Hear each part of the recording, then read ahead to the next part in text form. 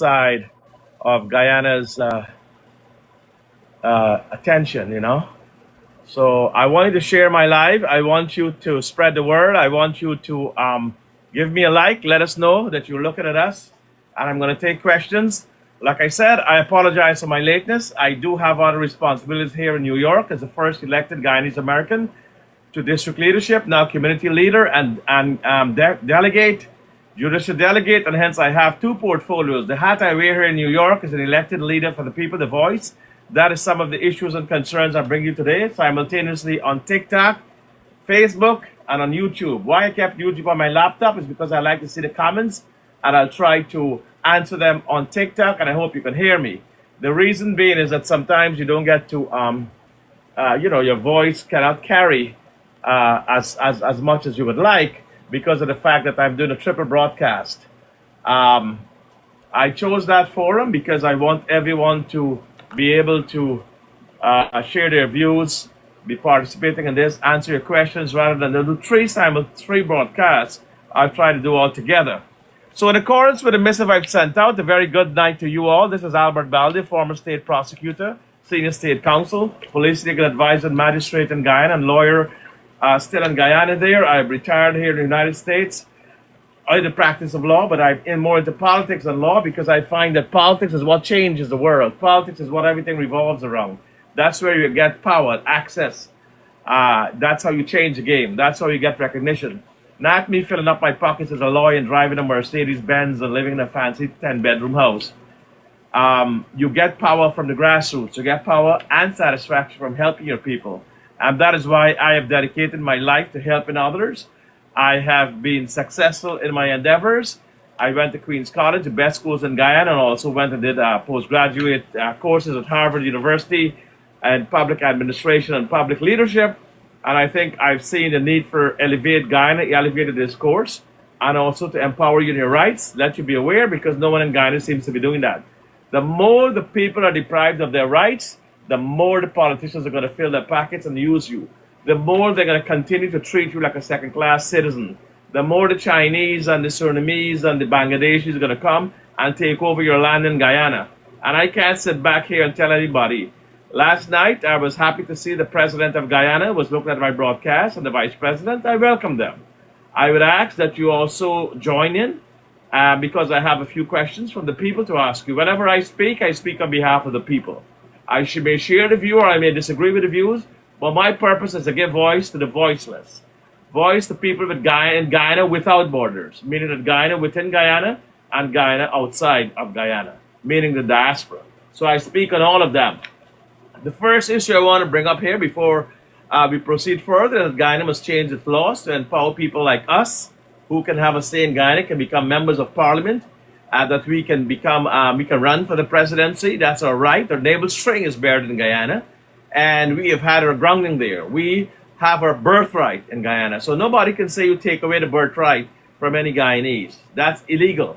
They have recognized dual citizenship, and let's be frank about this. When you need barrels, when you need help with Venezuela trying to annex Guyana and make it part of Venezuela, we are the ones who fight that fight over here by going to the Congress, going to the Black Caucus, going to the Senate, and speaking to the president and his people, and also lobbying the State Department. We have had Mike Pompeo since the times of Mike Pompeo, who was the predecessor of Marco Rubio and other Secretary of State, all the way up over to Hillary Clinton. You go to my website, you will see pictures of myself and President Clinton and Secretary Clinton. You will see that we have been evidence of us speaking to them and telling them and asking them to protect Guyana, protect you, the people living in Guyana, all of you, because you didn't have the right to speak, and empowering you and making sure that you get a fair deal. And that is what we have been doing. That is what I've been using my elected positions to do. It's not about me. I don't need representation, but I do it on behalf of the people. And as an attorney trained in Guyana since 1982, creating history as the youngest magistrate, youngest lawyer, youngest state prosecutor, I want you to know that I became an expert in Guyana law. I brought that with me to America, became a lawyer here, and now I'm retired from that practice of law. I'm into politics, I'm into empowering people, and we have put Guyana here in Little Guyana in New York. We have been on the map. They call us Little Guyana. So we brought the Guyana name here, we brought the region here, we brought the clout here, and we brought the influence here. So we can be a servant of all of you in Guyana, servant of the Caribbean, to have a voice. Because when you listen, you're not speaking as an American citizen, but we are. And hence we have the power, and we do have, and thank God for that, that we can reach out to the highest levels of American government. And as you know, America rules the world. Don't let's kid ourselves. When America sneezes, you get pneumonia. You and Guyana, all of you. All of you get pneumonia, from president to bottom. Anytime America sneezes, you get pneumonia from Ali right down. All of you. Every single one of you. Okay? We don't get pneumonia. We are accustomed to it. We fight. That's what we've learned. And that's what we bring to the table. The ability, the experience, and the fact that we have been gone through those battles. So when you guys run and crave into a corner and cave in, we don't. We are fighters. We're gladiators. We have made history. We have trailblazed. We have made it easier for you. And we stand there ready, willing, and able. Ready, willing, and able to stand up for Guyana. Anytime Venezuela sneezes, we prevent you from catching a cold. Anytime it happens somewhere else, we are there to stand up for you. Anytime you need help here, we will relay to the Congress and the American powers and the levers of power. Of course, you have to be in politics to know how the stratum work. And we have always been on the forefront of fighting for you. So don't think that we as Guyanese living outside of Guyana don't have any rights, don't have any word. Why you come back here? Can you do for us? Why you always talk about Guyana? Shut your mouth and learn something. You are not an island. No man is an island. And as far as I'm concerned, our people are very scared to speak out. So if you have to speak out for you, be grateful. Thank God you have a voice. Thank God you have somebody with a testicular fortitude. So stand up for all of you.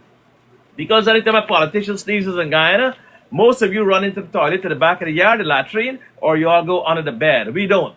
We probably ask them, well, President, what you got to say about us? Or President, you're wrong. You really are an imposter. I think you're stealing too much, or whatever the case may be. We don't have any restrictions on that.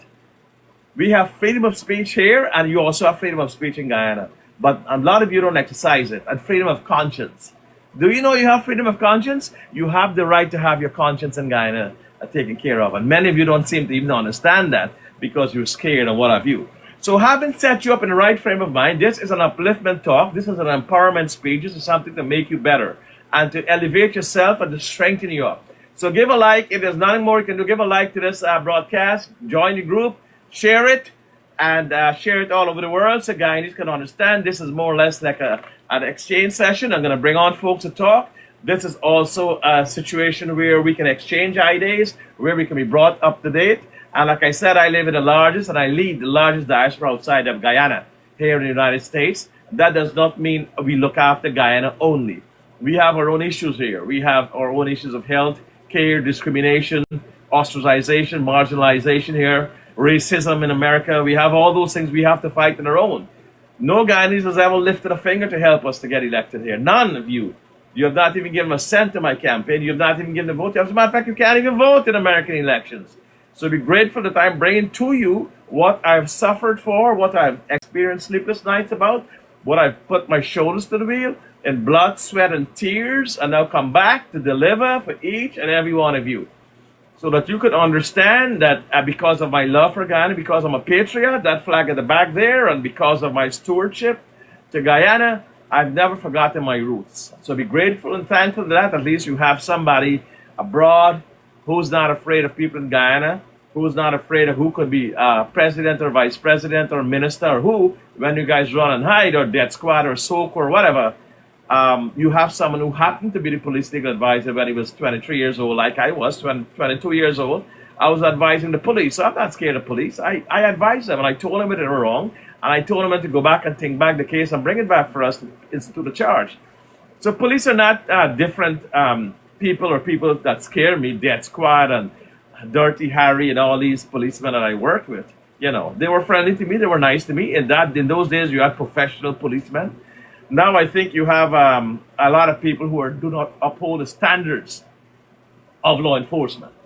And talking about that, that brings us to now what happened in Guyana recently. Within the last 48 hours, we've had the leader of the opposition, his vote, and I'm going to summarize this because we did talk about this early last night. You can go to my videos. Anytime you need my videos, go to YouTube. It has everything there. It also has the people who have exchanged with me and who have talked to me. Okay? And we have put them up, and we've put up all the YouTube so you can go back and listen to them. Some of them are 3 hours long, 4 hours long. In Guyana, I used to address the court for 6 hours straight on murder charges, brought home criminal convictions. So, using my voice and having the stamina to do so, I thank God for that. Staying on focus. We all have brilliant people who've come from Guyana, and I pride myself that I've tried to emulate them. We've had great people from the Caribbean. We must never put ourselves down. We are first-class citizens, and we are not orphan children. We are not below anybody's standards. And unless you show that and you exercise that, when we demanded it to be called a place called Little Guyana in New York, and if you Google Little Guyana, you will see it's officially on the map of the United States of America. And that is our achievement here collectively, led by the campaigns that I have run. I've put Guyana on the map in the United States. So all of you need to understand what the power and the dreams and the work and the sacrifices of one man with a vision. And I thank God for that, inshallah, that we can get the vision, okay? And to get to that level. And may Lord Rama be thanked for giving us the strength and resolve, and also for inspiring us to be better citizens every day. So we'll be talking about, the first thing is that about how you can go onto speedboats, how you can arrest speedboats, how you can stop them in the high seas, what constitutes reasonable suspicion. Before you can stop a car or you can stop a vehicle on the high seas of Guyana or in the waterways of the Atlantic or within the tributaries of the 83,000 square miles of Guyana, the laws of Guyana are what govern that. And you cannot stop a vehicle unless you have reasonable suspicion. You can't, that's before you stop the vehicle. That must be the ground on which you can on which you can stop the vehicle. You must have that. If you don't have that, then you have a problem. You have a problem because you will not be able to stop the vehicle because you don't have no reasonable suspicion. Reasonable suspicion doesn't mean that after the fact you find out that the driver or the person who's operating the vehicle did not have registration or did not have a proper license. And if you understand that this is one of the things that applies to the opposition leader, Ashuddin Mohammed. Mohammed, they said, didn't have a license. And I don't hold no brief for Mr. Mohammed. I hold no brief for Mr. Ali. I hold no brief for nobody. I hold a brief for the freedom of speech and the freedom of expression and the legal knowledge that emanates from folks like myself who are privileged to call ourselves independent thinkers and who want to see that justice is done wherever we go, whether it's in Guyana, Timbuktu, or in the United States. We have fought for justice all over the world. And hence Guyana is just a part of that situation. So when we talk about reasonable suspicion, you can't say because a plastic bag was thrown out of the boat or the speedboat, or that they speeded up. Those are not reasonable grounds, or they didn't hear, or how are you going to prove that they heard? You said stop. That is not reasonable suspicion. That does not give you the right to stop. You have to have that reasonable suspicion before you say stop Coast Guard, stop police, stop the vehicle. You must, or other than that, that evidence will be thrown out. That is why I do not expect the opposition leader to be charged, because they put the cart before the horse, as we say in courts in Guyana, and they should have had that reasonable suspicion. What constitutes reasonable suspicion?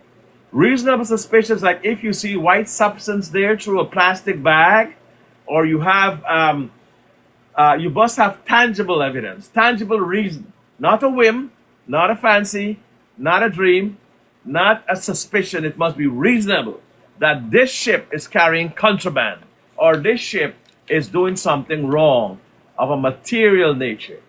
Now, these folks, the MPs and Mr. Mohammed, went to Barima and to Mahdia to share out whatever it is, and when they were coming back, that does not, to me, indicate that they were trying to smuggle like illegal aliens into the country. I don't call them illegal aliens, I call them undocumented here in the United States. But I still don't think that any undocumented people into Guyana from Bangladesh or Brazil or Venezuela should take any precedence, or Cubans over our own Guyanese people. Guyana belongs to Guyanese. Let me repeat that once again. Guyana foremost belongs to Guyanese. It does not belong to the president. It does not belong to the vice president. It does not belong to me. It does not belong to the ministers. It does not belong to Minister Ejil, Minister Indar, or anybody else. It belongs collectively, if I have to school you on that, collectively to the people of Guyana. It therefore means that without each other, we have no republic, we have no country, we have no Guyana. So get that in your head that even though you may become part of the government, you're a public servant, you're a steward, just like us here. When we get elected, we don't say, oh, we own America. We can't, because you're just a collective public servant that has to do the bidding. I was never paid for my work. I have refused salaries to do my work in America. And thank God for that. He has helped me and put me in a position for that. And in Guyana, I see some folks are doing that. God bless them. But the fact of the matter is that as long as you take those public oaths, you must do the public good and you must do right by the people. Same thing for police officers. If you're going to arrest a boat, you might as well have your reasonable suspicion and grounds to arrest that boat, because you've got to prove it in court. The lawyers and the judge and any magistrate who is fair are going to say, what is your reasonable cause for stopping this ship or this ferry or this speedboat? And if you have none, such as what I talked about, it was carrying undocumented people, it had a powdery white substance that looked like cocaine inside, or whatever a major excuse you come up with, not because, oh, it was driven by the leader of the opposition. That's not reasonable cause. That man is presumed innocent. You can't say it's because Mr. Mohammed or Honorable Opposition Leader Azuddin Mohammed was piloting that aircraft, and therefore there must be reason to impound it. No, sir. The law does not work like that. It must be based on circumstances, not personalities. Not personalities, circumstances. And that is why reasonable suspicion, I don't expect him to be charged for this. And they said that the signal order was ignored and a bag was thrown into the river. Well, a signal order can be subpoenaed. Where are the logs? Where are the things that say that the GPS tracks, the radio logs, the patrol records, and the videos? You must prove to the court that this is what we have. So before we go any further, I want to do something very physically draining from all of you, and click the like button. Click the like and the share. That may be physically draining for all of them, but click it so other people can learn, because I wouldn't be able to repeat this. I have other duties in the United States of America too. And I'm a family, I have work to do otherwise. So I'm just educating you on what I learned from Guyana law, from being a prosecutor, a magistrate, and a defense counsel there for years. I did most of the major cases there. Murder, treason, extradition. Oh yes, I did those also. So, I'm an expert in Guyana law. So let's understand that, So that's where I'm coming from. So what I'm saying, the patrol records, tracks, radio logs, and videos must show that you had reasonable cause. You can't say, man, I shouted out in order to stop. It depends on if the driver of that boat, assuming, and I can't assume it was Mr. Mohammed driving that boat. I can't assume that unless you show me a picture or video of him piloting the boat. I just can't say that. How can I give myself the liberty to say he was the pilot of that boat? Was it on automatic? Some cars drive here in automatic. Was it driven by one of the other people in the boat? As is more likely scenario. How can I just accuse him and say you're the one who was driving this boat and hence I have reasonable cause? Because I've just told each and every one of you, not because it's Mr. Mohammed driving or piloting the boat, that is reasonable cause that justifies you to order the boat to stop. You have to go further than that. And if you're going to say, oh, the plastic was thrown, that is even more ludicrous. How many plastic bags are not in the river? How many plastic bags are not thrown every day? Guyana is not the cleanest city in the world. Guyana is not, look at Georgetown. Guyana is not the cleanest place. And all of you are guilty because you never cleaned it up in the city council. But that's for another show. So how can you say a plastic bag, not a plastic bag filled with white powdery substance that appeared to be cocaine, or a white or a bag that appeared to contain a dead body, or whatever contraband you may say? You come short when you say all I saw was a plastic bag. And I like it if he's charged with evidence, the prosecutor might try to coach him and coach a witness and say, you know what, said that there was something illegal in the bag. Said you saw a gun was in the bag, or it was being thrown out. That is what these police prosecutors do. And when they brought that to me as a prosecutor, I should tell them, no, you cannot invent evidence. That's not fair. That's not how the law works, So that is why in the bag, whatever is in the plastic bag, that's a joke. Because a plastic bag is not enough grounds to stop anybody's boat, much less to institute a charge on them. And if you're going to say, oh, well, we found that the boat had no registration and we had no license, that is even worse because you're supposed to have credible evidence before you stop the boat. You can't say, oh, like, witch hunt. Oh, we went there and we find this, and therefore we were justified in searching. The law does not work that way. The law protects citizens' rights that you must prove. He who alleges must prove. Actus non facit reum nisi mens sit rea. That's the Latin to say you must have the mental intent. And the act also here, neither are present. And I'm not defending the case of Muhammad, but of course those who defend this case are welcome to use these points from someone who is an expert in Guyana law. I have no problem with that. I'm not going to charge you a fee for it. So when we come down now to the firearm allegations, the same principle that applies. There was one MP and another MP. The MP you're charging or proposed to charge has to show that she has knowledge and control. Knowledge and control. The person who has a firearm, she is scot-free because she has a license to that firearm, for what I've read. The person you're trying to pin the carrying or possession of a firearm, an authorized firearm, there's such a charge, and even though the firearm is legal, if it's possessed by the person who does not have the license, that person is culpable. That person can be charged. But how can you charge and bring a proper charge? Quite unlike the three people that you charge in the Barima, and I must say reference to that, we'll get to that later, when you don't have no knowledge and control. This thing was in the other MP's bag or whatever, it got mixed up. The problem is the other MP who has no firearm, and that is Lois, MP Lois, did not have knowledge and she did not have control. So you can't pin that charge on her. You got to come better than that. Because she didn't have the knowledge, that's a mens rea, that's a mental intent to possess or to carry the firearm or to have ownership and control or control of the firearm. And that, my brothers and sisters, will be very, very impossible to prove because it would have been a different case if one of those MPs did not have a license for that firearm. It would have been a different case if one of those MPs, and it was not something that you could defend, like, oh, I summarily dismissed the allegation here as a former prosecutor and magistrate.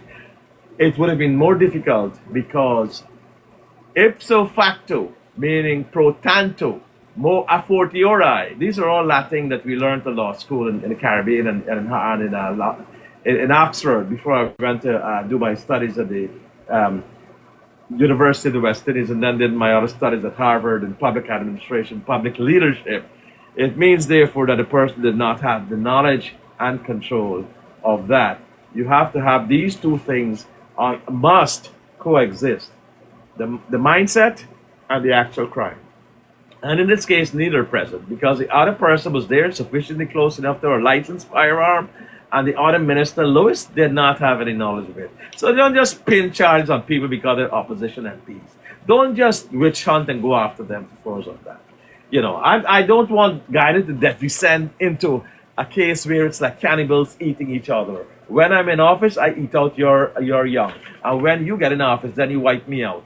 That is not the right thing to do. And there's a lot of situations in Guyana that needs to be looked at by the international bodies, the United Nations, the American government, the human rights divisions of the world, the International Court of Justice, also Amnesty International and Human Rights International. And you might find reports coming out saying that Guyana is rated very poorly in its human rights. The same ambassador that said, oh, I'm interested in sending this X, Y, and Z to America to stand trial, it's the same person going to bring news to you and said, we have degraded you, we have downgraded you, you're now at the bottom of the pile, you're one of the least countries that respect human rights. And hence, we are issuing a travel advisory against you, that Guyana is a place where human rights and civil liberties are not respected or do not exist. Put that in your pipe and smoke it, those of you who are in those positions. I don't know what you are, foreign affairs or minister of this or minister of what, but remember this. Your enemy can be your friend tomorrow and your friend can be your enemy tomorrow. That is how I've experienced it in America. And it doesn't change from that. From time you have violations building up against you, that people are taking all the land for themselves, they're taking all the contracts, they're stealing all the money, they're having cabals, they're having, stealing the money and controlling all the funds, you will find that it will lead to human rights violations where you're depriving the born and bred citizens of Guyana of their fundamental rights to property. And I told you at the beginning of this show, Guyana belongs to Guyanese. In Guyana and in America, overseas, the diaspora. And don't you dare ever say that people like me from America don't have a stake in Guyana, because our neighbors string buried there, and we are probably more Guyanese than you. Because a lot of you, when you come and live in other countries, like Dave Martin says, you start talking Yankee. Well, I am not talking Yankee, I'm talking Guyanese. So I'm still Guyanese in my heart and soul. A lot of you, when faced that test or given that opportunity, would say, bye-bye, Guyana, goodbye. I used to know you. I'm now an American. I'm now an Englishman. You come with that BS to show, well, I'm done with Guyana. And that's the worst thing you can do, because you never leave the roots that you were born with. Never leave and go anywhere. And make sure you are proud Guyanese. Why should you not be proud? Because there's no moment in our history that you can be more proud of. We're one of the countries that's supposed to be, I'm saying, because I need to see it. I need to see the published figures. I need to follow what's going on. Being the richest country in the world doesn't mean a certain amount of people get rich, and 60% of the population are living below poverty line. That is not richness. Wealth must be equitably distributed. Wealth must be equally given. There's no other solution for that.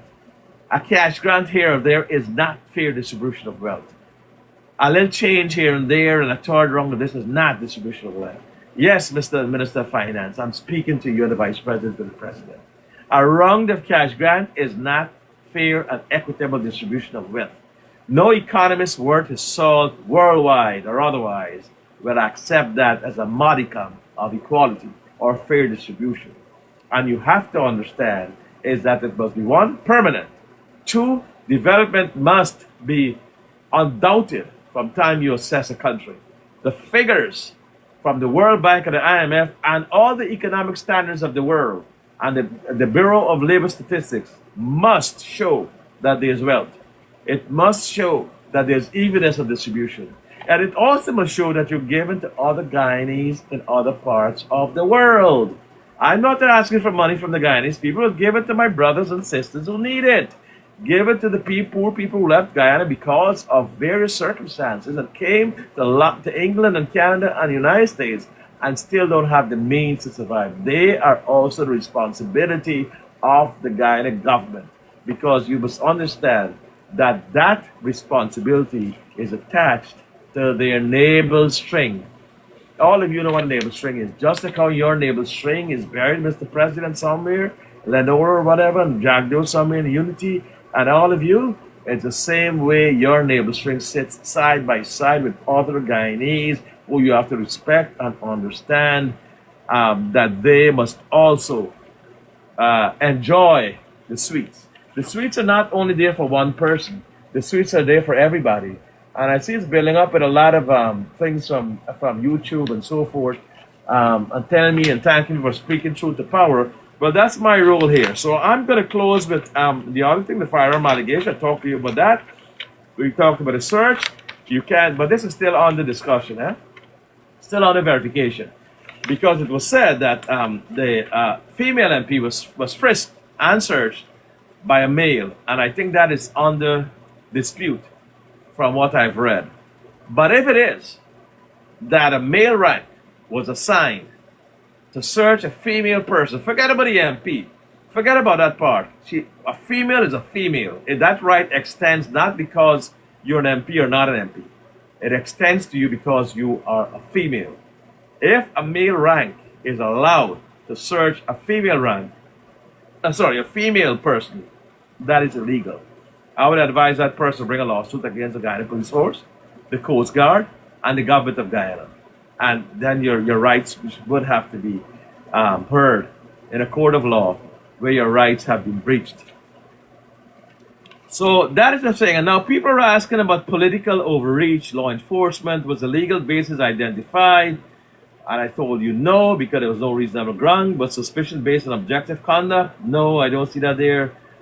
Are comparable maritime and firearm cases treated similarly? Yes, possession extends the same way it does as a 12-mile ECC zone as we have mainland Guyana. Did the official explanation remain consistent? Well, they don't have to explain anything, you know. People who are charged with offense don't have to explain anything to you. They have the right to remain silent. And possibly that's what that captain is going to say. You prove your allegations of murder against me. I'm not taking anything. I'm taking the Fifth Amendment, my right against self-incrimination. He has that. He and the other two have the right. That's why I thought the people, because I said in an earlier show, should not have brought those charges so quickly. She or she should have waited until the commission has finished its commission of inquiry before they review the files and institute charges. And hence the detention continued after its lawful purpose had ended. Well, now you got a problem there. Because from my understanding and what I have been reading, is that the opposition leader, the MPs, were held overnight or for a substantial time. They should have been released. From time you didn't find contraband in that ship, in that boat, that speedboat, from time you had nothing against them, from time you had carried out that illegal frisk and search, if that is the case. But when you didn't find the evidence you were looking for, you're supposed to let them go. You're not supposed to carry them to the police station and got them sitting down there under arrest. And what are you giving them bail for? What is the offense? Where are these people going? Their passports, I believe, or the opposition passport is already in the custody of the Guyana government, I would imagine. Or the magistrate or whosoever granted bail. So how is it that you're keeping somebody overnight? And this is not a citizen because I'm holding a brief or I'm speaking for Mr. Mohammed. I'm speaking to you about your basic rights. Because it might be you, it might be me tomorrow. It might not only be Mr. Mohammed. And you got to protect your country or you won't have a country left. You have to protect your rights or you would have no rights left. It's as simple as that. Or you have to be proactive and you have to speak up and you have to ensure that your rights are respected and that they're always in a situation where you can be respected. You don't give up your rights. Your human rights are never given up. So not because this is an opposition leader, that means you can hold him overnight. And then you had incidents where he was deprived of his freedom to move and travel and so on. A lawsuit is certainly something that he should be able to bring. Because how are you going to stop him from going about his country when the Constitution of Guyana, this is the Constitution of Guyana. I'm not talking from hot air. I'm talking from the Guyana Constitution. Understand where I'm coming from. It talks about the freedom to travel, the freedom of movement. Meaning that anybody who's a Guyanese and visitor or who, as long as they're in Guyana's jurisdiction, can move from Barima to Port Kaituma to Letem to Anna, Monkey Mountain or wherever, Bartika, because there's freedom of movement. And if you're a Guyanese citizen, as he is, then all more rights that he have, that he can traverse his own country. You can't stop people from moving in their own country. Are you kidding me? You do that in America and other countries, they slam you with multi-million-dollar lawsuits. You violate my rights that I can't move. I'm not here to move freely. That is a grave travesty. And hence, he would be advised to review his rights and his freedoms that have been traversed or violated by such acts. So you have freedom of movement, you have freedom of assembly and association, you have freedom of expression, freedom of conscience, freedom from protection from inhuman treatment, right to life, personal liberty, arbitrary search and entry. Here's another one. Protection from arbitrary search or entry. So if you were to go to a home or a ship, and you're going to say, yes, I'm going to jump on this ship. I'm a Coast Guard. Look, my badge here. I am a police. No, it doesn't work like that.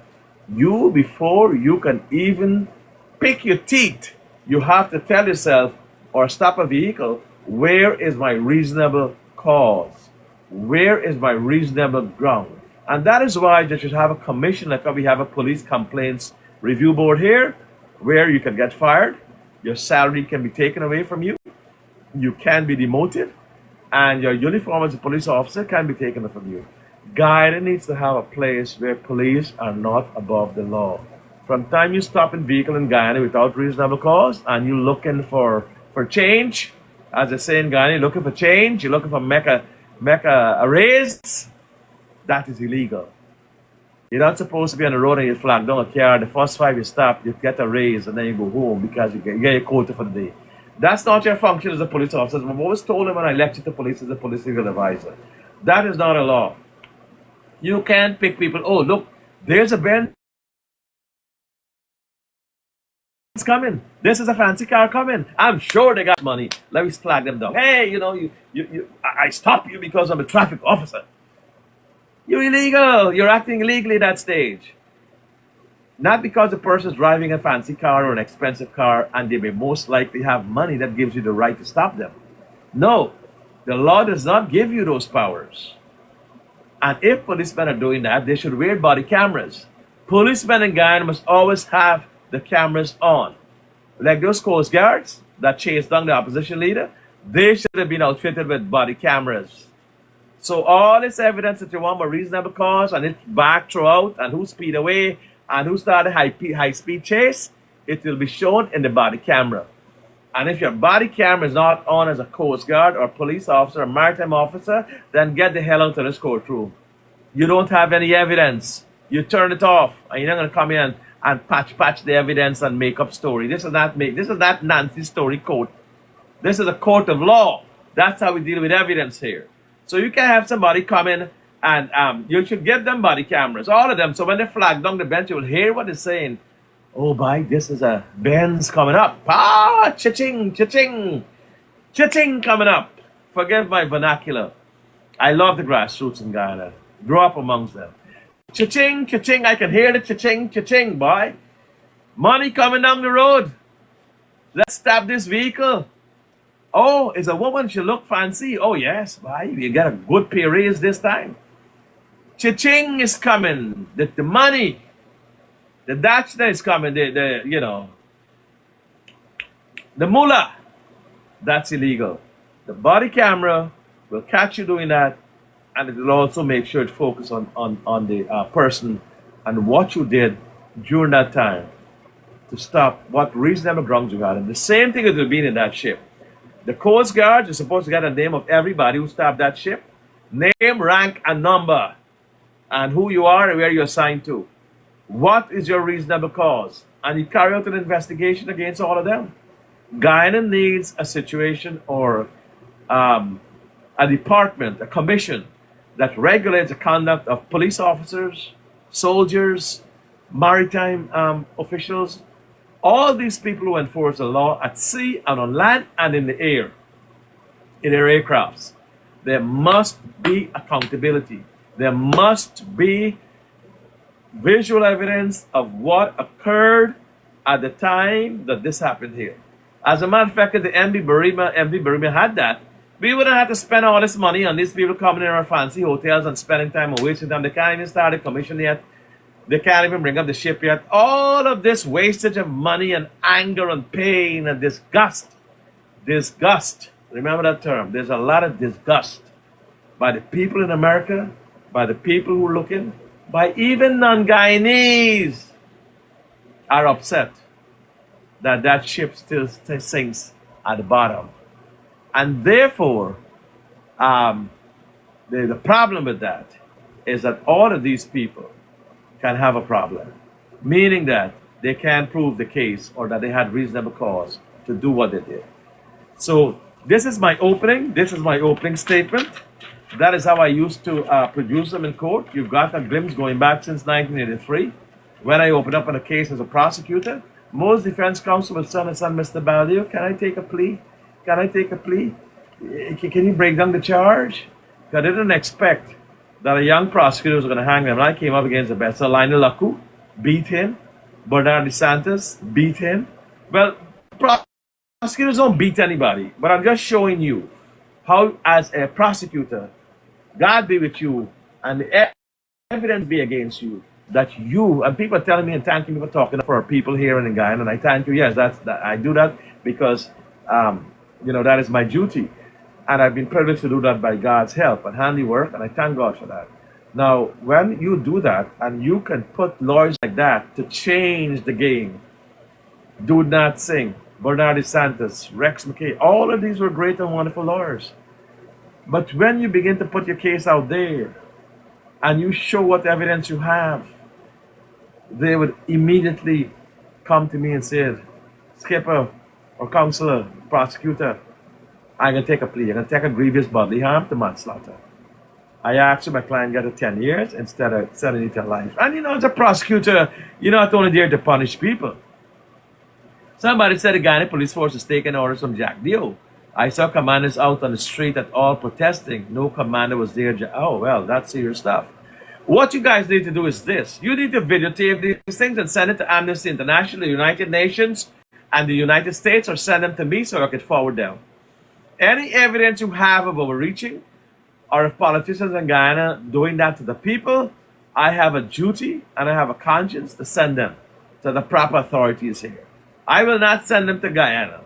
I will send them to the right forums like the United Nations, the OAS, the Inter-American States, the Commonwealth, the United Nations. I don't know if I mentioned those, but these are the people in the United States of America who would have the ability to talk to people in Guyana and tell them that you are violating your own people's rights, that this is not right and this must be stopped. So a lot of you like to write, a lot of you can only badmouth people, a lot of you are good only in the crab barrel mentality, pulling each other down. Time to move away from that culture. You have to lift each other up like this. You lift them up high, higher than your head. Repeat this in the morning. Lift each other up. Lift each other up. Let's go as high as we can together, because there's enough wealth in Guyana, and that's your duty. You're not there to pull anybody down. You're there to lift each other up. You're there to make a country a better place. You're not there to hang your mouth where the soup is leaking. But if you find the soup is leaking and you're not getting any, you have a right to say, hey, I need some soup. I need some soup too. I'm a human being and I can't eat mud. I can't eat dust. I can't eat garbage. I can't eat from the garbage can. I'm a human being. I need some of that soup. You alone can't have all the soup. I need some soup too because I'm a citizen of this country. If all of you stand up 83,000 square miles and 800,000 people, then who is going to stand against you? Let me repeat that. If 800,000 of you, and minus those who are getting the sweet, right? Let's say another 50,000 are sucking the sweet and say, well, we don't want to share this. This is too sweet and this are, these are. This are for these alone, right? I'm speaking Guyanese vernacular. This are for these, hey, I'm not sure. I will take this Guyanese love that. Oh, this one there. And the rest are not getting it. Then you gotta change that lifestyle. You have to admonish yourself. You have to change those nasty ways, and you have to be like a reasonable human being. And the only way you can get that is if you do it in a way that everybody can get that. Everybody can get their share. Okay, not only Christmas time when they say Christmas time is here and everybody will get their share. It must be every day. You know why? Because Guyana is supposed to be a thriving oil country. And in my days, I never saw that. And nobody saw that in our days. And now that you've been blessed, make sure that you have a voice as to get some of that wealth.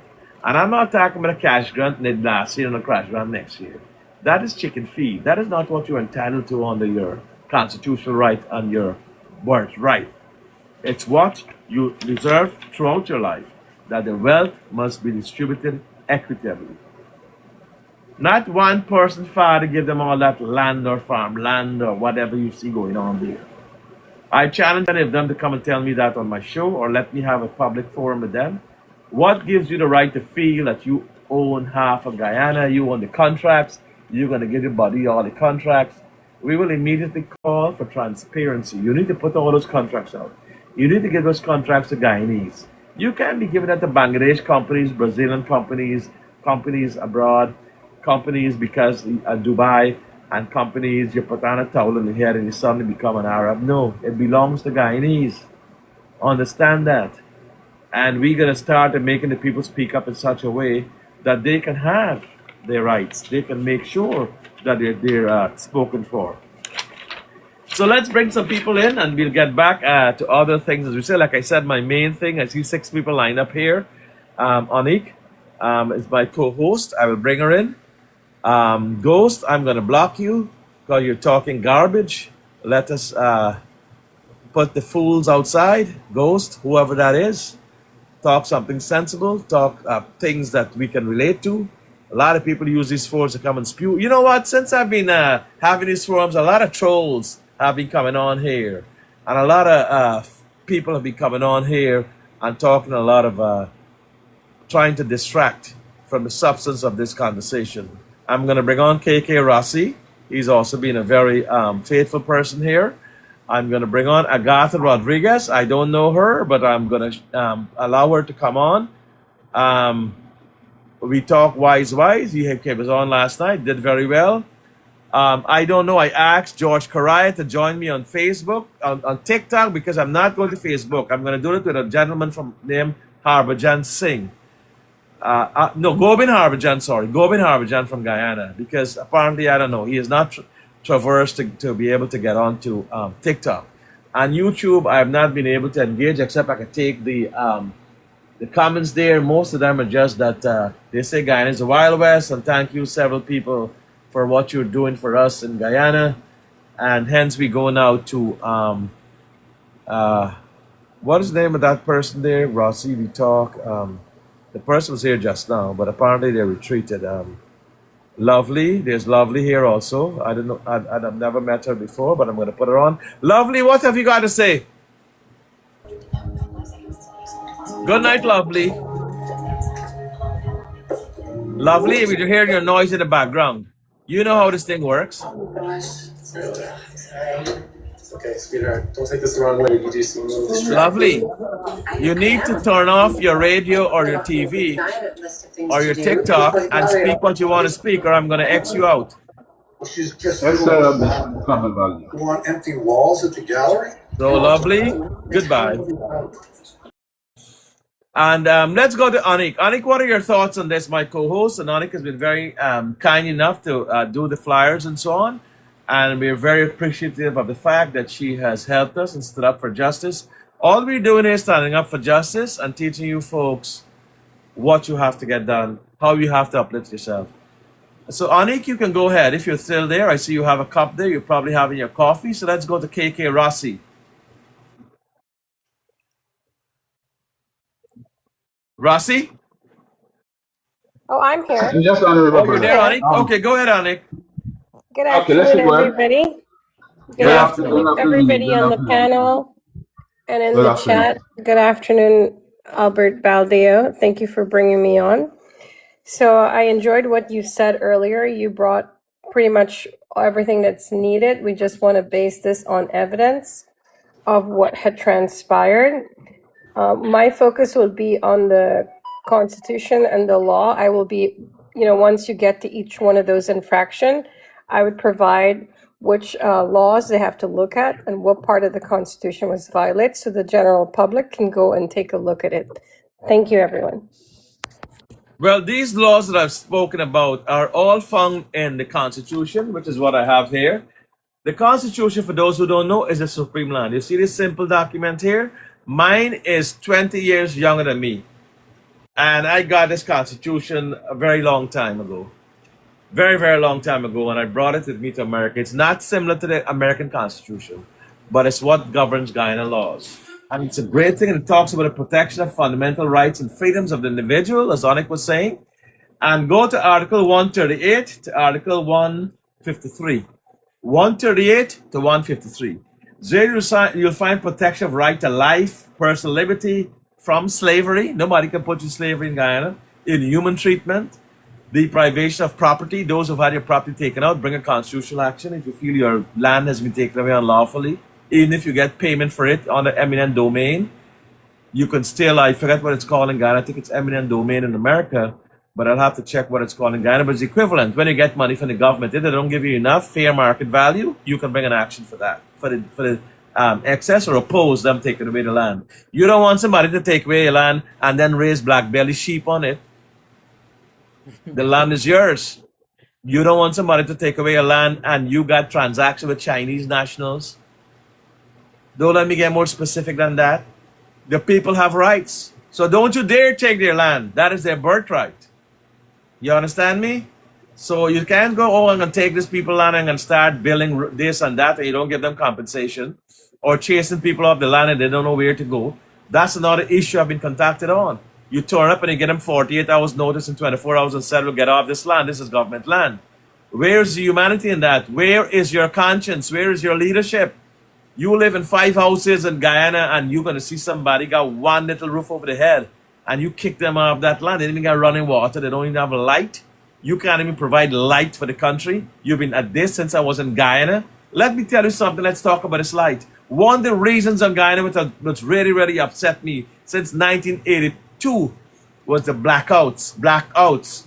From time you start reading your book or you start to develop yourself or start to educate yourself, the blackout would hit you. And then you got to go and run. Then I have a car where I used to buy lights and put the lights on and run the car. And then the gas would run out. What kind of thought, what kind of mentality is that? You still have that going on? You're bringing barges with light? People have criticized you all over the world for what you have done, that you cannot solve the light. So who's in charge of that light? Make a note of it. You have 2 weeks in which to fix it. If you can't fix it in 2 weeks, we're going to publicly call you out because you deserve that. You need to have a hall of shame. There must be a hall of shame where people are put up and said, for the blackout, you blame this minister. For this, you blame this minister. For this, MV Barima, you put this minister. Minister Ejil should be fired. Minister Indar. Public service is a public right, privilege, and it's a privilege, it's not a right. Your daddy them born again, put up on your birth certificate. When you guys were born, you were born as whatever your name is. Right? You weren't born as minister. Show me your birth certificate where it marked minister. I'll show you mine where it didn't have anything on it. It just got my name. And then other credentials were added to it as I began to uplift myself and pay the dues and fight and study and make myself somebody in more than one countries.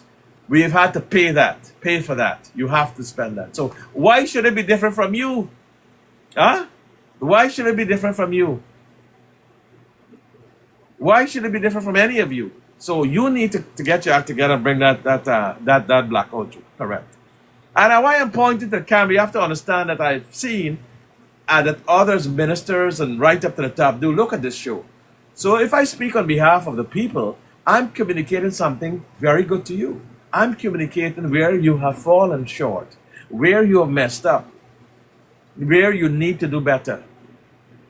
Not because you drive in a chauffeur-driven car, air conditioned, and you have drivers and maids and so on, you forget about where you come from. You forget about the grassroots. You forget about the people who you're supposed to serve. Not because you've acquired lots of wealth that the minister work now turn like your part-time job. Minister work is never part-time job. If you don't want to do the people's bidding and you can't do the work of a minister and you're looking out to make money and get contracts and all of that, then leave the, as they would say, Guyana, KMIA. Leave it and go and do private enterprise. You don't have no public duty when you do private enterprise. You can open up or make how much chocolate factory you want and manufacture confectionery. If that is what is making you rich, go wholesale into the confectionery business or whatever you're doing that's making you wealthy. But don't use the minister work to abuse and slant people and ostracize them. That is not your function. Those ministers that President Trump have, they have to account for everything. They have to work hard. They have to do their job. And hence Guyana is no exception. So what we were saying there is that, yes, as Anik was saying, freedom of conscience. All of you have a freedom of conscience. It's in the Constitution. Freedom of conscience is something natural. You see something, you say something. You see one man taking all the wealth. You see one man left a ship with over dead bodies, eaten out by sharks, eaten out by piranha, and eaten out by shrimps at the bottom of the ocean. You must have a conscience that says, you need to bring up that ship. You need to bring up the ship. And when the boss said, oh, why the commissioner of inquiry? We said, that commissioner of inquiry put that ship down at the bottom. He was the head of the commission. He was the head of that. So he must bear responsibility. You can't find scapegoat and try somebody to find them and then you put the blame on them. That is what conscience means. Conscience means that me, here sitting here in America, doing my work as a community leader and see these injustices in my home country, my conscience tells me to come out and speak up and to empower you and to help you. So all these folks that are looking will understand what are our rights, what we got to do, and what we have to get done in order to have a better country. Because you can't go to Denmark and you can't go to England, you can't go to America itself and said, you know what, I am entitled to this. No, you weren't born here. We know that. We lived through that. We've had to work hard 3 times or 10 times among the work that you do in Guyana. When you all work from Monday to Friday, we work here 24 hours a day, sometimes 18 hours a day to become somebody in these countries. And nothing is given. Nothing is given. You have to work hard for it. So all I'm telling you, you are in your country, don't expect you're going to left and here to get more lines at the U.S. consulate. How the hell is that happening? Why is a country on the verge of greatness and sufficiency having to line up at the U.S. consulate to come in for what? To come in somebody else's country where you're going to be treated automatically from the time you step off that plane. You're already a second-class citizen. You're an orphan child. You're a stepchild. You're a nobody. You got to buck brick to get up. You may be one of the lucky ones who succeed. And why should you leave your country that is rated amongst the best in the world with a future that few can ever have? Few countries can ever have the future that Guyana is supposed to have. Why should you have to leave the country? Why? And come to another man's country to beg and to take handouts and to pick up on the road? Because that's what it's come to. The cost of living in America is very high. There's lots of bad things happening here. So why don't you spend your time developing your country? Well, instead you got to go and join line at the consulate to get a visa, go to the politician and say, what the hell are you doing for me? I'm a citizen here. How you can get all the land? How you can get all the contracts? How I'm not even getting the money I need, even if it's a cash grant self. Cockroach eat out them conscience, Sammy Will says, especially the top. Well, if cockroach eat out the conscience, then you have to put it back. You have to syringe the ears and put the conscience in back. How you got 20 politicians ruling 800,000 people? You need to screw off their ear, not literally, but metaphorically. Screw off the ears and put back the conscience. And spray bacon on it so cockroach don't eat out the conscience and go back in there. You have bacon spray. It's available in Guyana. Spray them up. So that way you have, you have your rights. But as Anik was saying, this is the things, conscience, expression. That's another problem we have in Guyana. We want to be Dubai. We want to be first world country. We want to be the fastest growing in the world. We don't have freedom of expression, freedom of assembly and association, and freedom of movement. Look at them. In the last 48 hours alone, I can tell you, in that incident on the ship there, as a lawyer, not as anybody connected to Muhammad or anybody else, as an independent, gifted thinker and leader and thought processor in this land and in this world, I am telling you, as I look here, you got protection from deprivation of property because his boat was seized. And if you thief the man's boat, you deprive him of his property. Even for 24 hours, he can sue you for that. Protection of law. You breach the law, you didn't have reasonable suspicion, you jump and take the man's ship. Freedom of conscience. We talk about the cockroach eating out the conscience. And the big gun got a spray and you bore the ears of the politicians metaphorically and have put back the conscience. And then you have freedom of expression. People can't talk because they're frightened they got into jail. Everybody's telling me, Mr. Baldeo, I'm so scared. You talk for me now. Oh, me's frightened. And this and that and this and that and all those things. All of that you need to get hold of. And you got to do it collectively. You can't depend on other people to exercise your rights. You got to start doing that. So, and the other thing is assembling association. Those people were assembling, they were carrying money to Port Kaituma. They were carrying money to sick people or people who need help, carrying help. And you're going to run them down in the middle of the ocean and hijack the boat? That's a hijack. Suppose not a sue for hijacking the boat. I would encourage that, because if the Coast Guard overstep its boundaries and you hijacking me on the Guyana's waters, then I can sue you for hijacking. Coast Guard can hijack? Oh yeah? Well, let's go to a judge and show the circumstances. How you run me down in the middle of the river, and you didn't have no cause to stop me, and you hijack me. And then you take away my property, and you carry it down to the wharf, and you seize it. And then you lock me up and kept me overnight, and then you asked for $100,000 bail for no charge, and he couldn't tell me what charge I committed. He kept asking, what is the offense? And you can't expect Mr. Muhammad to do everything for all of you.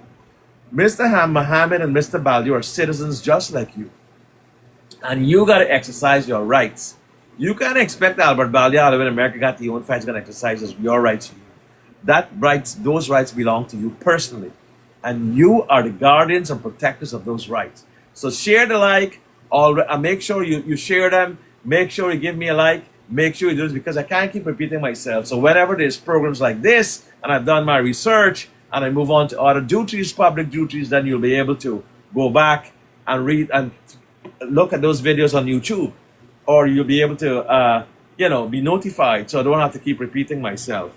And then the last one is the freedom of movement. You're going to stop me from moving around in my own country? Where you think we are in Russia? You think we're in some place where they have that kind of martial law? No, sir. Madams, we are not in that situation. Let me see what is on here. Because the next time I'm going on Onik, let me accept it back. I don't know where you went to. Let me ask KK Rossi, where are you, sir? Can you join the conversation?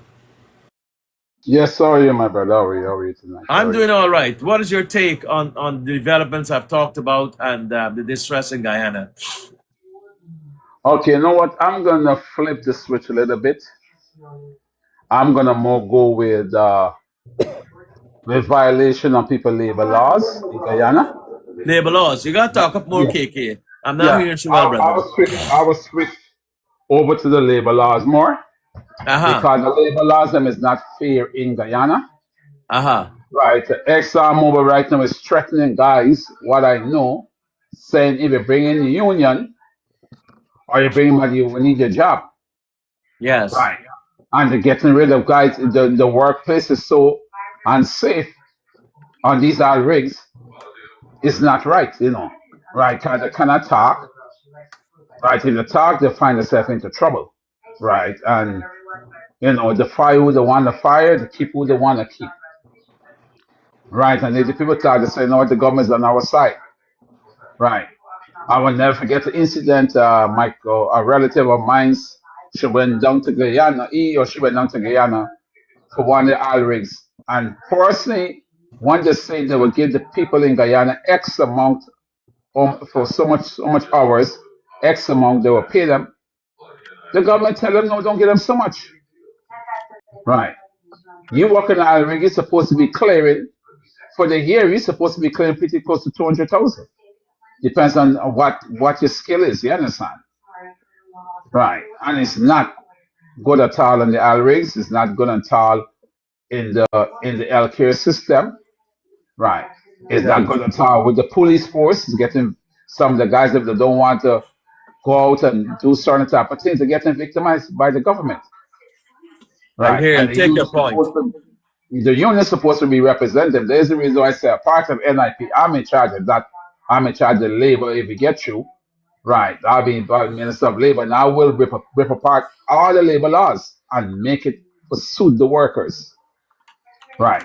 It'd be a lot of health and safety and it would be involving us in what I'm doing. A lot of health and safety. The companies will have to be doing the right thing. They will have to have a women's training.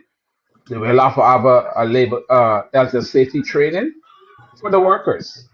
Yes, there must be that also for Exxon. ExxonMobil has to make sure that they treat our workers with dignity and accordance with compliance with laws. There's a lot of people queuing up, Mr. Rossi. Yes. So do you want to finish off with anything else? And that is what I will do for now. I will land and then you can go ahead. All right. You can always queue back. Thank you very much. So you all don't be worried or take it as a sign of insult if I I queue up and bring in the other people. We have over 10,000 people looking, and I don't want to keep them. Onik, someone asked me this question. Another issue is whether the government go and bulldoze poor people's homes. If someone is complaining, what is your take on that? The government go and bulldoze. Other people say, oh my God, it's on my YouTube. So my question to them would be, did they inform them at least 6 months before that happened? And if so, did they follow a legal process of removal? And did they give them provision for possibly a new location and money to help rebuild what they're bulldozing? Well, on both grounds, no. They just showed up 24 hours before, knocked down the thing, and chased them out of the place. So then I believe they're violating their rights to live That's same there. right of protection from legal protection or protection of law, that you have to follow a system, like you said. Give you 6 months. Here's what it is. You can contest it. You can go to a judge, get a restraining order, or Yeah. you can get this compensation or whatever. Or this is the reason why 14 days notice, Odessa is saying. Even 14 days notice might not be enough, Odessa. As Anik is saying, I believe you to disrupt somebody, you gotta find school. You gotta find clothes. This is not people who got 5 residents in Guyana, you know. These are people who got 1 residence with a little roof over their head. You gotta find places like bathroom and toilet. You gotta get all these things. You can't give people 14 days notice or overnight come and do that. These are people who need the peace and blessings of God. Poor people. You gotta get ration. You gotta cut a place where you can get transportation. You just gotta pick up yourself and go someplace. Thank God we didn't have to do that when I was small. I could just imagine how hard that would have been. So yes, the government has got to be, um, Nadira is saying, yes, that is what they're doing to our people. And it's the same thing happening in Jamaica. Well, I'm talking about Guyana. And if that is happening in Jamaica, you gotta get a fight in Jamaica. Like Rasta Baldeo, Rasta man Baldeo over there. And you don't know, I find one Rasta Baldeo over there. I love Jamaica. I've been there, I studied there, did my law at Mona campus. My brother also studied there, became a doctor. But I can only look after 2 countries at the same time. Guyana and America, and we can also try to help Jamaica. But Jamaica law, if that is going on, then that is wrong also. Same advice to you. Take them to court, get a lawyer, get a pro bono, talk to the Bar Association, get an injunction restraining them, and if you win that case, that will become a precedent for all other cases where the government just can't come, and they have to give them the 6 months notice, like Anik has wisely said, and you just can't go and throw people off and throw them into the garbage bin like that. That is not going to fly, and people are not going to accept that. Agreed, Anik? Let me unmute my mic. I muted. So basically exactly, and what they can probably do is reach out to you or me, and then we can help them with the necessary steps to kind of deal with it. Okay. And what about We Talk? So you all can contact us and give us your things. Our organization is Guyana Beyond Borders. It looks like we got to expand this thing to Caribbean Beyond Borders. I don't know, you know. Remember, this is all a volunteer organization here. This is all people giving back to people who they want to help, people who want to see justice done, like Harry Shea would agree with me on TikTok, on Facebook. It's difficult to stretch your resources so thin. I've already done a lot of that in America here, and people don't come out and vote, and they don't want to empower yourself. So I've been burnt by our own people, by the recalcitrants, by their laziness, and frankly, by their inability to fend for themselves or to be part of a movement. Talk is cheap, you know. All this talk we're doing here sometimes don't have unless you follow up with action, you know. So let's get this other person. We Talk Wise TV. Can you give your part, please? We Talk Wise TV. We Talk Wise. You on the queue? Are you there? Let me bring it around more because We Talk Wise TV. You asked to come He's on. probably looking for something. He probably is looking for something. Yeah, when you all queue up, please be ready to come on board. He does. Especially when I've done my monologue. Be ready to come on board right away because other people want to come on. We have a lot of people in the queue, and we also have over 10,000 people looking. So make sure that you all, you know, keep the rhythm going. So like somebody said, keep me back from the rhythm I had. And that is so. That can happen. Let's go now. Are you there? Oh, they're off. So let's go back to Onik. this. Yeah, Onik. So this is what they need. I'm going to give them 3 things that they need to do. against the local government or municipality in Guyana for ignoring the laws by leveling the home without notice. They need to file a lawsuit against the local government for civil rights. Remember, for civil rights and due process violation. They need to seek an emergency injunction from a judge to immediately halt any impending bulldozer. They need, when they're suing, they have to sue for something called inverse condemnation to force the government to pay full damages in compensation for the destroyed property. Thank you. Exactly. And they're advised to do it in a group. Yes. Together we are stronger. United we stand, divided we fall. So y'all got to discuss all of you that take away this land. If it's a village, said, you know what?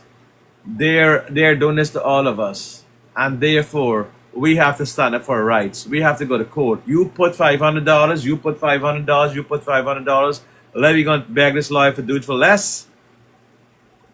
And we can do it that way. And once you get an injunction, then it will apply to everybody. It's called like a class action lawsuit or similar to that as common solutions.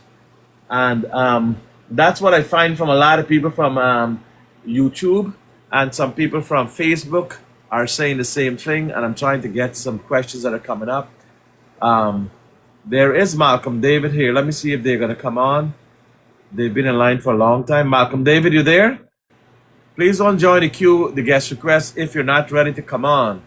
You hear? You got to be ready to come on as soon as I bring you on. We Talk Wise came back again, and I don't know. You got to be ready. Let me try him one last time. If not, I'm not going to bring him back on.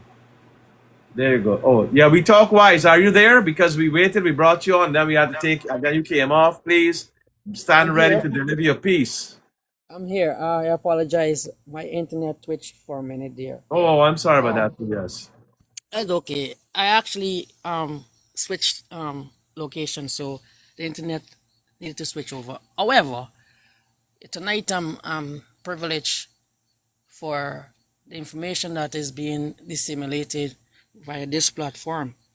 You know, I think Guyana and the Caribbean countries that is facing similar apartheid regimes actions as we are in this country need these type of forum in masses, not just this one, but you know, I think all of the legal minds in this country, like Nigel Ooze and all these lawyers, they should be having forums like these to widely edify the Guyanese population as to how to fight against the unfairness that is happening in this country. I'm here tonight. I'm gonna land back because I want to retrieve back into just listening, because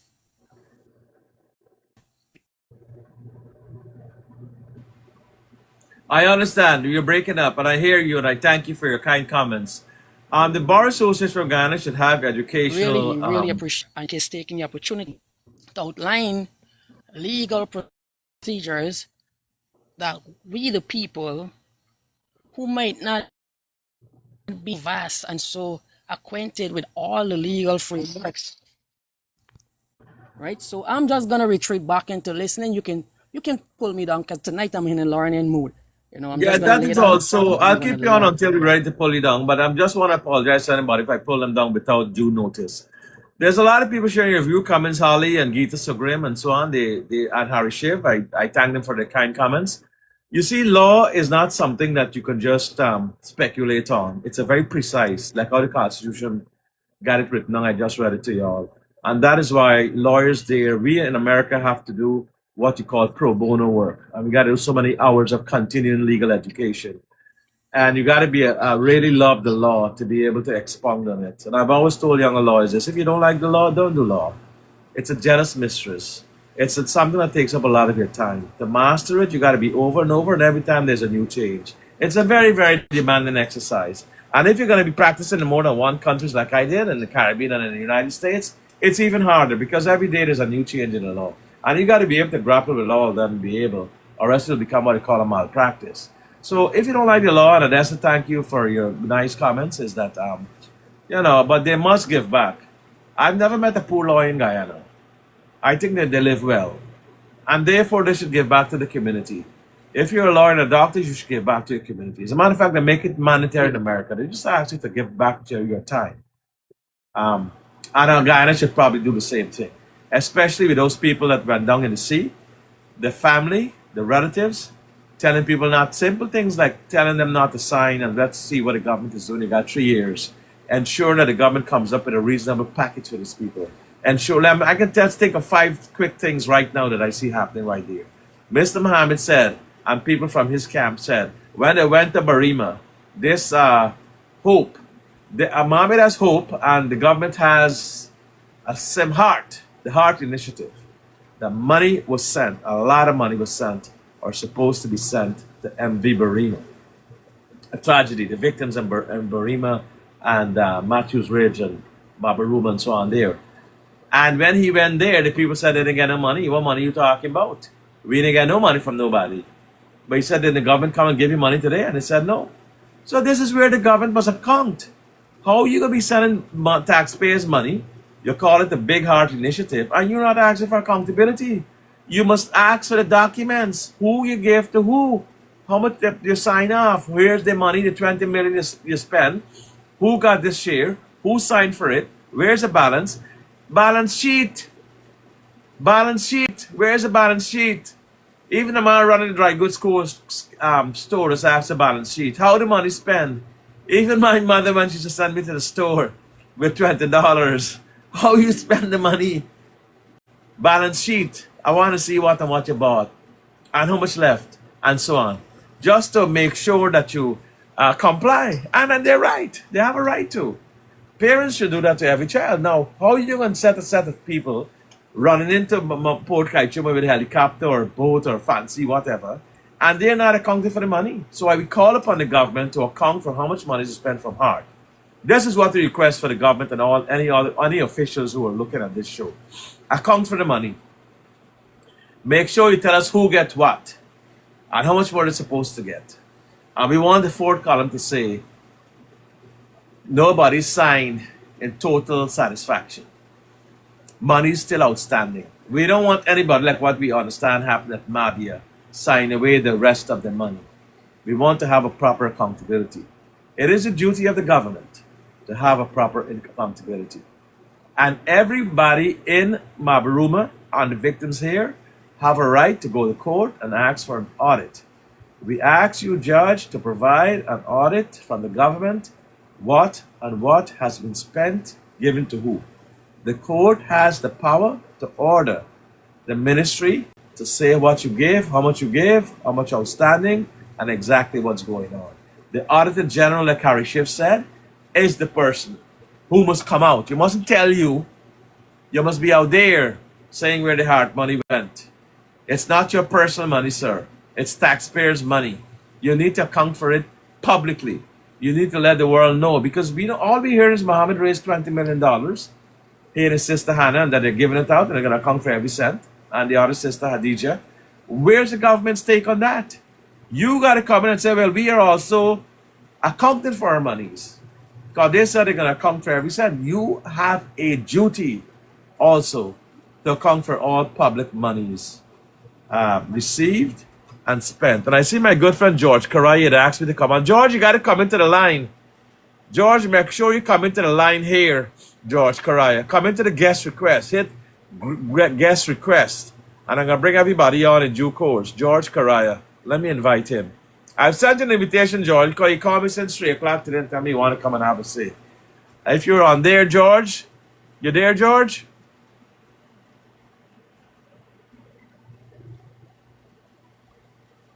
I've known George for years as a civic advocate. And people say we suffer in Guyana because of loss of living. George Karai, you got to go into the line and I'll bring you up as a guest. Ask to be a guest. Ask to be a guest, George.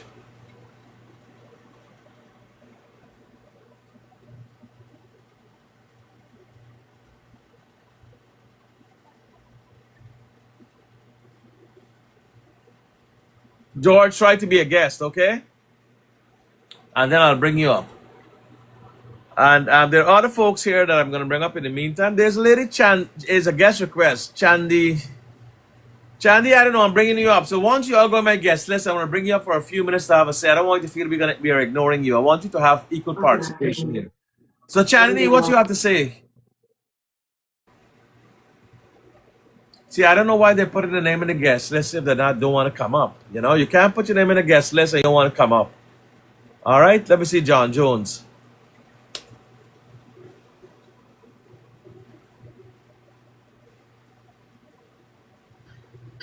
Yes, John Jones. How are you, sir? Good night, partner. How are you?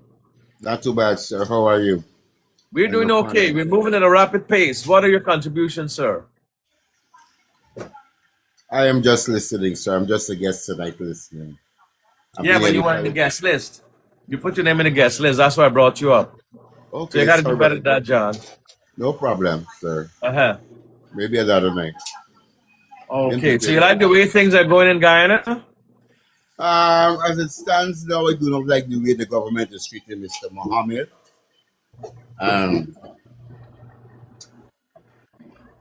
I was watching your program for a while, and he seems to be a very intelligent person, and you find me in terms of the way the country is going.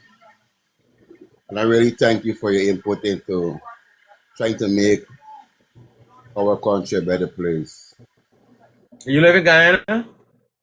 I live in Barbados, but I just visiting Guyana. Oh, so how you find Barbados? Are you treated there 100% or you feel like a visitor? Barbados treats me like I belong to Barbados. There's more order. Wow. There's more order in Barbados. Guyana's just, sorry to say that, but Guyana is just a place. Corruption is so high in Guyana, brother. So high, rampantly. Every corner is a race. Trust me, you're sick. The service, so to be honest, if I offend anyone, the service is poor. I do not know. We have a far way to go. I wish that all Guyanese could really see ourselves as one and come together and do the right thing. I know when people speak out, they're being victimized. So I try to walk in the corner. But you're giving me strength.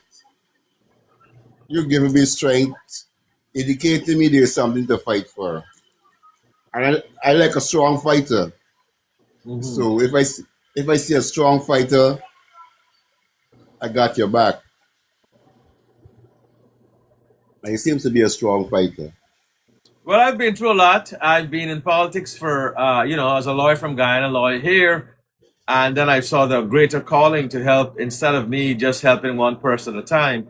I'm able to help as an advocate and as a candidate, political fighter. You're able to help an entire community. And that's how we got Little Guyana recognized there. I am so distressed that, and I believe you, that here we have Guyana having oil and having all these resources. And then we find another country which we're just like a guest of whenever you're done. And we find life more comforting in another man's country. And here we have our own country. And I'm not blaming you, I'm blaming the system. I am blaming the system that we have. The system failed Guyanese. It's failed Guyanese. And it must stop failing Guyanese. It must stop failing Guyanese because I've been fed up with it. And I've seen this. And you're not the first person to tell me this, brother. And I'm so upset about this that I want people to stand up and change the system. Okay. And I can attest to what the brother just said. Because I spent I used to live in Barbados back when we had the flood, and I went back to Barbados last year. So I spent 6 months there. I have my mother and my sister's nephews who are Guyanese, but left this country about 19 to 20 years and do not wish to return to live here for nothing, regardless of how rich we claim. I have been in Barbados, and Barbados is the driving, everything is in harder. And when you come back to Guyana, as soon as I get off the plane, the first thing I saw, somebody throw a bottle on the ground. And it because being in Barbados for 6 months, you don't see that. You don't see that. So as soon as I get off the plane, it's just the disorder, the lawless culture that Guyana has. And listen, a culture adapts from the top. If we have a lawless leadership, everything coming down will dissimulate into lawlessness. So the brother that is speaking there, that says that Barbados treats him more like home. I've been there for 6 months. I felt more at home as well. Wow. Right? Yeah. And Good night, Mr. Allen. Good night, Mr. Albert. How are you? Good night. Good night. so I'm just gonna let me retreat from there. Let somebody else speak. Both of the brothers them that talking about Barbados, I could side with them as well because I spent 3 years there as well. Anyway, Miss Allen, I came up for that. I came up to ask her a very question for me to understand something. Now, with what happened with Mohammed the other night, with the boat and the weapon has been found in the possession of what's her name again that has been charged with. I need to know now I don't think she if was charged. Was she we were charged? together well, maybe she was on bail. I Yeah, she think was she on got $100,000 $200,000 bail. bail and she was arrested and taken in. Yes. So those are legal From consequences. well, not only no, but not when you get charged. Now when you get charged, you could be bail. You could get bail, or you get locked up. You get placed in the lockup or You bail. can get Not station like bail, that, but in fact, you can get station bail, and they're not clear in saying right? if anybody was charged. As a matter of fact, the opposition leader, and I gave him a lot of credit for this, he asked what charge Okay. or under what section of the law are you detaining me or you charging me? And everybody must learn to do that. Do what the man has taught Guyanese a lesson there.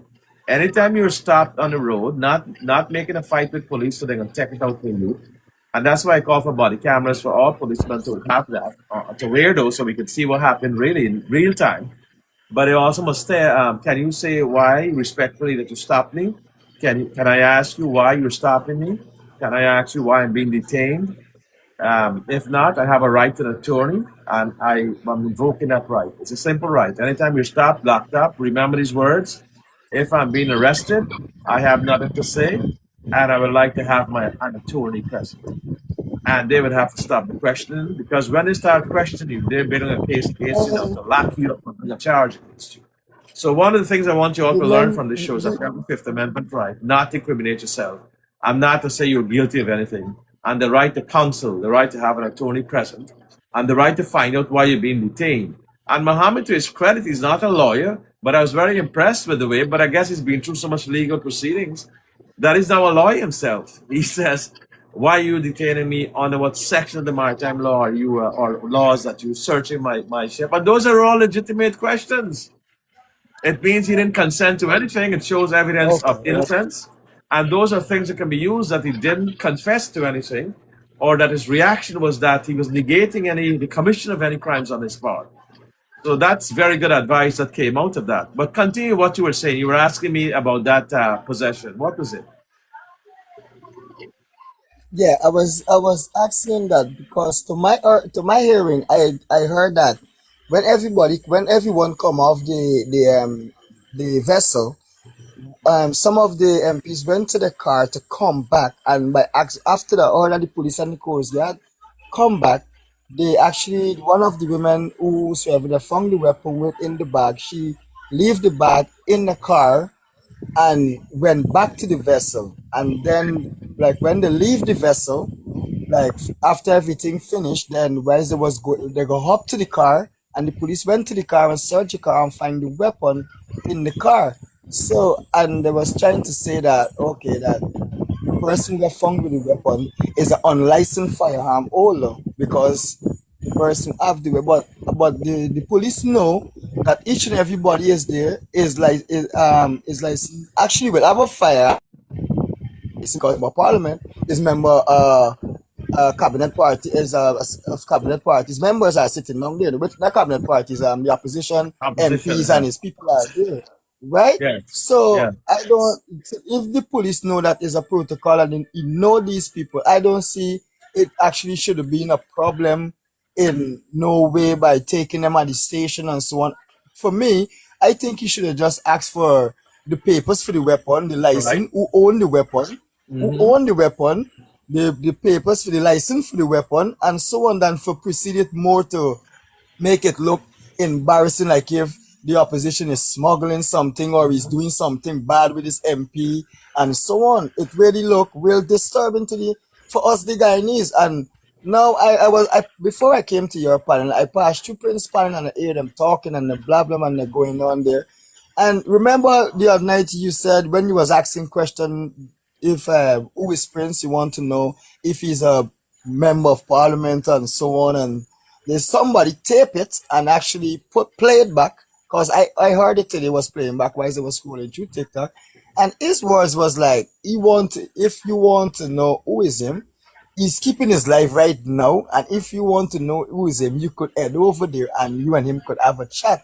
But I will say Prince don't have the knowledge with you, so I wasn't able for you to go over there to waste your time for go I back and have forth. over 12,000 people on my show and likes of over 20,000. No, Why should I'm I lose just here saying no, and go to a crap no. I'm dance? not saying. No, I'm just saying something. I'm just trying to show that how foolish Yeah, these you have people a lot of think and how fools. You have to stupid. think beyond them. I've always looked Yeah, up and looked forward.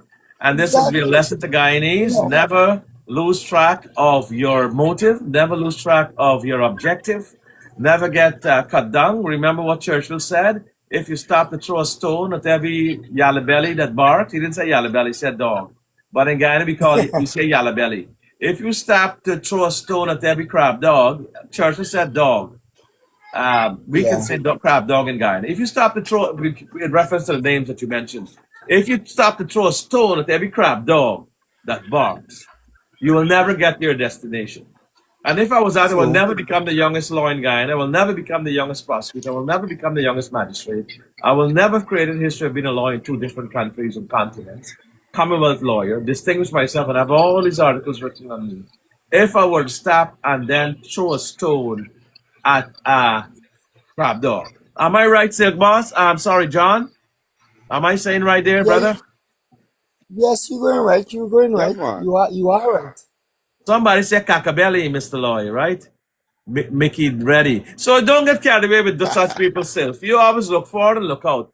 Let me bring up No, a I brother don't. here, Go ahead. Go Apostle, ahead. and I want Yeah. you to listen I to him was still, just. boss, because it seems as if you're always a victim of the devil. The devil's always distracting you. And I want the apostle to anoint you, to bring you into the grace and glory of God, so that you can then see the bigger vision of service to humanity. So, No, I Apostle, I don't be want you to distracted preach a by little people. bit to our brother Silk. He seems to have lost his way I don't and be he's running with distracted by people who are taking him off the straight and narrow. So, let's give him a little biblical orientation, and then you can go into your what do, contribution.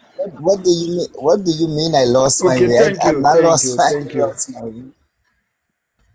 Silk, Why behave would you yourself. say that? Brother Silk, behave yourself.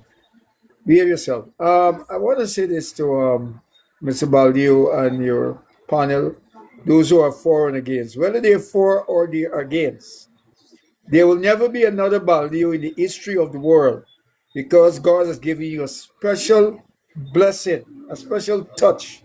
You have a personality that is so galvanizing, so unmatched. Jagdeo Ali in the entire PPP, they are your lesser, sir. I say this with conviction. I only follow winners. I only follow those men who are graced with the grace of Almighty God.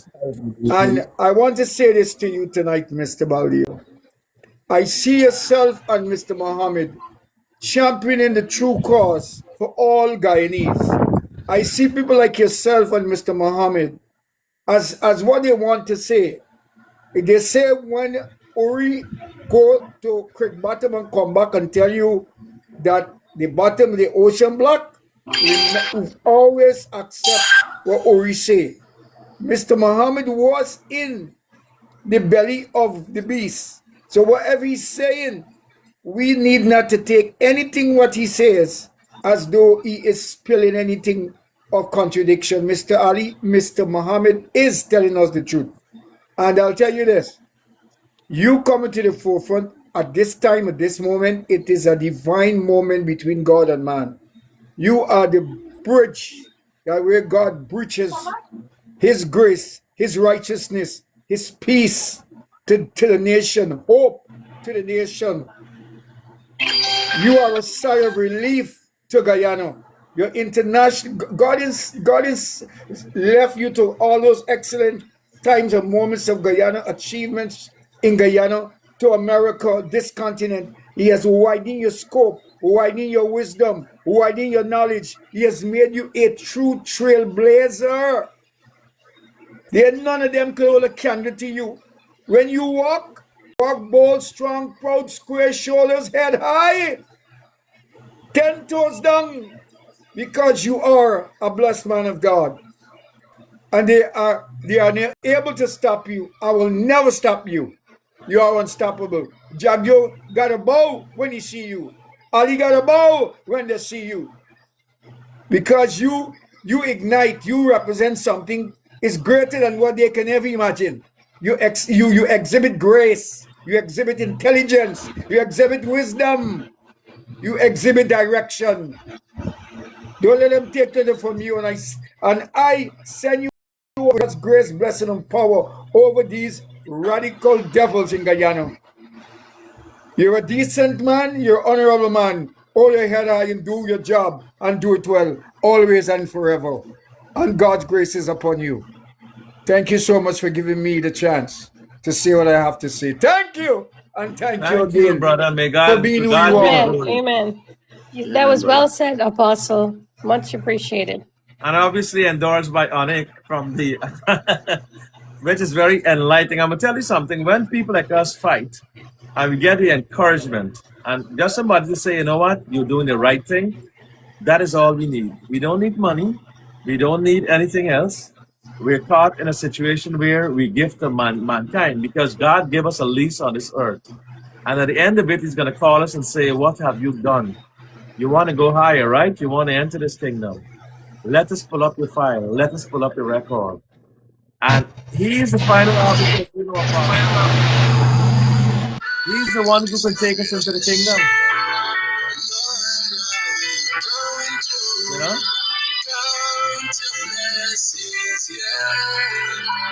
Somebody playing a hymn there? To God be the glory. So I thank you very much, Apostle. And what is your take so far on what's going on in Guyana?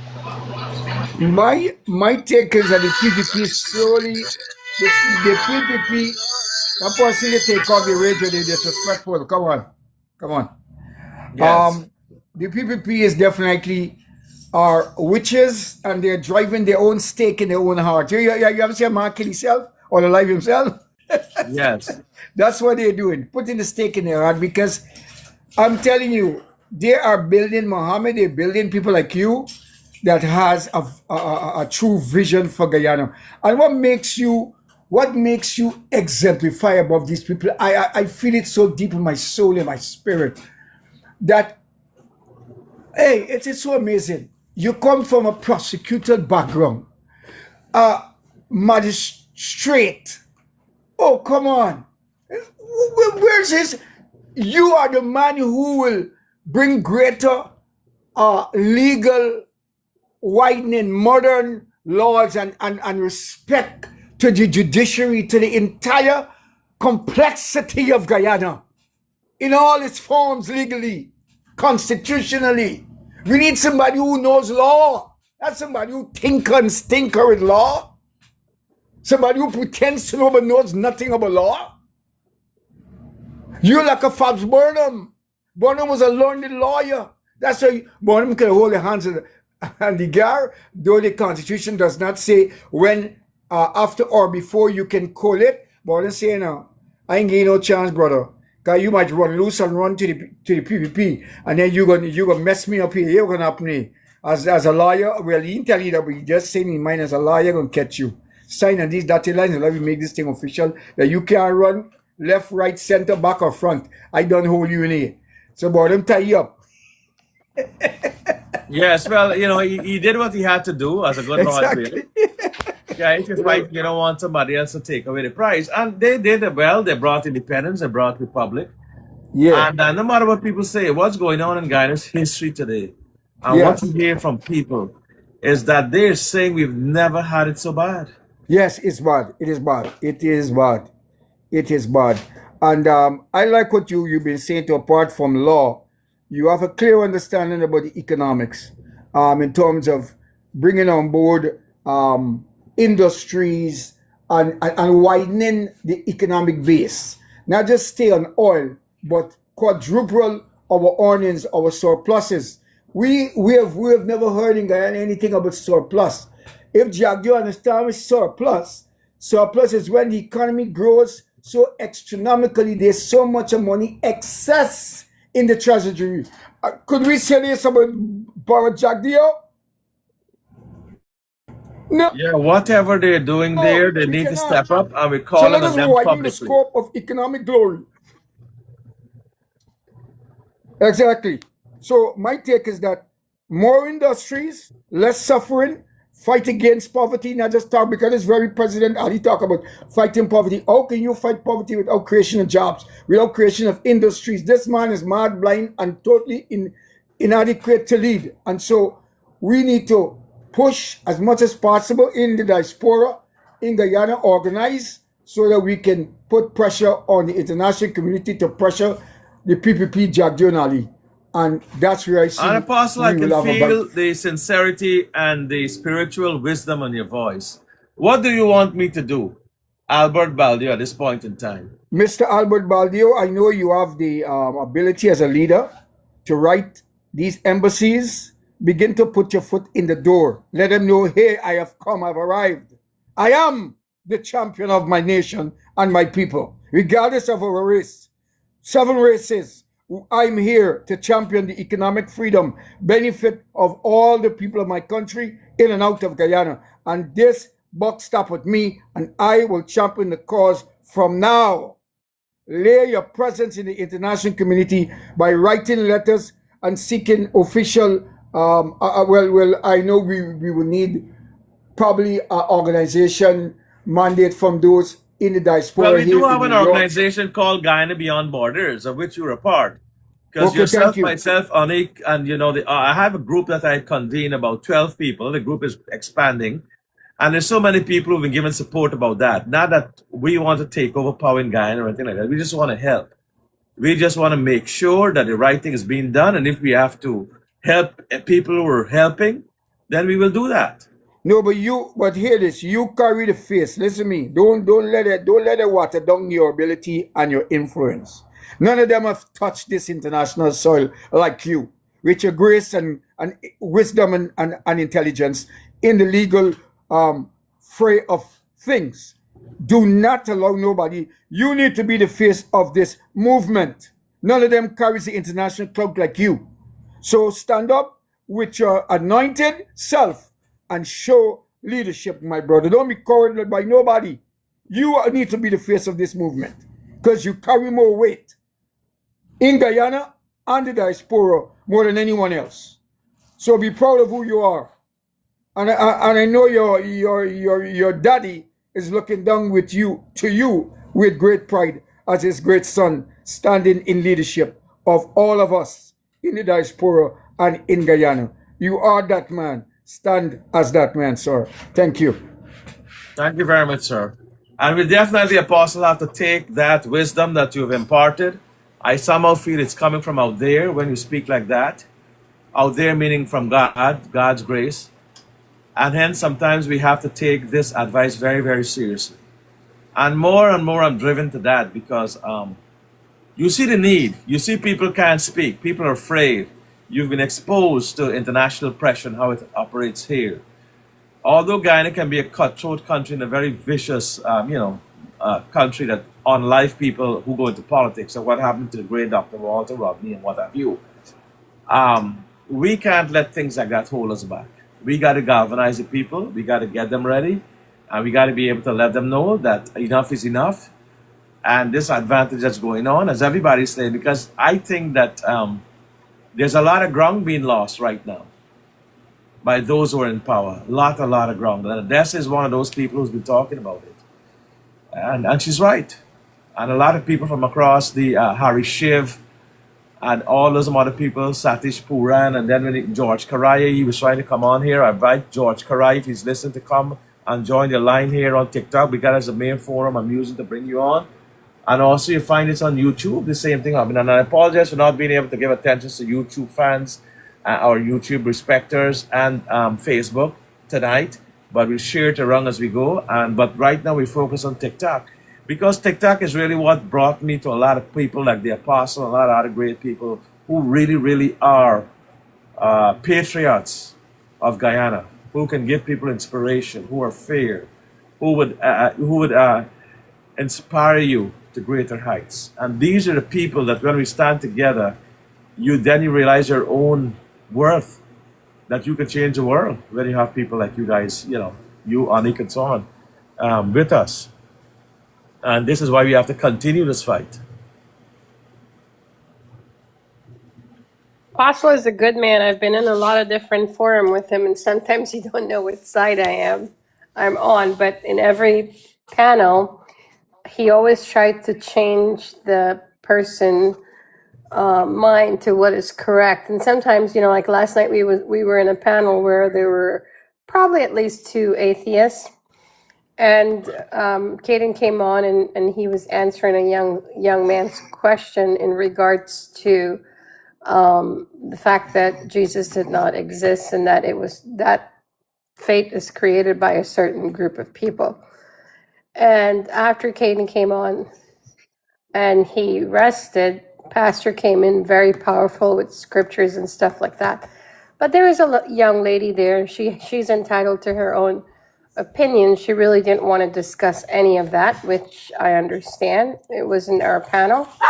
But he's so passionate. Sorry. Let me get him quiet for a second.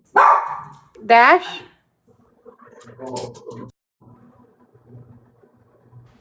Sorry about that.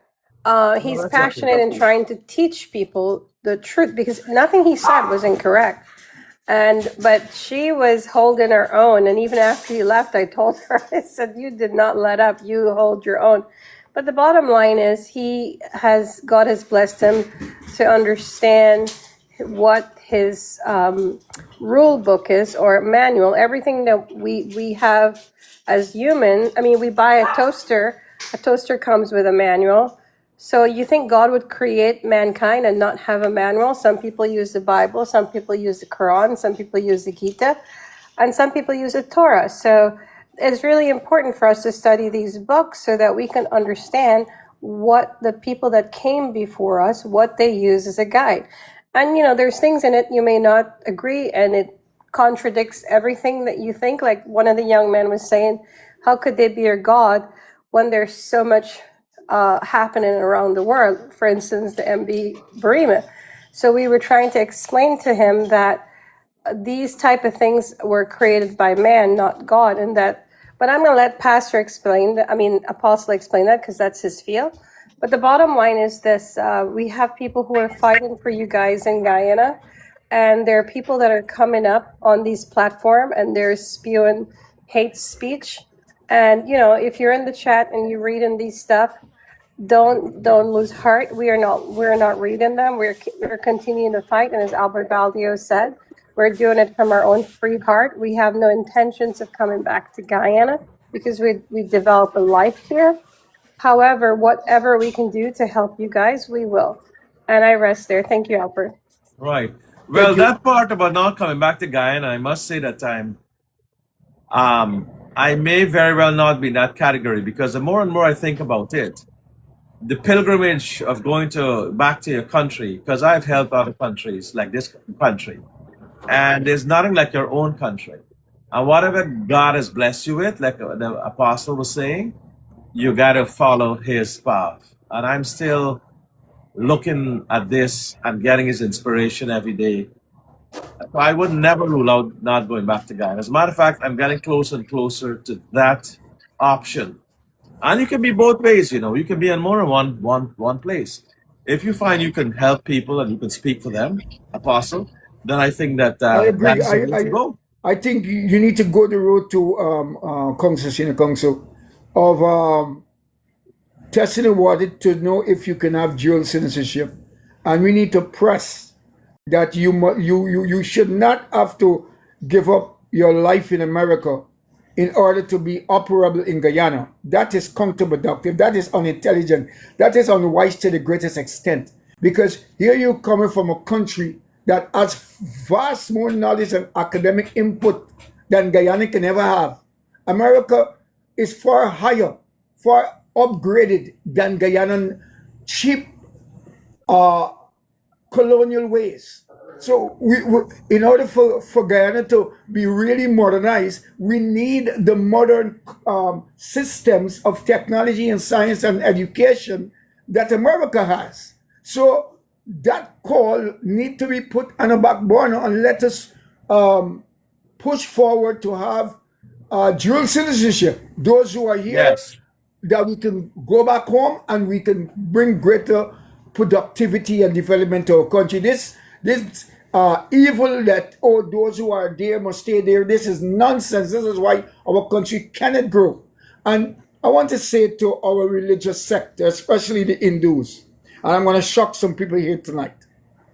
While in Guyana, I did real estate, and I sold, I engaged with Mr. Jailal Kisoon and his family, Judge Kisoon's father. I dealt with Matai and Sons. And one of the things that I learned, you see people and they always say don't judge a book by its cover. And I wanted to sell a property in Lumber Street that is next to Matai and Sons. And so I would go upstairs and constantly have engagement conversations with Mr. Matai and Sons. I don't know if he's still alive. I hope he is. And I, bless God for my encounter with him. And one of the things he said to me, he said, Michael, whether you are a Christian, whether you're a Muslim, whether you're a Hindu, remember these words I'm going to tell you here. I'm a Hindu, and he said that to me because he has different names of his God with garlands on them. And he said, there's one thing I learned as a Hindu, and every Hindu person must learn this. There's a word called karma. And that word, karma, you guys say different in Christianity, in Islam, whatever faith, Judaism, whatever. We shall remember this one thing. What goes around comes back around. So whether you're a Hindu or whatever, knows whatever you do in this life, what you sow, you shall reap. So I'm telling Jack D and the PPP, the evils that you sow is coming back to you one day. It may look long, but when that 1,000 days or 2,000 run out, it will still come back to you. And the evil that men do lives with you. So don't think you're going to do evil and you're going to escape it. It's coming for you, brother. So tonight, I want to endorse and I want to let you know, Mr. Baldeo, Albert Baldeo, Excellency, your work of love, your work of charity, your work of nobleness. You are a noble man. Noble people do good. Noble people see all of us. Noble men doesn't see some of us. Noble men ensure that they give justice to every man, high or low, rich or poor. You are that man. Walk in your God-given authority, ability, and blessing. And again, the PPP cannot hold a candle to you. Stand up and be strong. God's with you. You will do well. You will do great. Thank you. In the name of Jesus. Hallelujah. Thank you very much, Apostle. As a matter of fact, it's been supported by a lot of people across from YouTube and Facebook, and there's a lot of stars flying around. So there must be something good that they agree with what you're saying, and that would only encourage folks like me who have something to offer and their heart is in the right direction. I'm not looking for money. And somebody's saying as we speak that they must float the boat. And, look at this, it's like it's gone into the back burner now, Apostle. So let me ask Grace. Grace, you're on there? You're hearing me? Grace? Grace tried to come on, and let me ask this gentleman of so on. So Apostle, thank you very much, sir. And I really enjoy your encouragement and the fact that you are speaking from your heart, and you always encourage me. And, you know, there's nothing like doing for your own country, you know? Nothing like doing for your own country. So, Amen. Thank you. Thank you. Have a wonderful yes. night, and thank you for having me. And Yes, love sir. to all those in your panel. Love to all the people in this box and Thank further you, field. God, Thank sir. you all. And may God be the glory and continue your great inspirational work. Thank you. God bless. So, I was back here with Grace. Grace, are you there? And there's a gentleman I've always liked talking to, Neville C. Is it Neville Seatal, I think his name is? A gentleman, I think he's in Madhya, and he has talked about Better Hope, right? Is that the Better Hope man? Neville? Neville Seatal. Neville, you there? So while he's waiting, Yeah, I want Baldeo, I'm here. All right, Neville. How are you, sir, my Better Hope man? Yeah, And Baldeo, for I'm folks who here. don't know why born and grow in Better Hope, I rise hear once, body, press but hands. why you want to tell these people, right? We ain't listen to Guyanese people, you know. These people poor, literally. There's the problem. And poverty in their brain create this poverty in Guyana. That's why people like you and my sisters and many more migrate from this land and develop your idea. And then when you look at the Constitution of Guyana, you see that the sitting president has all the powers. And that is what they are not working to eliminate, chop. You know, let me say, Ashadin got the most vote this election coming up. You know, he will not be the president. You know that? He cannot be the president of Guyana. Some court order will be preparing for him, and he would not be having the chance like the great Cherry Jagan to shy over his shoulder. On the other hand, Irfan Ali, the sitting executive president of Guyana, has the right to declare the election null and void and sit for another 5 years. Then the opposition, after the swearing of the president, who's here finally, then they have to take the matter to the court of law, petition it. Your lawman to explain to these people. Well, there are Azudin lots is of out of things this that can thing. He's happen scaring there. the Guyanese people for a race. Let me ask you this. What is the latest, Neville? And this seems to have gone in the backbone of a lot of people's minds, and I think this was intentional. What is your take on the failure to lift the MV Barima? Is there a bid The taken MV by anybody? Barima, you see, A bidder that has goes been back to the identified, president again. He has the last say. but he has not identified a bidder yet, huh? He does not have to. He has the last say. He don't have to. And how are people taking that? Are they just And then accepting this? they are taking it because they got a split dozen, which is 6 protesting. They have to go for the next meal. They cannot come out to protest. And now Aubrey Norton, I don't sure about it, that going with Ashridin. That is fatal mistake. If Aubrey announced that he is joining with Win, and he traveled to America, and they sanction him and send him back, don't surprise. So they're buying in the hard place there. All right. Well, thanks a lot, brother. I really appreciate you coming on. And let me try now to get to the cowboy. Cowboy, what you have to say? Well, for me, I've been saying this all the time. We need some constitutional reform because these people they're gonna say one thing, and then when they go into power, they're holding everybody hostage, and that is not fair. So it's No. like It's like what you call it? We need some kind of mediation, some kind of watchdog group or something to start holding these people accountable for their actions. Because I've never seen any politician who went to jail for any of these spendings that they be spending on dark pens that they build a dark pen and the dark pen costs $300 million and these kinds of things. Like, how is these things justifiable? You know what I'm saying? So it's like stuff like they got this thing called the ombudsman. I'm not sure exactly what it's supposed to do, but I think it's something of the sort to be some kind of fair person and to mediate. But I've never heard the ombudsman stepped in for anything or do anything. Yes, the ombudsman is supposed to be a public office that settles disputes amongst government agencies, and it's got to be a very, very, workmanlike thing. And the ombudsman has fallen to be just like nothing now in Guyana. It does not call for accountability.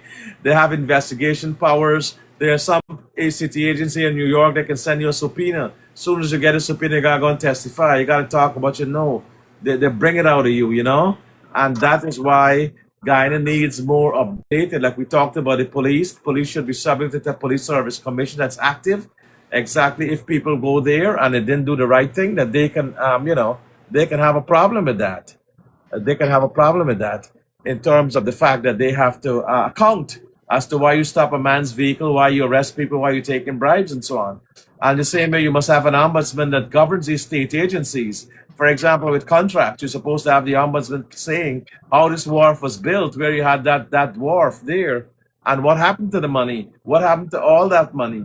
You know what I mean? All these different things that's going on, from constitutional reform to this other person doing this.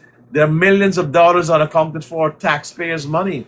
And this is not personal people's money. This is not Ali's money, Jack Joe's money, or anybody else's money. This is the money of the people collectively of Guyana. And that would be malpractice if you don't account for it. And a lot of that needs to be done. The Auditor General needs to go through a lot of these contracts. You need to, show who got what. And one thing I'm not saying is how much of these victims are getting. How much have been given to them? What's going on? Where's the accountability? How many people get? What about that? Yeah, it's the same thing I've been saying. I've never heard the ombudsman said anything in the public. At least I've never seen it. No article published anywhere, saying that, hey, this guy stepped in and pointed out some kind of wrongdoing or something like that. It just looks like everybody posing and they're collecting a paycheck. And why is all this happening? The population is left with rusty water coming through the pipe. A blackout that happening every other day. I'm 36. I born in blackout and see blackout going on until a day like today. And why is that? You buying power from a company and then selling it back to Guyanese. I don't understand this. Why you can't own these things yourself and have the intelligent people that we are coming out of UG and GTI and all these places to manage these things, run these things, and fix these things. And which part of Guyana you're speaking from?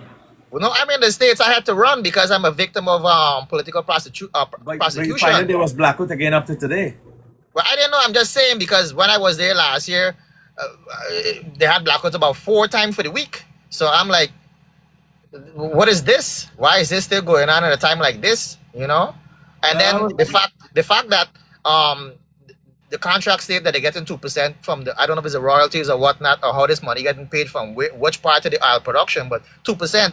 So now I heard that the 2% gonna move to 30 something now because ExxonMobil recovered the whole investment that they made and whatnot.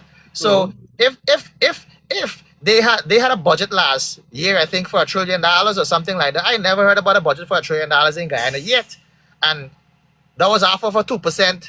So now they're getting 30 something percent. What are they gonna do now? Because even after they collect that $1 trillion, right? They still come back for how many billions? And you could see it's a bunch of sham work going on. People building roads on the contract. Yeah, they building roads that basically fall apart in the space of a year. And I don't understand the nonsense that keep going on over and over. And it's like a whole bunch of grown people are wrong. But it's like they just get big. They ain't get no sense. They ain't learn nothing. They ain't seeing nothing. They ain't understanding nothing. And this is frustrating part. Adams must join the line and ask to come on as a guest. I know you've been trying to come on. He said Linden now have blackout every day in the name of load shedding. And I've heard that term load shedding. One of the reasons why I myself left Guyana in 1990, 88, 90, was that because anytime you go to read or you go and watch a little TV or you go and relax a little bit from a hard day's work or you got to write a decision as a lawyer or you got to prepare for a case, the blackout hits you and you don't have nowhere to go and you're in darkness. So how are you gonna develop yourself in a country like that is not conducive or encourages you to do better? And that's why they don't have much production manufacturing going on, because there is no stable supply of electricity. How many companies how many people could start a small company and go and buy a big gen set for power their place in case they get blackout? People can't do that. No, I know. They can't do that, so they got to depend on the shitty service that they get in. I remember when it used to be GEC, right? I think the government, they own it then, and then I don't know what happened. It come GPL now, and it looked like some middleman, and they're getting a nice fat paycheck because he buying current from a company I think called Watsilla. That was before. I don't know if it's still now, and you selling it back to the Guyanese people, and it's not even stable. It's Let not me even ask you stable. something, and I hate to say this. You know when Hetmai and making runs had a man with a big belt on the Providence, knocking the belt and warning you and telling you gotta make runs? No, You don't remember the man in Guyana when they had the CPL? You know, Hetmai is a very good cricketer, well, supposed to be. But sometimes he's get lazy, sometimes he's get like lethargic. And they had a man come in the ground and start knocking a big belt in front of everybody. They put you up on the TV and point out to you and say, you'll get some of this if you don't make runs. And the man started make runs. Well, this what gonna happen because when you lose, when these people come with their nice promises and then they go in there, they holding everybody hostage, and there's not fair. And like I said, some kind of mediation gotta happen. Constitutional reform is a must, because you can't have a system designed for British people to keep slaves in check and then want to run the system again and again over and over on the people them. No, Guyana being independent 60 how many years now, and look, it's looking like nothing has ever been done to actually develop the country in any kind of positive way. Simple production can't even go on with agriculture. In the agriculture section, people can't get the crops out the country because they don't even have a proper scanner at the airport to scan these things to get them out, right? So majority of the time, if you got somebody to buy you things out for you, and it would spoil, or you gotta give it away for next to nothing. If you had a proper electrical supply of if you had a proper grid, people could open up small factories and start processing these things. So is this incompetence and theft, brother? People are just that the use of electricity is getting so high.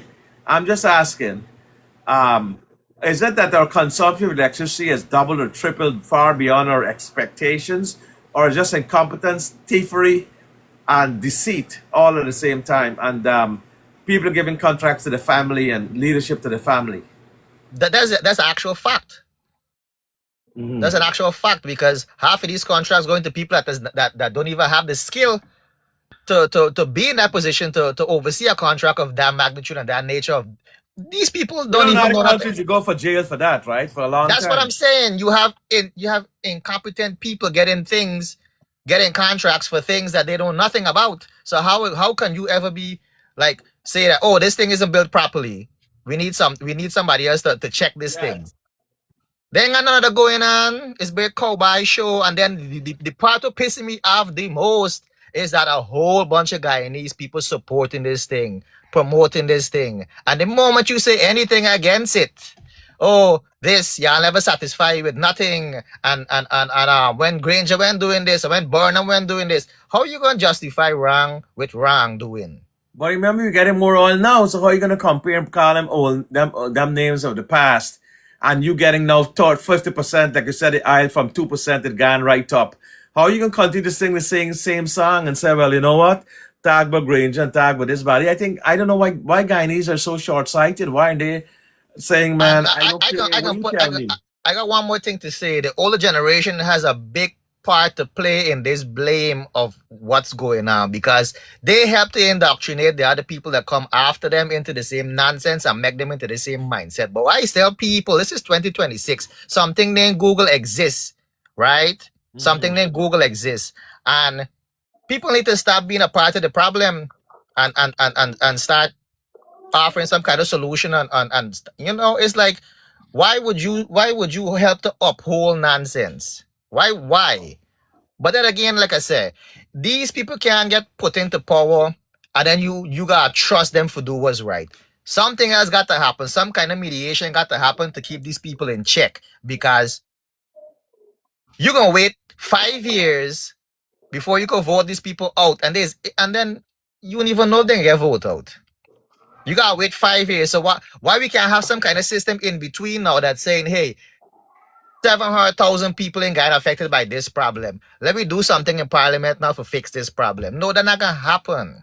You gotta get something now, some kind of outreach set up now, because why? Internet is here. Everybody got internet, even if you're broke. People got internet, and these kinds of things. Set up some kind of survey or something, bro. Let people voice their concern, because why? Majority of people. I think you're talking about like a petition.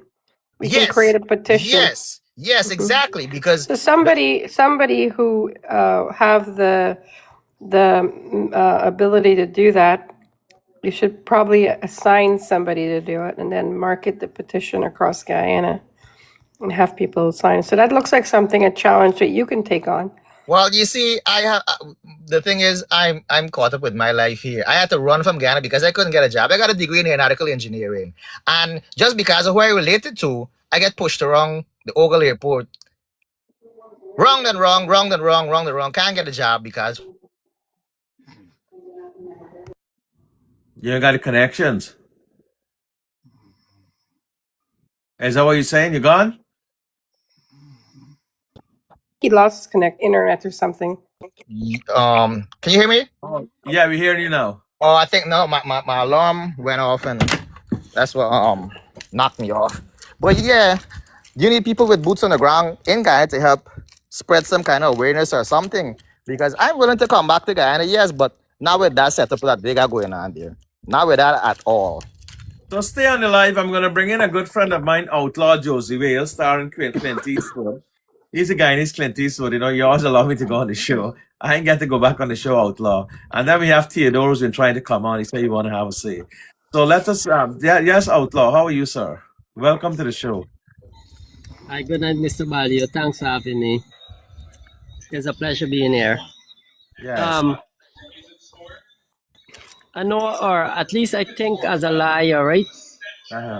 Certain knowledge, I think you're supposed to be barred from teaching the people, right? But if you could teach the people one thing, right, or enlighten them, is about propaganda. Where is it really? Because this thing affecting a lot of people in Guyana, and misinformation and the hopes and dreams of waiting for this promise or this propaganda to come true is what killing me, because enough time they promise we this and they promise we that, and then we keep believing what they're saying. So it's like something I'm glad if you could just to educate a lot of people who know about it, if you could shine some light on that, sir. You mean in terms of holding them accountable? Like everybody, like this last speaker was saying, they always say constitutional reform, we're going to do constitutional reform, and we're going to do oil, we can get more than 2%. And it so happened, we're supposed to get more than 2%, but there's no accountability, there's no public exposure, there's no, there's nothing out there in the public to justify who got the contracts, how much you get, and so on. And we call for that, because that is definitely something that the taxpayers and the public is entitled to know. Yeah, something in regards to that, like holding them accountable, yes. If they make a promise, or if they put something on the mainstream media, but then they forget about it, or next 5 years then they're addressing it, stuff like that. And it's quick for we believe it, the propaganda. I see. And the what he's saying is they promise in their manifesto. They promise in their manifesto, and then when they get into office, they just give a small portion to fulfill that they've met their manifesto, and then they ignore the rest. And this thing goes on and on from every succeeding government, promising this and the next one say the same thing. Yeah, and then it's like basically impossible for hold them accountable for what they're saying, and then they're not doing it. Well, they can be held accountable, but then you have to have a strong DPP, independent, to say, I'm going to convene this commission, I'm going to convene this investigation. You can't ask America to do all this. Then Mohammed go to Florida, then he can talk, we know about the rest, and then let me come over in and you're playing. What you need is you got to look after your own house. You got to look after your own business. You can't depend on the white man to come there and tell you, okay, we already had colonial days when that was the case. Now we get independence. We have to act truly independent. We have to act independent. We have to run our own house, you know, and that is not happening. We're still having people dictate to us how to run our country. And we're still in that mind have a self-servient and colonial mentality. And this is a pity that the people of Guyana are not rising up as yet. They're not coming forward and do what they have to do. But let me bring in Theodore because I'm hearing a snoring. I don't know if it's he. Theodore, is that you snoring? I ain't snoring. I sleep. Okay. I sleep 3 hours a night. You 3 know, hours. because I think of Guyana so much. Well, first of all, I want to say thank you for bringing me on the panel. I'm actually a follower of yours, and I know you were my attorney in the early 2000s. You represented me well. I was looking for an attorney, and I walked up Liberty, and I passed all these law offices, and I just happened to walk into yours, and I was welcomed. And you treated me with the respect. And I must say, you know, I would have saw so many comments of you're a racial person and this person, what, and I want to say that I'm African Guyanese. And the way you embraced me and did the work for me, and even for me, you went and you went to the like an interview and all that with me. But I want to say thank you openly because I never get to even reach you after them because you were so busy. I always met the girl when I went to, you know, you had this receptionist there. Yes. And she was a phenomenal person. But I want to openly first. What year was this? 2001 or wow. That's a long time ago. Yes. Yeah, very long time. That's when I was at the 106th Street, or was it 120? Yes, exactly. Yes, that office right there. Well, I've had a very, you know, I've also had to do what I had to do. I've moved office and so on I had to in increments, and then I bought my own building. You know, I've really worked hard. I've given my best to America. Yeah, and but I'm happy as I say, I followed you, and when I saw you started, you know, these things, I kept on it, and I'm looking. But something that struck me here tonight: 1, constitutional reform; 2, the accountability of the government; 3, electricity supply. And I must say, well, I'm going to represent Linden. I'm in Guyana almost 6-7 times a year because I am trying to do stuff in there, but you have to be there to get things to work, or you will continue to expend money with no progress, right? So it's a system in Guyana that is not working. The systems are not working. Our local government they're demoralized, they're left to rot, they're not working. So you find that everything depends on central government because they're starved. The local governments are starved for different things. Now, as the previous person was saying, every political party promises constitutional reform on a manifesto, and when we get there, and when they do get there, that's the last thing that they think about, because at that time, I think every president or party enjoyed the power that the Constitution would have given them. We spoke about, or I heard about the spending in Guyana.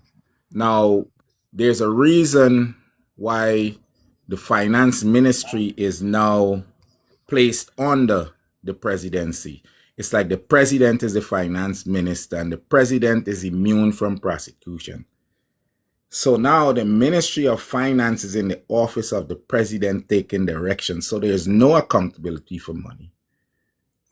The president would have given that direction you're raising to spend so that you mean money. the president can walk over and say, well, sign this check, or just Exactly. Do pass they? through the door and go on. Okay, it's not supposed to be like that. No, well, It got that's to like go the through Ministry of Congress over Finance. here. It got to go through several Yes. layers. No one person can just go and tell a man over his shoulder, well, you sign off on this here.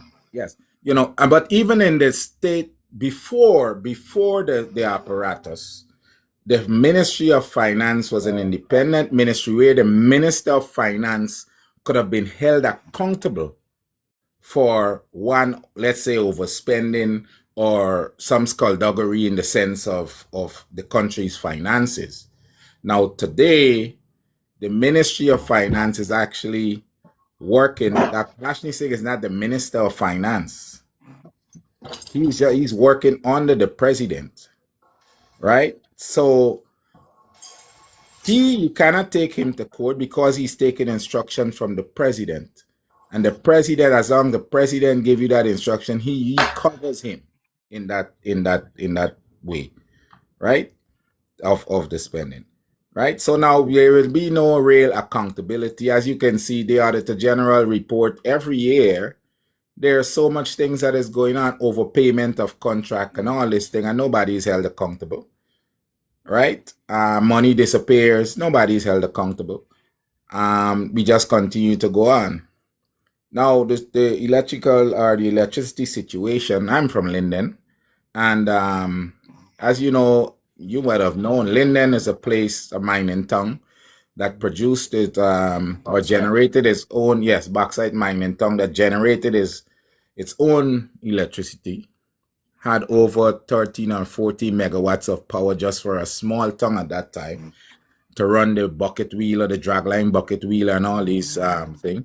And that was produced by the steam power plant and had even larger capacity. We had lines or power lines running down the Garden of Eden, supplying Georgetown with power, right, at one time. And that line was there.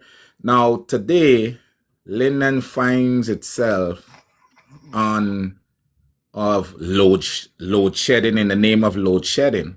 It's one of the towns or one of the areas in Linden that has the cheapest electricity.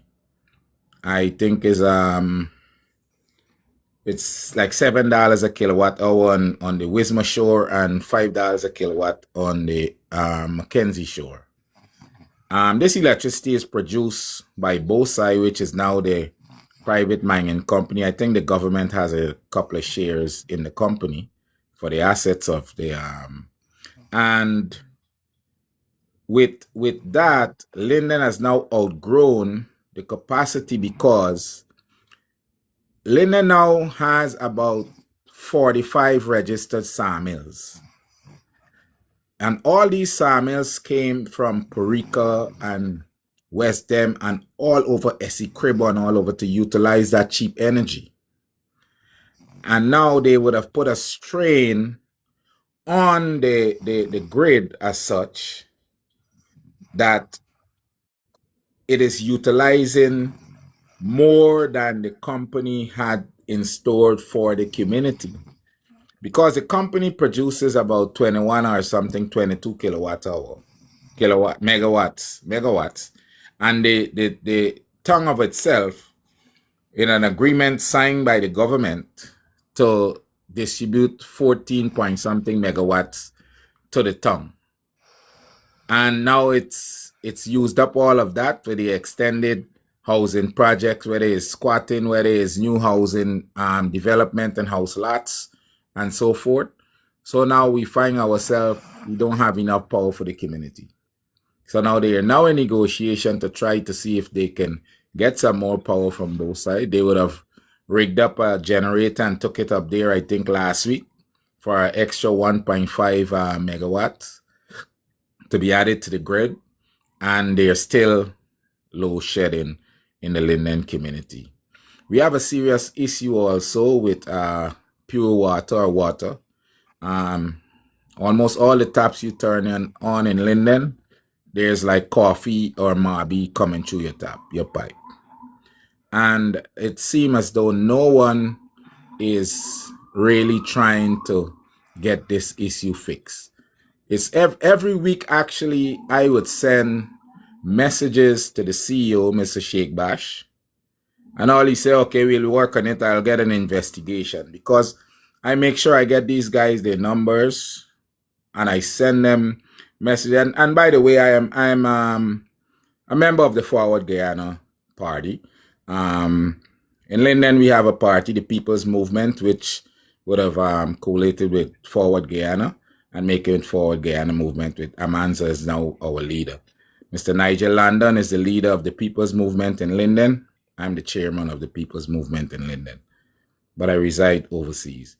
But as I'm saying, so that's why I make it my duty to try to be in contact and you know, try to get the political heads to fix these situations, but it seems as though they're not getting fixed. Although you raise these issues, it's just being swept under the rugs. And no one is actually looking to fix the issues, to bring relief to the people. And there's where I have a problem. I think the people deserve a government that is caring, that want to bring relief to them. I mean, you're going to show $85,000 to say give a child a cash grant for a year. $85,000 cannot do anything for a child for a year and going to school. You have no public transportation to take that child to school. You have no real lunch package to that child. So the parents, it's like today a parent called me and say, you know, everybody's complaining $85,000 is nothing, because everything, the prices and all that would have been tripled. Now, we have a serious inflation problem. I know persons are bashing the president. I already made a statement. People are eating out a lot and all that. But suffice at that, the monies are nothing in Guyana. Nothing. It goes in your hand. I go to Guyana, and by the time you flash it 100,000, that's it. And you get a couple things in your hand, you know. And I always wonder, and sometimes I'm thinking, how are people really living and existing in Guyana? Your house rent in Georgetown, you start in 60, 70, 80, 90 $1,000 a month, and your minimum wage sometimes is 56,000, and that is where you find in these ministries and offices. That is why corruption is so rampant, because these office staffs and clerks and all this kind of stuff have to take a thing on the side. It's like you hear the stories now of persons appearing with two transport with different names and all this kind of stuff. You go into the registry and you call a certain person and you pay them a certain money and you do a certain thing, and these things are happening because that is how these clerks and things, they're existing and they're living, because their salary cannot even pay their rent that they're living. They're living they rent for the place that they're living. So actually, Colin is saying everyone should go crash and live on the president farm on Facebook. What do you think about that? That is another. I mean, actually, I am a farmer actually, in the Dalgan area, and I was actually I heard of this farm before, and I was actually surprised of the extent of which you know, the farmers established and so forth. But I'm gonna say this: the real farmers that are struggling, if you are not aligned, you're not getting any benefit in promotion of agriculture in Guyana. You have to do it off your back. And I think that the farmers need to be looked at in a more serious manner, because let's say tomorrow there's no oil. We have to start forward thinking of planting. Agriculture is one of them. The ways, producing our own food, really focusing on producing our own food. I mean, as you know, in Guyana, I'm telling you, they're being plantain is being imported, or plantain chips are being imported from Trinidad and Tobago. You know what I mean? That's terrible. There, Yeah. there are not many farmers. I would have made and when I came out here at that time in the late 90s, at that time, when and then Barjagdeo became president, I went back home and then I came back and Barjagdeo became president. I had a discussion one time in Linden at because there was this mass protest. And he came up and we had a discussion, and I would have suggested to him, in the Linden area is vast land, savannas, and as you know, we're, Kimbia and all these places where with the cotton and all that, and I would have suggested for a equipment pool in our regions to help farmers to prepare their lands, and whether you take a payment like how it used to happen in the rice industry, and you get your pay when the person harvests their rice and all that. But we would have had a equipment pool that farmers can have their land prepared and so forth. And instead of giving my idea a thought, what I saw next, it was some loyalists of the party got a little hand tractor at that time, a little hand tiller at that time, which I think, I'm not sure if it's India they had gotten it donated from. But all those persons, the loyalists would have gotten one that said they were farming. And the real farmers got nothing and was left out in the cold. So there's not a level playing field that we are working with. There are people that says they're farming, they give out fertilizer, and the people gonna sell the fertilizer after. It's just because they say they're loyalists, so they get whatever they have to get, and then they go and make a business after. So everything got a corrupt act in it. And I am passionate about agriculture because I'm a graduate of the Guyana School of Agriculture. So, Theodore, yes, we do have a lot of problems there. Now I'm going to get back to you. I just want to ask people, if you can join my Facebook, then you can follow me, because I think people have oversubscribed to my Facebook. I think I'm at maximum, even before I started these shows. I do have a large following, but if you can follow me, I may not be able to admit you as a friend to Facebook. And similarly for YouTube and also for TikTok. I think TikTok you can follow me though, but not Facebook. Sorry, you have to follow me, not like me. But I've asked all of you to like me and share the like and so on. Theodore, let me ask Smokey, Dr. Smokey, what is your take on this? Hi, good evening. Thanks for having me again, sir. Sure, I you're have welcome. a number of different things. One of the things that is happening that I've noticed over the last 3 weeks, that my first encounter with you, when I was just in your comments, and then I saw Onika after that. What the PPP government has been doing for a number of years is been pushing out the idea it is a few racist Afro people who has a problem with the party, and this is not a national issue. So why I said what I said first, it is clear that what is needed is what is actually starting to happen, and it needs to be amplified a bit more. Once Guyanese as a whole, Indo-Guyanese that that is in the diaspora and also in Guyana can actually come out and speak on issues that are affecting them publicly on the internet.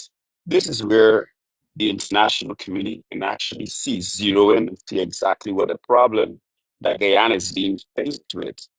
You see, because right now, when we have a protest in Guyana, you have Afro people going to Afro people from the PPEC, just, a few of the bad dogs. So when you look at it, it's like the complaints of yourself, Onika, and other individuals, even myself, it goes like we're just talking because we have a problem with the administration.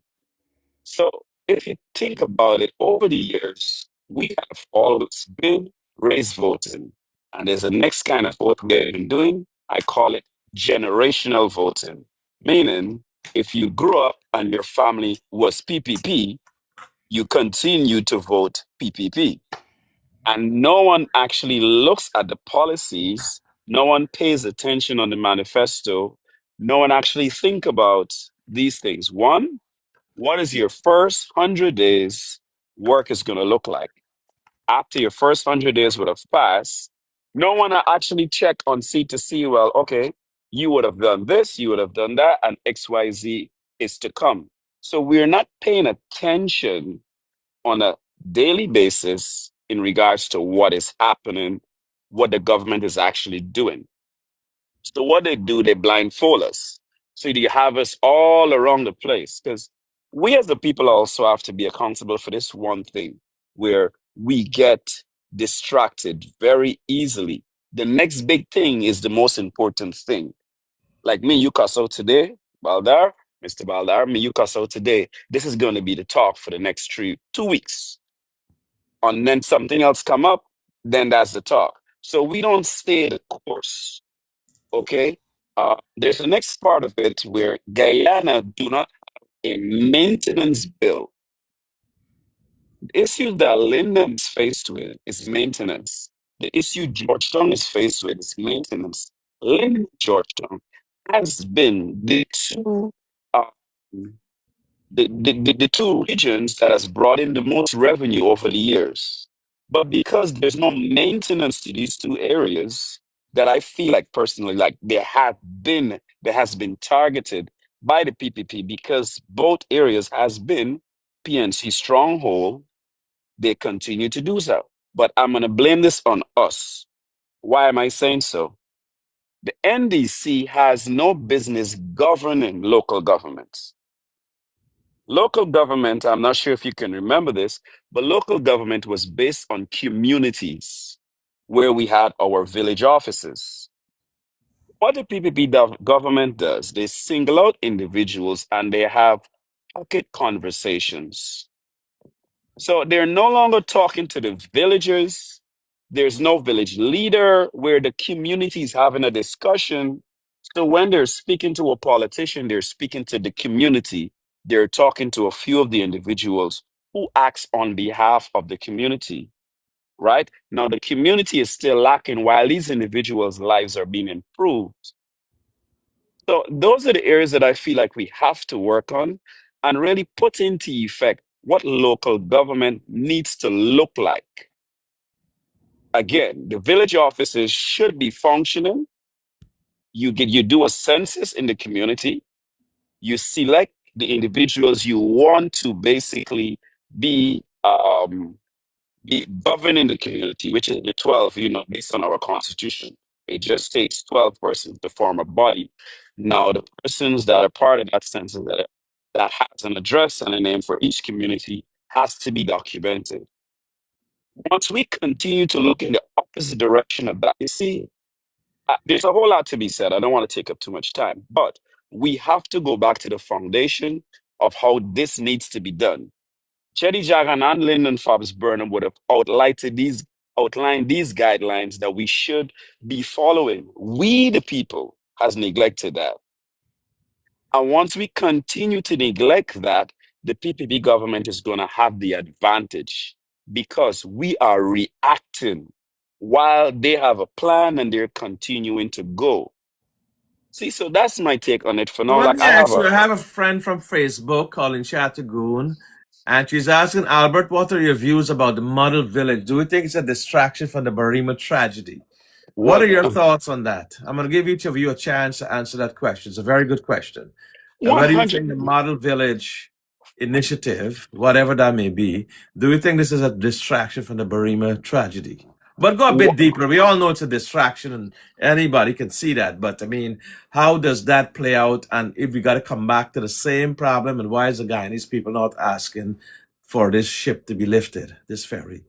So round off on that, Smokey, you live in Guyana or in the United States? I'm in the United States. I've been the president of the Oh, Guyanese Association in Barbados for Antigua and also oh. parts of the UK. So I've been involved in this. I've also Yes, worked side that's by good. side You with got to Hamid keep continue Kennedy. active, brother. And we got to help our brothers because a lot of them are afraid to speak out. a lot of them, are scared. And I get that impression. That's why I've devoted so much time to this because, we have our own battles and wherever we live in America and so on. What you think about Yeah. Mr. Atagun's question there, quickly, so you can Um, round up that smoky? actually, it actually goes back to what I was saying earlier. We have a 2 weeks maximum attention span where this is going to be hot in our face for 2 weeks, and the next thing that comes up, we're over there looking. If you look online right now, you'll see the most trending thing is doggy, as Hmm. opposed to Barima's situation, right? Yes. And And what's the then doggy issue? the doggy issue is nonsense. I call it Well, nonsense. wrap it up in a sentence. What is it? He's trying to say he's going to be assassinated or something like that? What is it about? I am not saying that. What I'm saying is doggy is looking for clout. And doggy is an entertainer. Okay. I know for a fact doggy has no clue But why is how an entertainer taking so much attention and oxygen from the front of guy and these people when they have bigger fish to fry? Why are they so like I hate to call them small minded, but why don't they focus on bigger things that affects their bottom line, their food on the table, more bigger economic issues? I mean, why are Guyanese and living in Guyana take it for granted that somebody else is gonna fight their battles? What and why listen, they focus on this doggy? What is doggy doing? Is he walking on water? What is this he's doing? I'll tell you, you make Mr. Ballard, you make a positive post and you will probably get about 3 likes versus a post of comedy, a post that is scandalous. We focus on being entertained, focus on our issues at hand where Guyana is concerned. That is the problem that we're currently dealing with in Guyana for the past, 10 years. You know for a fact. But why they In focusing nine, on doggy per se? What is he doing? He turned into a because dog? What happened there? Doggy is an entertainer. Mm-hmm. Doggy is an entertainer. Everybody The look at doggy is the Doggy. one who helped the Wind Party jump Uh-huh. on the ground. He's the one that brought people to the protests and things like that. Thank Uh-huh. You you. see, be, look, we have Oh, to but what is he understand that. claiming? He's trying to claim that those are his votes? That's what You he's asked me saying. why I've been in the different panels today when we spoke. That he wants claim, and Well, that's what's one thing is taken up? interesting is you get your when you're in these panel, you get to know how the people are actually feeling about this and Right. this Go down to individual. trivial And stuff. from Yes, right. what I gather is the beef is Doggy claims that he helped bring in votes and he was mistreated by the Win Party. Therefore, he is technically one. This is not my comment. This is somebody that was hosting a panel. No, she was a host. Another person was hosted, but she came on and she said that he's lashing out. Basically, Doggy is very smart, but he have a hard time articulating himself about what's going on. Some say that Doggy had some issue. Now he's trying to jump the PPP ship, right? So there's no accurate account of him bringing in this 109,000 vote. I think it's a collective between the whole team, my personal opinion. But, I think he felt bad because when he went to jail, there was an incident at the market where a woman was accosted by him because she was trying to get pay for doing the protests. And allegedly, he didn't want to give her the money, and that turned in, she attacked him and he attacked her back. So then he was in jail. And apparently, Mohammed did not come to the jail, which I understand because of his political situation. He was running for office, things like that. He can't be associated with somebody that is, abusing women. But his fallback to that is he could at least send something like some soup with someone, and he didn't get that. So I think he's basically feeling as though he's not getting the respect that he deserves from Azruddin Mohammed. Now, these are all allegations made by him. Mohammed hasn't Well, came out and addressed right. any of these things of Listen, the yet. Guyanese people have got to learn this, as the Bible says and the scripture says, there's a time for jokes and there's a time for serious stuff. There's a time to laugh, a time to cry, a time to mourn, a time to celebrate. You got to get back to the focus that Guyanese people are not getting your fair share. You got to get back serious and you got to be able to stand up and you got to be able to talk about things. And hence, I'm going to ask Queen, who I invited on. She was in the line. Queen of the Pack, are you there? Queen of the Pack, because some people have been in line a long time, and I'm I hope they're not. here. I'm here. Yes, Queen of the Pack, what have you got to say? There's a question raised by my friend Colin Chattergoon saying that model villages is a distraction from the Barima tragedy or the Barima failure to bring up the ship. What is your take on that?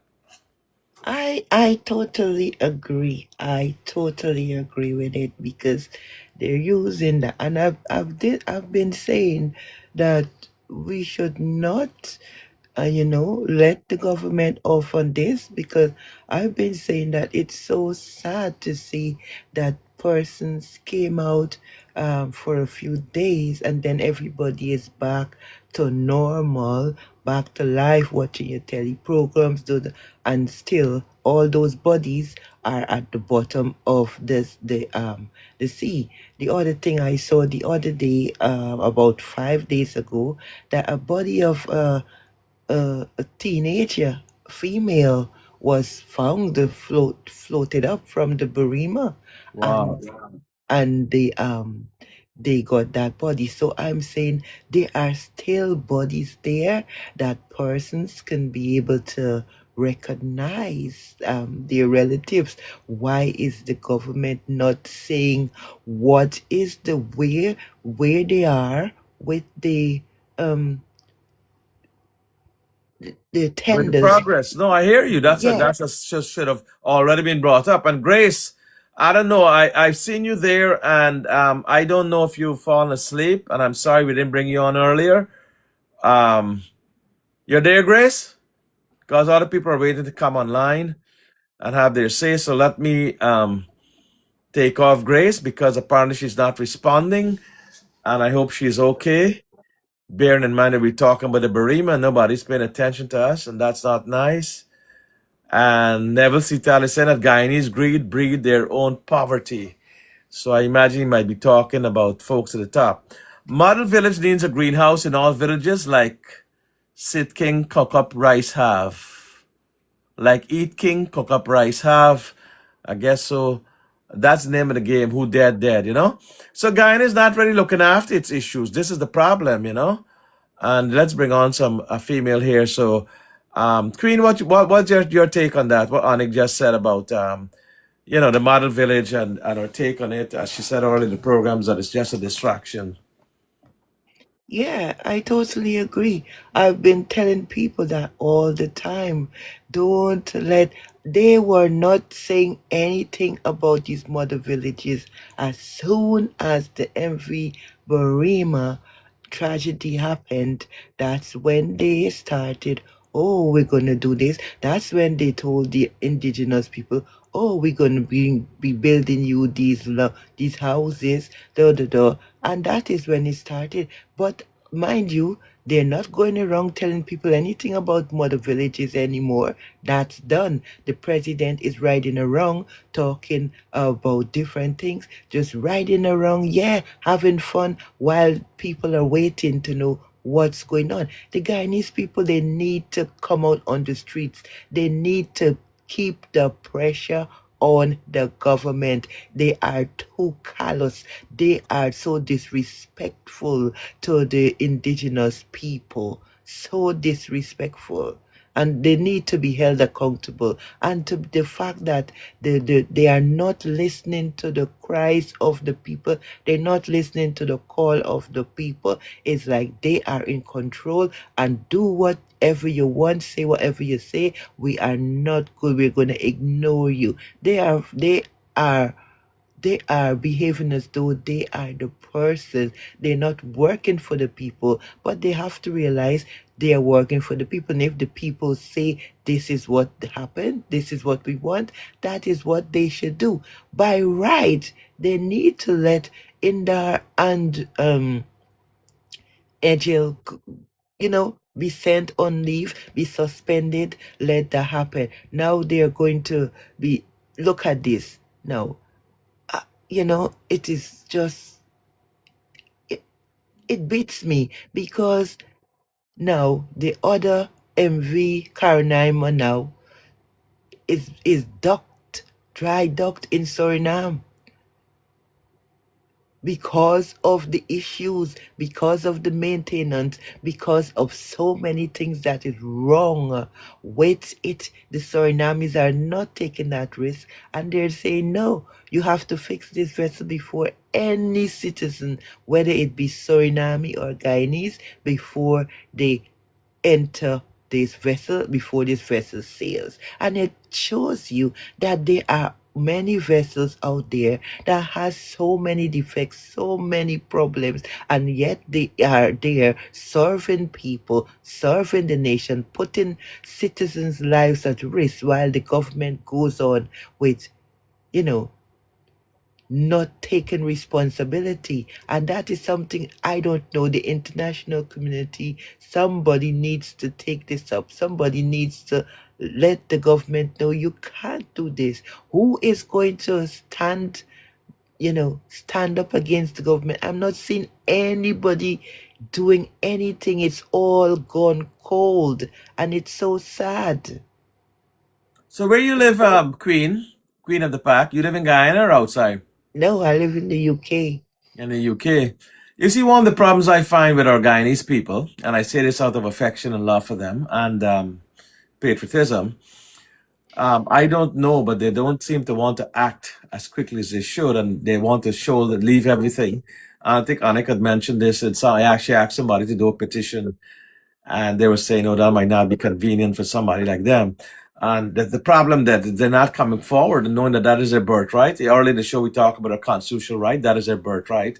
Why is it and like they're getting the benefit of it or supposed to get? Why are they asking people? Why the legal minds, as Apostle said, are so weak in Guyana? And how are we going to big up? Let me see if Israel can come in and give us some answers. Come in, Israel, if you can. Why is it that they are, thinking so negatively? Why do they expect to be spoon-fed? Why do they expect to be always remain? We wanted independence. Now that we've gotten independence and right to self-determination, you got 800,000 people there, and you have why aren't people speaking up? There's people, everybody, because they're gonna be victimized, because they're gonna lose their jobs, because let me tell you this, they cannot victimize everyone, they cannot fire everyone, they cannot kill or unalive everyone like everybody is saying. It's just the Guyanese people are now just looking at their self-interest and not thinking probably we need to be preserving the future of our children also, not for today, how am I going to eat, how my child is going to eat.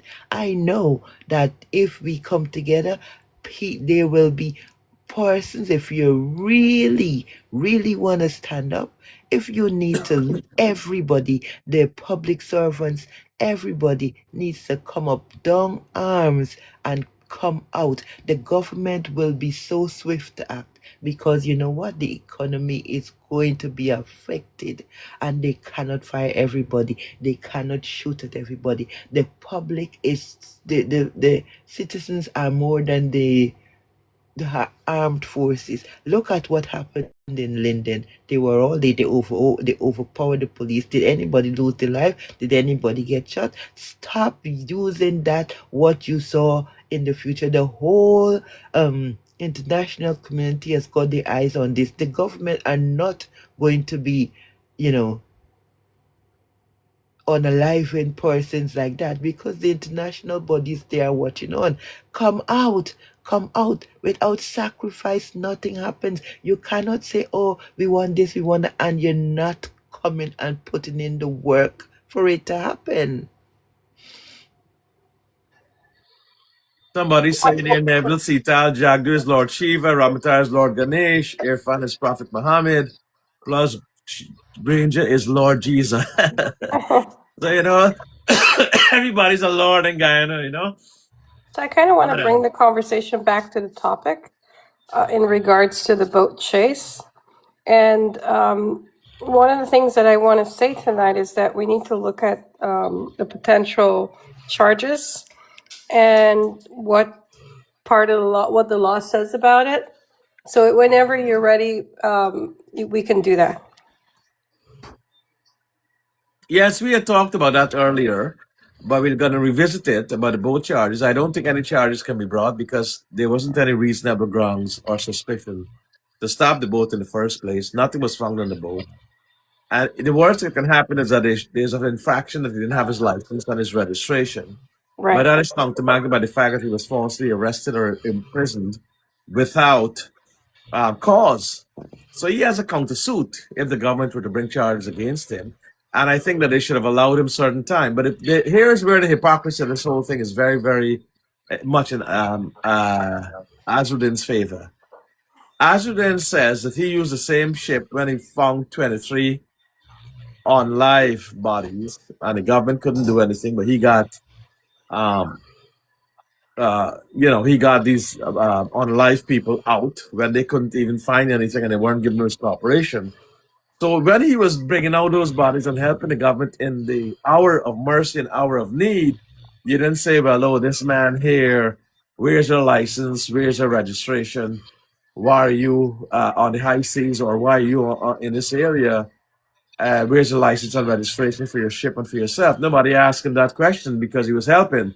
So how come now when there's no tragedy, you chase him down and you claim that he evaded you, and you also claim and arrest his ship, seize his ship temporarily or whatever, and you arrest him and take him down to the precinct and you put him on $100,000 bail, and you don't even have evidence to charge him when he asks you what is the crime I committed, which I told people about that is what I should be asking about.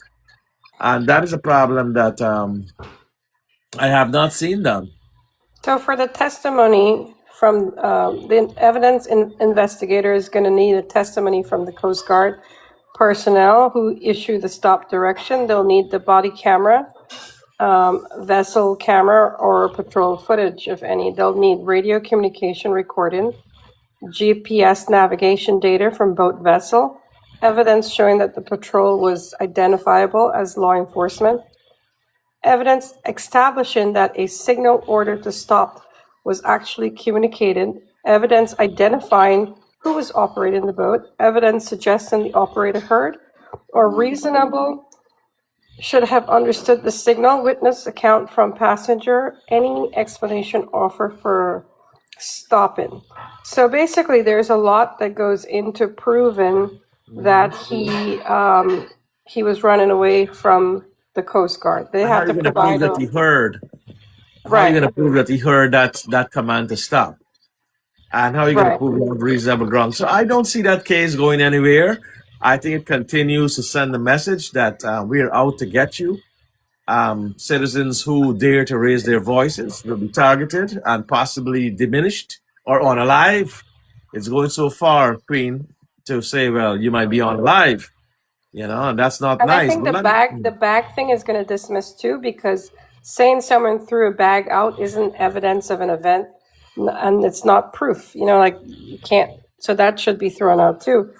And in terms of the firearm, I think this is probably the most legal important potential charge. Okay, and I say that because it says that in Firearms Act cap in our law says subject to act, a person cannot purchase, acquire, or have a covered firearm ammunition in their possession without a firearm license in force. Section 16.2 provides the offense. So she's going to pay some sort of penalty for that offense. She had she have the license, but apparently she didn't have it on her, based on the stuff that from T. Muhammad's Facebook. Because had they had it that night, they would not have locked her up because she would have presented that to them. But well, there might be some place here that's allowed for people to present these things. It's good to walk with them, but if you don't have it, then you should be allowed some time to present That's them. what I was just about So to this say. is based on Guyana laws, guys, by the way. This is not American laws. This is all Guyana laws. It's governed by Guyana law, I but was about to say, because Me, I don't walk around with my driver's license all the time. If I'm going to the shop, I don't I need to get my driver's license. I am a driver. If the police stops me, they can look into the system and know that I have a driver's license. They cannot charge me because I haven't got my driver's license on me. What they have to do is say, okay, and I'm sure in Guyana, they give you 72 hours to present your license to bring it into the nearest police station. I'm sure that's what happened. And I'm sure that they know that she has a license for that firearm. But because the system in Guyana is so backward, okay, because everything is paper. They've got nothing in the system. Now you're going to embarrass the MP, and charge her. Is that how it works? I'm sure that's not how it works. And I know a lot of those police out there that are, sent to harass these MPs, Mr. Mohammed, and the opposition. They don't even understand the law themselves. Yes, but he said one of them, you used to take my money and now you pay and know me. Keston Preston, I know you were waiting some time there, brother. So let me bring you in if you're still there.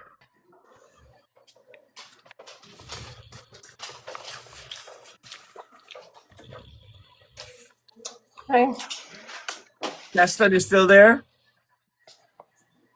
Keston Pearson? Hello? Keston?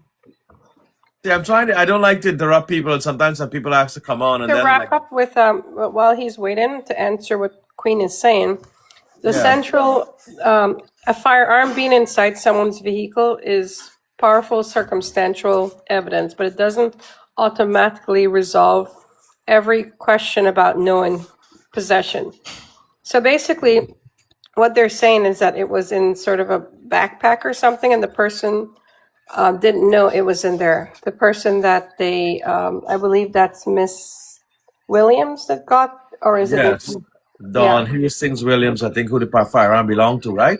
Yeah, and they reported that the circumstances are unusual because it was reportedly licensed to MP Dawn Hostin Williams, but located in another MP vehicles. Okay, and that's the person that they charge for having the firearm, right? Yes, Without the well, that's license. good because for the other person to be charged the other MP, she must have knowledge and control of that firearm. And if she can go and say, "I didn't know this person But had the his lawyer firearm," need to prove that fact that she did not know that there was a firearm in there when well, actually, the prosecution got to prove the case, and then she can they bring up her checked the bag. defense. If they say, "Well, there's still a case for you to answer," she can say, "I didn't know there. I had no knowledge. It's not my firearm, and I had no intention of using it." So how are you going to blame me? And she's my sister MP. We move around together, and we share our stuff. She put her bag where I put my bag. It's, you see, the proof beyond a reasonable doubt. I don't think any person can do that. Everyone looks at this case. I was thinking, what about when those people are being smuggled into the country? The Cubans, the Venezuelans, and all these kinds of drug licensing. How come people are not being run down the rivers and caught? How come aircrafts are not being seized? How come ships are not being seized when they're in, doing contraband activity? What's going on here? Exactly. Well, what I'd like to ask you, Honorable Albio, I have a couple of questions here. What offenses actually allege?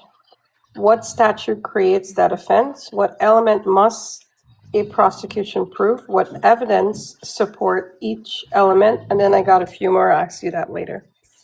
Right. So you want me to go over it again? No. What I'm saying is that have any charges been laid yet? I'm not sure. Does anybody in the panel know that? I can look it up. The charge for the firearm would have all, because they were arrested and released on bail. So more than likely that goes into, they would send it to the courts after that, right? And then they have to have the court day. So I would say that until the case comes to the court, then you'll know in the first hearing what the judge says, right? So that's why I was asking you. Right. They have to now consider those charges and what they're going to prove knowledge, intent with the firearm, and also the reasonable grounds for that high-speed chase. That's a lot of hurdles in this case still, Ani.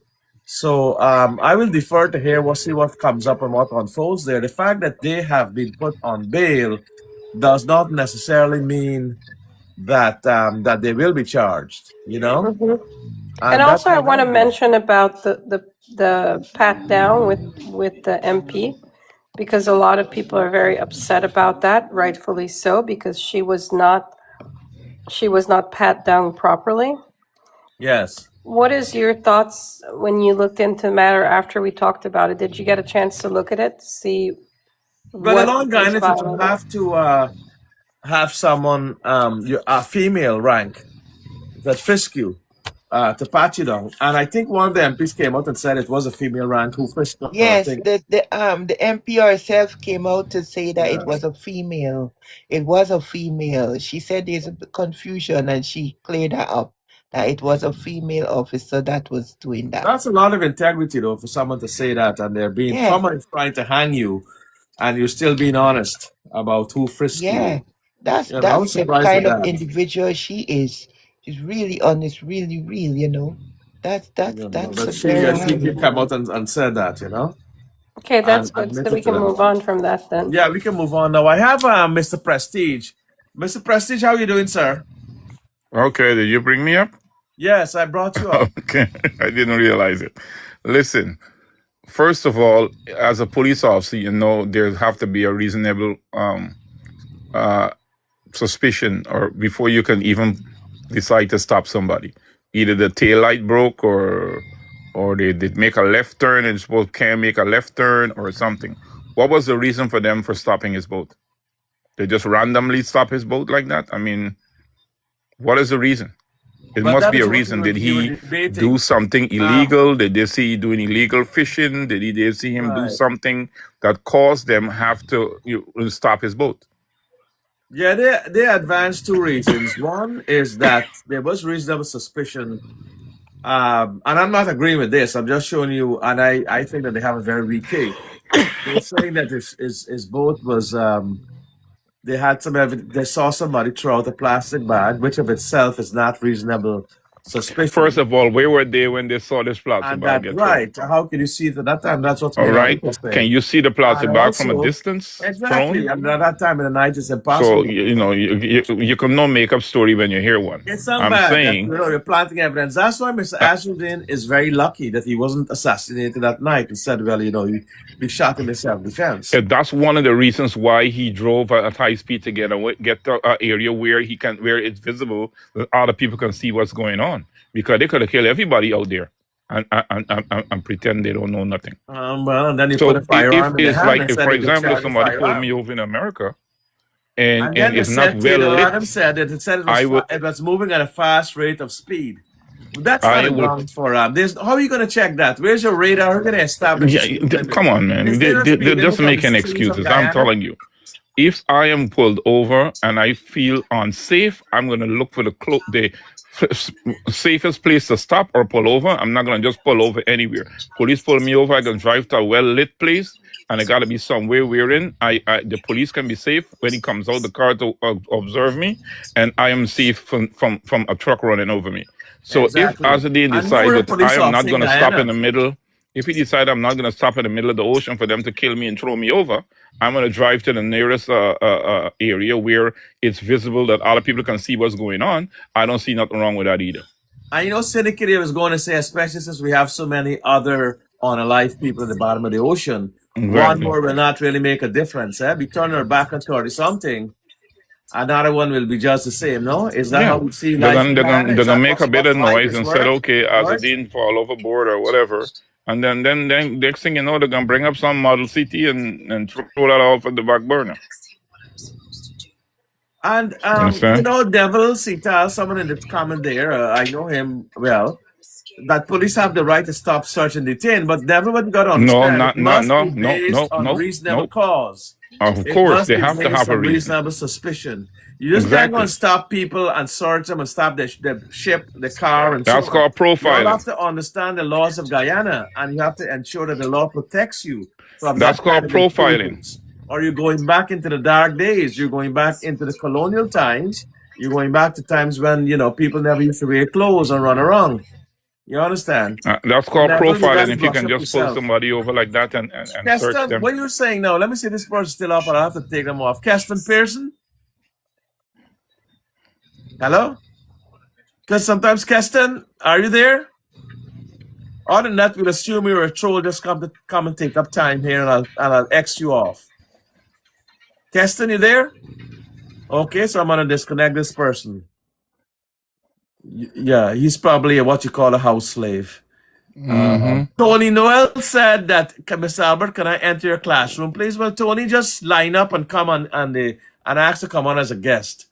Tony Nelson, you haven't done so yet. Tony Noel, oh yes, let me see. I'll bring him on. Tony, I'm bringing you on. You want to join the classroom? Come to the front of the class, Tony.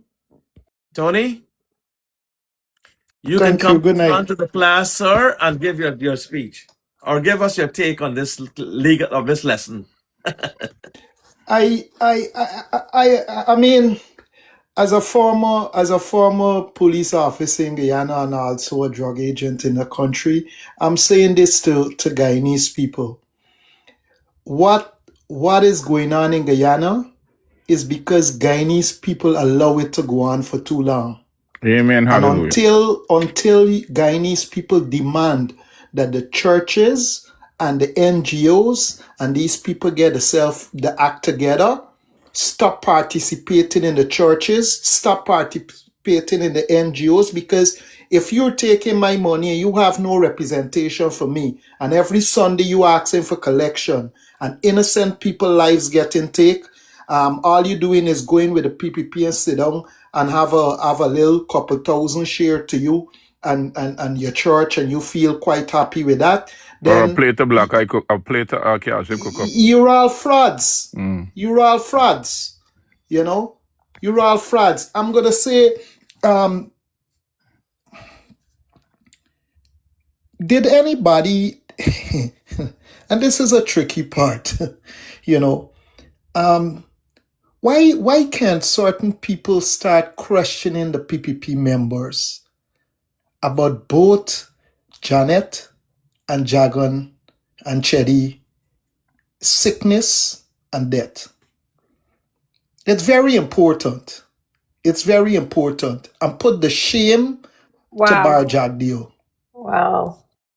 Because I'm gonna tell you this. Wow. That's really That's a loaded statement, indeed. very loaded. Now you're Very gonna make me. loaded. Now you're gonna make me research it. And I'm gonna I'm have to gonna pull tell some. you I'm gonna have to this. pull some medical records and stuff. I'm gonna You'll tell have to you prove this. murder because there's no statute of murder, but the rest of the statute have already run. But go No, ahead. let me start with Chetty. You gotta type F1 in the comments. Chetty took in sick after holding an emergency meeting with some discovery of Jagdeo. And he took in sick in that meeting. Roger Lunchan know that Chetty was sick and took in sick, and instead of they send a man to the hospital, they send a man to send him home. Until next morning and wait and send the helicopter, GDF helicopter, to pick him up and carry to Georgetown Hospital. When that man, when Singh and what is the doctor name, explained to them that, yo, this guy is getting worse, this guy need foreign attention, you know, he gotta go overseas. You can take a commercial airline and put a man into Seni, we gotta go to Panama and then fly to the States. Yeah? So he was not given the treatment he was He supposed to was get. not I've given a heard that. As a matter of priority. fact, I'll tell you this. His son, Dr. Cherry Jagan, the dentist, Joey, had come to He me, doesn't want nothing to do with the PPP. and Joey had complained how they kill his father. And I listened to him, and, a lot of it, I mean, I Right? wouldn't say deliberately, but I Yeah. would say that they were negligent in treating the president of a country with such But that's indignity. not the only thing that guy did. When Janet took over, And Janet start getting, she start taking it sick with the Alzheimer's and stuff. That man took Janet out from her office I don't mean and to put her interrupt. in the library in Freedom House to I don't mean sit to. down I and watch the four walls. honestly, I don't mean to interrupt, but like, can I ask a question? What, like, literally, what is your topic? Like, what is your I know, I topic know. You know today? what? That's why I gotta follow Yeah, what you're like saying. I think Queen is I right. didn't mean The to. topic is Tony, what we're talking about is the situation, what happened yesterday. And then let's Okay. go back into the past. Let's shed something in the light. Yeah, But like, let me bring in blessings. He's always on point. Let me bring in blessings and you follow sorry him from what he if I said. mention So anything that is wrong, but no, it's all right, brother. But you just no, know, stick it's to the it's not. just topic. the It's not. sad things that go on in the No, it's I country hear not and you. I hear mentioning. you. It's not mentioning anything that's wrong. But like, I'm trying to understand. Like, current Guyana, like today Guyana. What is the topic of today and current Guyana? All right. So let him But talk. sometimes we the, have to do not the, forget the past so we don't condemn to repeat it. All right, No, I President. understand. I Blessings. do. let me I say get Actually, it. this. he I he was absolutely past Let me understand correct that. the close by future. saying this. All Let me So right, I think close. he was a close. bit rude to the Let me man. close by saying this. We had for me, I don't know about any other person, but for me, I think that we had enough of the PNC and the PPP. It's time we get a next party to show it face, and if that party don't do good, we move on from there. That's Exactly. me. That's what the elections are for, right? Yeah, that's for me. Right? This Mr. guy Hazardine is doing a very good job. He's exposing a lot of things. I mean, a lot of people speaking a lot of stuff about him. The problem is none of us is clean. Every one of us sinned before. Is what we do with our lives after. So that's it for me. I take your Mr. point. It's a Baldeo, very good point, and a lot of people support you. Blessings. What you have to say about that? I agree with him, but I wanna ask you a question. You see, now I said to you the very first time when I came on your panel, I have a limited knowledge of the law. Now, as a person that would have studied the law and knows about the law or understand Guyana laws, my question to you, because there was an attorney, a reputable attorney, probably, one of the things that I don't do, I don't question person competency. I'm not a trained attorney. I never did law. You understand? I'm a specialist in my field. So I can't argue with someone who's a specialist in their field. But my question to you, when it comes to police putting persons on bail, this conditionality, right? When the police put someone on bail, could you advise me, outside of the fact that the requirement of them reporting back to the station, is there any other condition that the police can impose on someone outside of that I just mentioned? Well, but the police. Legally. I'm trying to remember now what was the take on that. I know the courts would ask you to surrender your No, me passport. talking about the court. We talking Right, about the right. So I'm police. trying to eliminate whether the police can go beyond that, and I don't think they can. I don't think they Because can go beyond. I learned a Tony tell me that the police can tell someone, or they have the authority to take someone's passport. So I was like, no, listen me, I know you're the attorney, so me want question your competency. But according to The my court have knowledge to of the order that. law, When you say take someone's passport, are you talking about an American citizen, or are you talking about no, like a Guyana, guy I'm, who's I'm like speaking in say, the context of Guyana. No So I'm police just can Okay, trying to take be your all right? fair. passport, Mr. sir. No Baldio, police advise could me, take your Marker. I'm not passport. an attorney. I mean, you are. You did legal. Can you tell Yeah, me? it was not required to surrender, and police will not have no jurisdiction over someone's passport. The court would have that jurisdiction, but not Exactly. the police. Well, But we Mr. have two Peters just tell policemen me in that the doctor. panel. I think The police can enforce it, Prestige, but you the were the court have to police, order right? it. In Guyana, right? Yeah, I was a police too, so And Tony, you said so too. From your recollection, did your stations or ranks ever seize anybody passport or so? that is something that would have to be ordered by the head of immigration I see. and through the But commissioner of police. Tony, the question I'm asking, I understand what you're saying. They can enforce the understand law, when it sir. comes to the court, I understand the functionality of the court. But I'm asking my question from a legal point of view. Is the police authorized, or is there any legal requirement that says if the police request your passport? Because he point out to me that, okay, let's say the police arrest someone who is deemed as a flight risk, and they want the police in that situation can seize the passport. But again, I'm asking the question: is the police legally authorized to take anyone's passport? They will enforce the court's order. The police could No. only Me talking enforce about a the court court. I'm talking order. about the Police police. can't act on their Mr. Baldeo, own can you behalf. advise me, please? They can't act on their own, sir. They have to have an order. No, I want Mr. Tony just telling me to say so, but again, I'm saying I never studied the law. So I can't question people's Guyana. I'm trying competency. to remember Guyana law because I'm here in America.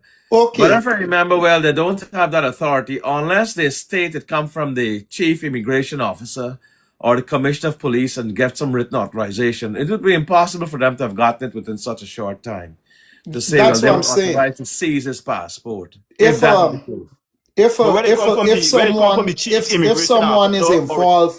someone is involved in a criminal activity or suspected to be a criminal activity and is being the commissioner, whoever is that officer that is investigating and feel that person, they get source that this person want to fly out of the country, what that officer of investigation could do, he could through his commander write the commissioner and explain the commissioner the situation. The commissioner could put a what you call a stop order on the immigration exit and entrance of the country, and he approached the court. They could go to the court through the DPP and ask the court to ask that person to lodge the passport. The court now. How long does this process take, by the way? It could do quick once it's an Curiosity. emergency. The police Not 3 hours, commissioner, no. the commissioner They and the can put a DPP have a temporary hold, direct but not a connection to the permanent court. hold. They have to get approval from the But court. again, the question, how long? Like, but the what are we question has talking? not been A day, I would say answered. one sometimes day, it'll 2 take at days? least 4 days. Tony, I agree with what you're saying there. And it could have been happened. If you talk about the Muhammad case, I don't think they could have gotten instructions at that time of night to carry out a valid order. His passport may have been unlawfully seized if that was the case. I'm speaking about conditionality. I agree with everything that Tony would have said, where I agree that, okay, let me say we're investigating someone. This person is deemed as a flight risk. He's talk about the stop order for which the commissioner or the chief immigration officer can implement. But again, my question is there any legal requirement for the police, with the exception of the court intervention, can take someone's passport? They have a department in the police force that have that authority, but now I don't know what become of that department. And that department is what we call the special branch. The special branch have that authority because the special branch work directly with orders from the commissioner of police and the what you call it, the presidential secretariat. That's where they collect the instructions from. You're talking about, listen to me, when So you while talk you about guys were special branch, talking, I researched it you're talking about to immigration. see why it was taken away. Anik would have checked it out. What does it state? Okay. It says that his passport was indeed surrendered, but it had nothing to do with the marine boat chase. They said it was because of his extradition case. So that's why seized before. Is he going to United States? I don't understand. What the hell? Both his father and him were required to lodge their passport with the Guyana police force to secure bail following their arrest. So that was a long time ago, yes. So that's when they took it away. Mr. Baldeo, the question that I asked has not been answered. Mr. Tony spoke about special branch. He spoke about immigration. Understand this here. So when you spoke about those are different units of the police force. Whether you speak about traffic, you speak about special branch, you speak about immigration, CID, they are all considered police. Again, and my question stands: can the police legally take someone's passport without the intervention of the court? They have to move by instructions. An order from the judge, an order from the judge. I would say no, they don't have those powers. They can arrest somebody, hold it take them to until the court, they get a court order. Said, you know what, before I grant you bail, they got to lodge a passport. Yeah, or Exactly. I so they will do. let you go, and I'm not going to ask for your passport. Well, that's some money, $500,000, you get bail. But no, police don't have those powers. They have powers of arrest, but to actually restrict someone's right to travel or freedom of movement, the argument can be made that they can't spill over that right into an even bigger transgression of a person's right, which I would argue is you're infringing his right to Yeah, but freedom Mr. to travel. Albert, Mr. But Albert, nothing, and I'll tell you this: nothing in law is like mathematics. yeah, Law, nothing is an exact science. The law has never been an exact science. Somebody who's in that situation would lodge a passport in order to go home, but but that exactly. doesn't mean Now it's let me legal. tell you this. In Guyana, it's sad to say, It's a but the cowboy police place, I feel they know. could do anything and they get Exactly, I know that's what you were the saying. Yeah. nobody question them, you gotta take them to court. Yes. Well, Well, the police are like it's an that. You can see implemented. the It's part of the implemented mandatory bail condition regarding the U.S. case that he Oh no, has, that's different, right? That's a U.S. case that actually had cause him to lodge and his passport. that's why his passport is I think restricted so. But and Blessings is lodged. asking if, in a general, somebody can just take your passport for you, a cop in Guyana. And No, my they can't. answer to that is no, that the judge can order that. And even if that were to be ordered, you can still go to the higher courts and ask for a revocation of that order or Well, modification of But that if he order. got a case in the U.S., what I got to do with a Guyana passport? no. No, but Thing I'll that answer that. not I'm debating. Prestige. Listen to me, There Mr. are the countries he Peters. can travel to that do not have extradition treaties with America. So why they're doing that, and I'm just saying this, I'm not saying they're right or wrong, I'm just saying this from a legal point of view, as a prosecutor, what's happened there, former prosecutor, is that they have asked for that, or courts, prosecutors normally would ask for that, because there's always a chance he can go to another, I'm not talking about any particular person now, there's always a chance an accused person can get to another country, which there's no extradition treaty, or which would tell the United States, go fly a kite. I don't respect your laws. We don't have a treaty with Exactly. you, What I'm saying, Mr. and Baldeo, things I am like not that. doubting that in the United States. But what I'm saying to you, even if they have a case, which I doubt whether they do, because I heard it's a propaganda, but let's say they do have a case in the United States. What does that have to do with him having a Guyana passport? This is not like he is in the United States and they're preventing him from leaving because he has a case. He don't have no case in Guyana. Why should he have to surrender his Guyana passport? Surrender his passport, his Guyana If passport. he have an Because of the American treaty, passport, they because can of the do that. treaty, the But he have a cross-border Guyana treaty that passport. Why Guyana does he have to signed with the surrender that? Americans. They The signed Unless government would argue America runs because Guyana, if man. you It get look an like America extradition runs order, Guyana. if Magistrate Lodgman issues an extradition order, then he will have to travel, and the only way he can do that is by means of having his passport to facilitate their travel to the United States, Yeah, but why are if they and when enforcing that presents United itself. States laws in Guyana? That's what I'm asking. He's not a flight risk for Guyana. He's a Which they flight shouldn't risk for impose. America. Exactly. Yeah, well, boss. Say his it lawyers again. should I'm They saying argue just it want to that. well. harass the man. That's what they want to do. Yeah, well, you can make that argument too. Or if this charge was dropped as Guy had done, the lawyer should have immediately said, well, we need back his passport. I don't think the judge would grant it back, but it's worth a shot to say, yeah, he's committed nothing wrong, Guy. And you yourself got the Vladimir Putin charges. is sanctioned. You think he don't go to Africa and any other place he wants to go? Netanyahu is sanctioned. Don't they go anywhere in the world they want to go? Is only Guyana doing that to that man because they want to do it? Yeah, but can I ask you guys a question? As much money as he has, right? And whatever he can do, whether they have his passport or not, is it possible that like he can hop on a private jet anywhere aside from the US, anywhere, like he can hop on a private jet anywhere and go wherever he wants to go. Is that possible? He Tell ain't me I'm even gotta wrong. do I'm that. just asking. He Tell me don't I'm even gotta wrong. do that. You know the answer to that. Azadine could just walk over to Brazil and he's in a Yes. in a freedom house. Because Okay. Brazil have no That's what I'm extradition treaty with the saying. US. If he really wanted to leave Guyana, if that man really wanted to leave Guyana, with the amount of money that The he man has, ain't and want to go from what nowhere. I understand, that man has more money than God. I hear He your can point. He wants to clear his literally, name. Yes, he would have already gone. exactly, exactly. He doesn't want to leave because he knows that like he hasn't done anything wrong. So that man can literally get a private jet and go anywhere he wants to go. But him, his sister, his mom, his dad, his whole family, they want to clear their name. So, Right. like, that man has the power. He literally has the power to go wherever he wants to go, but he doesn't want to go because guess what? He wants to know that, you know what? No, what Guyana is doing is wrong. What the people are doing are wrong. And everything that's happening in Guyana is wrong.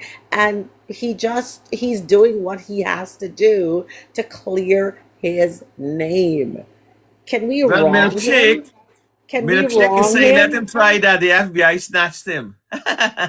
Can we wrong him? The FBI don't snatch Milkshake people is for funny. leaving Guyana. I was The just laughing at the FBI is comment. America only. So whoever said the FBI will snatch him, the FBI is for the United States. The Look, FBI covers the Guyana, Yeah, they can't US. snatch him from a country they have no jurisdiction. listen, they Jack Dio, all of them, excuse me for saying this, they Bamsy jumping because they want to know what America know about them. There's all. All Listen, of I them was raised jumping. in the United States, and anybody who says the FBI will snatch him, the only way the FBI can snatch that man is if, and only if that man comes to the US. The FBI has no jurisdiction if that man decides to go to Dubai, if that man decides to go to any country in this world. But Yeah, they, suppose they you have to hand him suppose over. They have suppose to hand him over. suppose you hear They don't suppose have as I to did hand him tell over you he's an because They American don't. Putin They went citizen to have to now. countries They volunteer. do that, They not one of have them to will hand belong to him NATO volunteer. over. and they never hand him In over. Suriname or Trinidad, they have to be willing to cooperate or willing to arrest him No, and and then hand but him over. no, they can if they choose to cooperate, they can. But we're But not some talking countries will Suriname, say we're that not we're talking not going to Trinidad. deal with What that. if what if he decides to go to a non-extradition country? And y'all can Google it. There's many, many non-extradition countries. What if he chooses to go to one of those? Brazil is one of them. Thank you. What if he think decides I think to what go to a she's trying to I don't say is know. like non-extradition Somebody said that country? Brazil does have an extradition treaty with the USA. WikiLeaks. She's I trying can to Brazil check talk got that. about the Brazil got no WikiLeaks case extradition treaty with USA. because we can They look don't at that. have, right? We can look No. at the You WikiLeaks remember Oh. Guyana? case You remember because he Guyana actually Dr. Crime? traveled You to remember the Dr. Crime embassy. He stayed story? at the embassy. No, tell me, Um, remind me about Dr. Crime, what he did. Dr. Crime is what's your name, brother, will be sell out. Mr. Milkshake, I can tell you that man have more money than God. How he planned to reach there is that he can get private jets. If that man only fly to Cuba, from Cuba, he can go anywhere he wants to go. How far is Guyana from Mr. Cuba? Albert, you I can't remember tell me. Dr. Crime sell out CTL? What year was that? Yes, I remember that story, but I think it's lost some time ago. Then he went to Brazil Went to Brazil and relax. and he relapsed Exactly. there. Okay. Yes. So no, he can go anywhere he wants to go. I know this If lady he who killed a opts, policeman in he America can. and lived in Cuba until she died. hmm But I guess he knows that he didn't do anything wrong and he wants to fight, clear his Clear his name. He name. has kids and we respect his right to due process and he has to get justice. And who Listen, knows? That might not be The the only end. You thing know, he there's an can't get old is in Guyana story. listen, courts. they got And a, Eric is saying Marvin can clear his name by coming to Florida. He don't need to come to Florida to clear his name. here, He can be the treaty they, in Guyana, that's his right. the And if he beats them PPP, there, that's his right. the PPP could, the PPP got video showing every shit what people want to see. Because they could show the video of the car, they could show the video of the people right in front of Palm Court. They got the video, don't let her hide the video. Palm Court full of videos. They got the building what was custom house with the name take control over. All they got videos, new driving, all they got videos. Why they don't show the videos? I think the most important thing that the young lady mentioned, though, is that he have a lot of money that he can fly to Dubai privately somehow, but he's staying in Guyana to clear his name and his for the sake of him and his family. So that's a good So, point she made. so let me just add my voice to the discourse there. But Mr. Baldeo, why I raise a question to you, not to be distracted. I wasn't even speaking about the Mohammed. I was on a panel where Mr. Peter Selwyn Peters was there, and again I said that I respect him as a learned attorney, I don't know if you know him. He lives in Canada, right? I know he represented a lot of senior persons in this. Well, I invited him on just now. I saw him waiting in line here, and I don't know him to be practicing law in Guyana. I've read of him being a lawyer in Canada, so I don't know how much of Guyana law he can speak on. Yeah, Tony give me an opportunity, man. Oh, you're speaking all the time. So yeah, I don't know how much Guyana law he's practiced, if any. Yeah, he do. No, he's very he's a learned lawyer. I can tell you that. I've read many But cases. has he practiced in Guyana? Because sometimes you need to brush up on the law there. I'm not questioning his credibility. And then in practice, something the books may say something, and the police tell you, "Well, lodge your passport, or you ain't going nowhere." That's why I asked the question is because he told me that legally the police can take someone's passport, and he was speaking from a legal perspective. I tell you, I don't know about that, but I mean, we can temporarily. They can't hold it forever. They can hold it temporarily until the courts give the permission. Well, as far as I know, not even temporarily. You don't have no legal barrier for take it at all. The only based on my understanding, the only constitutional requirement for you to surrender your passport is if the court make an intervention. Nobody else. If the court make no intervention, nobody can tell you give your passport. Samuel Clifton is saying that Selwyn wants to be a judge in Guyana. Anyhow, but he represented Paul Slow. Yeah. Okay. But as it regards to the question was asked, I don't know if you see there was a matter that was raised, a constitutional matter that was raised with the Mohammed today within the Supreme Court. And one of the things that I said is that I applauded the decision. Why I say that? Because I asked him that question from the inception. Now here it is, we have an issue whereby the Mohammeds them are before the magistrate court and they're making certain constitutional challenge before the High Court, where we know the various layers of the court. So again, I ask the question, if the magistrate court make a determination and these guys are already extradited, and then the Supreme Court make a different determination, what happens? Right? The Supreme Court will override. No. Understand what I'm saying? I'm saying if the magistrate court make a decision and they don't gone, then the Supreme Court make a different determination, and it comes back to the ruling that was raised today, for which I agree. And the ruling that the Supreme Court ruled is that, you know what, okay, the grounds under which it was raised, the magistrate can proceed. They didn't hear it as yet. However, what they say is that, you know what, the magistrate cannot make no final determination of this issue until, you know, the Supreme Court concluded. The appeal process. They always have an appeal process. Well, exactly, for which I agree with that decision. This process must be completed. Because if you don't send this man to Florida and the matter still ongoing in the Supreme Court, I mean, I mean, there's no relevance to it, right? So I agree. And one of the ruling today that would have arisen is that, okay, they made a decision that, you know what, the matter can proceed before the magistrate court. However, the magistrate or that particular magistrate cannot make a determination until the appeal process has been completed, for which I fully agree with. I don't know if anybody have a different view as regards to that. No, the appeal process, yeah. They always give you either 30 days, 60 days, 90 days or something to appeal. That is already before the court. It's already before the court, but I'm talking about until a decision has been made by the appeal court. Well, from the appeal court, you can also go to the ICJ. Got to have jurisdiction of our matters. So Yeah, it's this like is- somebody was saying that this matter will be tied up for quite some time in the Guyana and in the jurisdiction of our courts. And I keep saying that, and Mr. Baldeo, I keep saying that, regardless of the outcome, right? Okay. And I don't know who might have a different view, but regardless of the outcome, whether or not the Mohammedan win the appeal process or they lose it, it still will be challenged. It can be challenged because the government going to challenge it if the Mohammed win it, and if the Mohammed lose it, they're going to challenge it. So this process is a lengthy, ongoing process. Okay. And they're just challenging the constitutionality. The indictment of itself hasn't been completed. Let me just give an info. Tony, let me just complete the man. You were speaking, just let me complete the man. No, to the question you asked just Tony, now, I haven't completed what I said just now.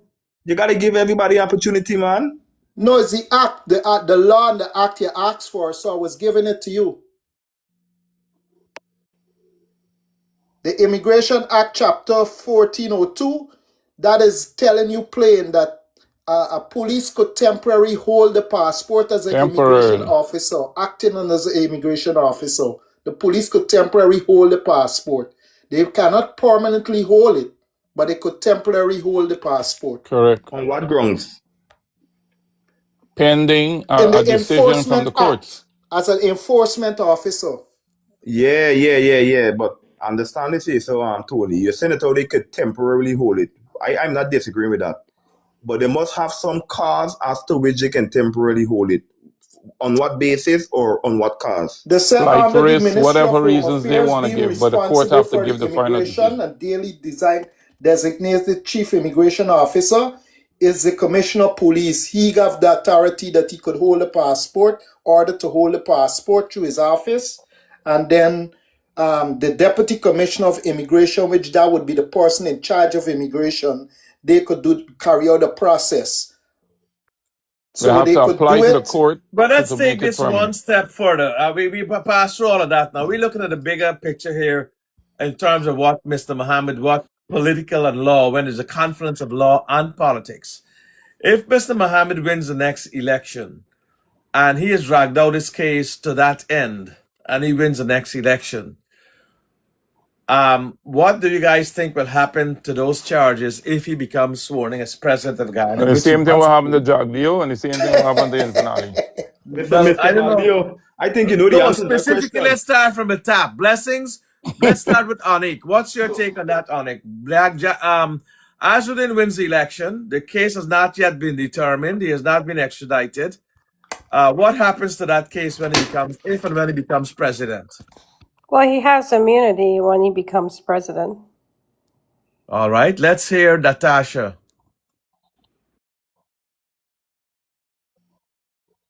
No, in all honesty, to be honest with you, if he was to win presidency, um, I I think him being the person he is right now, I think he would go through the courts and he would go through with everything that he was accused of. But because he's president, I think he would be acquitted of everything that he's done because he's won presidency. So I don't think he seems to be like, I don't know him personally. I don't know who he is. I don't know anything about him, but he seems to be like a really fair person to me. Now, don't get me wrong. I've heard like stories that, he's gone through the ringer of, people have called him a murderer, they've called him everything under the sun, but in all honesty, I think like no matter what he's done in life, and we've all done wrong in life, like we've all done our share of wrong in life, but I think he's really trying to redeem himself. And this is why he's still in Guyana. I think he really, really wants to redeem himself. I think he wants to do what's right for the country that he was born and raised in. And I applaud that. I truly, truly applaud that, like he wants people to know that, that he wants to do right by this country. And hence the fact that he hasn't left, he hasn't abandoned his people. He wants to stay. So I don't know, to be honest, I don't know if he was to ever win presidency, what would happen, but I applaud what he's doing. I truly applaud what he's doing. I'm not The gonna man is I'm a not gonna fighter. lie. Good enough. Let's see. Queen, you answered already? Queen of the pack? Queen of the pack. All right, let's go to Prestige. I think exactly what's going to happen to him is exactly what happened to Jagdeo and what happened to Alfanali. They all get off the hook, and that's exactly what's supposed to happen for him. But I think they're going to give him a fight and say, but he's sanctioned and this and that, and he can't run the country and blah, blah, blah. And they're going to try to strong arm him, but he's a fighter, man. He's going to fight. Mm-hmm. And blessings. The Guyanese people have to stand by him, though. They have to Yeah. fight with him. This is a good question. No, I was on a panel and someone tried to convince me that the expedition issue is something separate from the constitution. I said, "By you, listen me. As far as I know, you understand, every single law or every single offense that you're placed before the magistrate court for, even though the constitution may not specify it, it's still a constitutional issue. But someone tried to convince me that it's something totally distinct or separate from the constitution. But anyhow, I'm a lone person, so I don't take them kind of level of conviction. You can't convince me like that. But let me raise this point case. I mean, you live in the US, Mr. Baldeo. The current US president, you understand, the same constitutional authority that applies to the US president is the same thing that applies to the Guyana president. Donald Trump, you understand, I mean, yes, there's state charges that, he can still go and face. But as it regards to federal charges that the state of itself brought against him, right? No, we been talking about certain counties and a certain state. I'm talking about federal charges. You understand? With the US of itself brought against him. He have constitutional power. He cannot go before any court once you're the president. And the same thing applies here at Guyana, because we know that in Frenali, at the time when he got into office, he had pending charges. But those charges was not determined on the merit. You understand? They were withdrawn based on a constitutional authority that says that the president cannot have any criminal or private charge against him or her. And that's the basis under which those charges were withdrawn. So again, the same And you have all the application. But they cases can too. bring You it have, you back said there after was a after case his service. They can bring it of back Jagdi if also. What was the if the charge country against had him? real proper No, the institutions. case is a different story. Remember at the time, we could say that it's political influence in Jagdio's and the Attorney General, Nandalal. You understand? We could say based on political instruction. But when it comes to the president, the law clearly dictates that the president cannot have any private or criminal charge against him. The Constitution bar him, right? Which means that, if this matter is dragged out, to answer your question, if this matter is dragged out until the next upcoming election, and, hypothetically he should win this election, whatever issue he's facing before the court, even if before the CCJ, it automatically means that, there's no legal grounds under which, that can proceed. So it would be withdrawn against him because the Constitution clearly stipulates that. Well, it'll go in abeyance until he constitutes until he serves his presidency comes to an end. And Yeah, if he but serves two what terms, charges it will does he have very in have the Guyana? I don't. DPP What withdraw the charges? Didn't they charges of what dismiss all the happened case in in Guyana? Nandalal and Ali and Jagdeo, like I said, there's precedent there. So there's a very high likelihood that that will go away or that will be taken out of the equation if he becomes president. So his aim right now, the best defense, if that were to happen, I'm not saying this is going to happen, is to become president. What With which case charges he'll does he be have in immune. Guyana? They don't have any charges in Guyana, so you're Okay, right so then about I don't that. Those have understand. all We're been gonna go with. withdrawn. So Remember, it would be Anton Ali had withdrawn. 19 charges. All right, so there's no Guyanese charges standing, and if Okay, he's so president, then I don't understand what the problem well, is. what you'll understand is that the charges will go away. You won't have to go to Florida. There's also another way of attacking the charges that if he gets the indictment dismissed in Florida, then there's nothing to extradite him to. That's another angle that I discussed with Can some I tell you lawyers. guys something? I can tell you something. Like, as a girl that grew up in the United States, the best defense is the offense, right?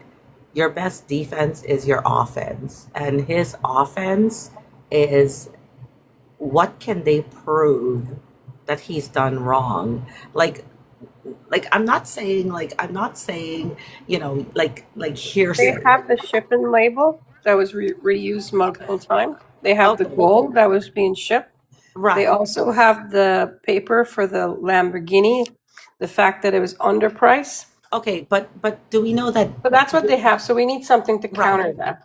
Exactly. So, but do we know like how things are generated via AI nowadays, right? Like AI is a huge thing nowadays. So what happened if the Lamborghini was underpriced? I don't understand. No. And forget it was forget shipped. there was The Lamborghini was bought for one price, and then it was shipped at another price. Okay, The but did he company who not? sold it to him Did he not? Did he created a not bill of post? sale But did he that not is post? different from what he actually paid. Okay, but did So he even not that post company is also in conversations with the trouble. president? He did post conversation with the president about So the the shipment of that conversation Lamborghini. shows that President Ali approved him doing all of that. And you know what's interesting to Exactly. me?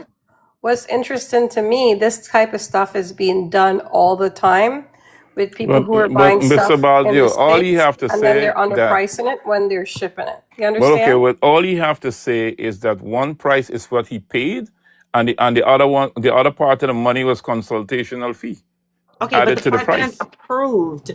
The president Well, he of didn't the think about country that approved time, did it. he? No, I'm It's saying sad, if I buy but something for you $10, know, I buy something for $1,000, and I put on $10. I can say that $990 was the consultational fee I paid, along with the $10 I exactly. paid for the car. I agree. But he didn't do that, you see? You need a Because they lawyer have like the me, bill of Mr. sale. They have the Baldeo. actual bill of sale from the company. But the He president should have contacted approved. you when he was doing The this. president approved what he was doing. If the president of the country is approving what you're doing, and you have receipts via text that the president is approving what you're doing, guess what? Guess what? The president knew exactly what was happening. Of He But he course. knew can't get what was charged, or he happening. can't charge the president because he have immunity. That's the thing. I mean, he can show that text all day long. It would just be noted as like false. He gave a misadvice, right? What do you say, Honorable Baldeo? That would be Well, upheld in let the any legal court of mind tell me law. what he think about it. Yes, it'll be the creation of false evidence, but then again, there's still something that that has to be trashed out. You're free to any kind of reasonable doubt has to be given in favor of the person raising it. So it's not something that we can get a clear answer on or a clear supposition. What I wanted to ask you guys, you folks, men and ladies, is a different question, meaning that let's say that he is brought to Florida, God forbid, I wish him the best, and he comes there and the prosecutor sits down with him and said, listen, the only way you can beat this charge is if you give me bigger fishes. And when I say bigger fishes, if you can give me X, Y, and Z, who are bigger fishes than you, who may be conspirators in this crime, are you willing to testify against that? Since you guys have shown a lot of connection between the big ones and this individual, do you think there might be a sort of like a plane load of I got people a coming? question for you, Baldeo. No, I'm asking that question. Let's deal with that first. Is there a When you're possibility, done, I got therefore, one for you. that there Let will be a me conspiracy that brings all everybody here, Tom, Dick, and Harry? let me start, and we're gonna go down the line. Mr. Bali, I'm glad you live in the US, and I think you're privy to the US law, and there's something called the RICO law, right? And they're looking about all the conspirator. They just don't look at, and a matter of fact, this law is designed in such a way they don't gain for the tilapia and the patwa. You understand? And the cockabelly, as we Guyanese may say, the guy for the big sharks, them the bigger fish. The intent, if I catch a big, every single body, when you come to the Ricola, you know it in the US, it's every single, not just one person. They investigate it in such a way that they want to get all the main target is the big conspirator and everybody else who's involved. So that's a good question you ask. Now, I mean, when we look at the Muhammad case, we all can agree that whatever he did, it could not have been done without the intent of senior functionality within the government, right? So one of the things that you spoke about the plane load of person, I agree with you. You understand? We may find that if hypothetically he do go to the US, if everyone who's involved may be called upon or indictment might be raised against them as well. So So yes, you're again, I saying there's a agree with you. possibility can move from defendant to star witness with immunities. Exactly. So you might find a trainload of persons may be coming, or the indictment Brother, can't might bring him be. with train. You gotta fly them with bus. Bring Yeah, them well, in Here your was my bus. question. Boss, Now, y'all. like you said, it's a RICO thing, and What that's a lot of people because a lot of names are being called, Yeah, and but ministers and so on, and home affairs and all sorts of here things was my question, right? are being. No, How but does the before you get to US your know? question, unless it's Prestige, unless it's connected to what Blessings just said, then hold back the question. But if you're contributing to that RICO thing he talked about, that's on No, the no, no, table now. no, no. My question is different. Well, hold back. We'll come back. I'll come to you back with a question. Okay, good. Let us shed some light on this, folks. What do you all Yeah. think? Let's start with Let me Natasha. Natasha, what's your take on that? Somebody goes to the United States, find out that they get a star role now in the movie, that you're going to be the chief witness and you're going to get immunity. I mean, what would a reasonable person do? You're facing 20 years jail, and they're telling me give up Tom, Dick, and Harry, these big highfalutin people. What do you expect somebody who's pressured like that to do? And then he becomes like a star witness with immunity. How do you see that playing out? You know what? I am gonna go on the side of the Mohammeds because I feel, me personally, I'm not speaking for anyone else. I feel that he has integrity. I do feel like he has integrity. I don't think that he will throw a ton of people under the bus, but I do feel that if he has if he needs to, he will give names and receipts and he will hold people accountable. But I think for him, I personally think for him, he would try to avoid because of who I feel that he is. And mind you, I don't know him. I don't know anything about him, but I feel like for who he is, I think, he might want to like reach out to people and be like, hey, this is the situation. This is the case. Do you think the But time for that has passed? no, I don't think it's passed. I really don't.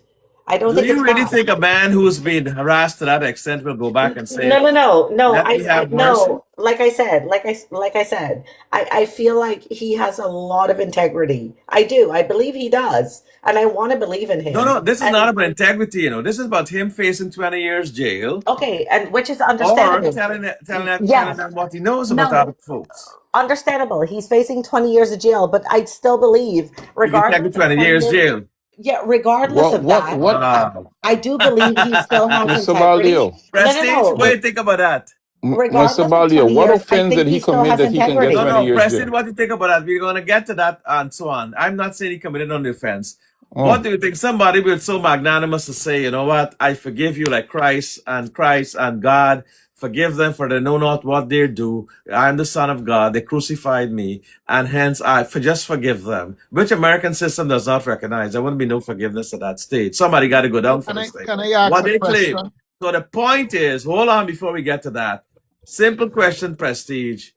Or let me go to Anik. Anik, in all reality, do you expect someone facing 20 years in jail would better say, you know what? I will cooperate with you and give you the bigger fishes because I have this on them, which we're already seeing there's a lot of evidence leading to certain directions higher up.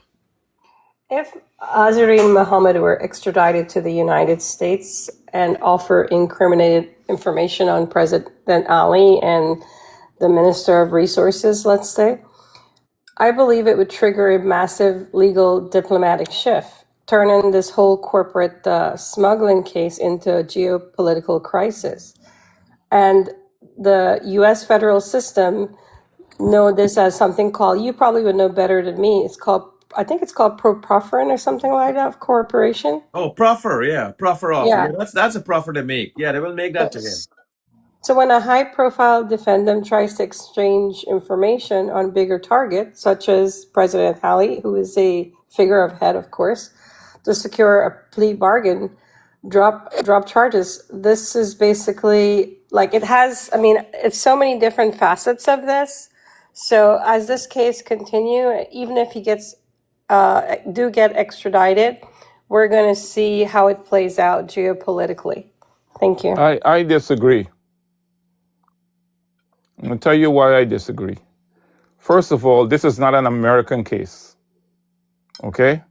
Why I say it's not an American case? Where is the evidence? Section is an American case, Hear me out. First of all, Guyana is the one that's saying that he left Guyana with X amount of gold.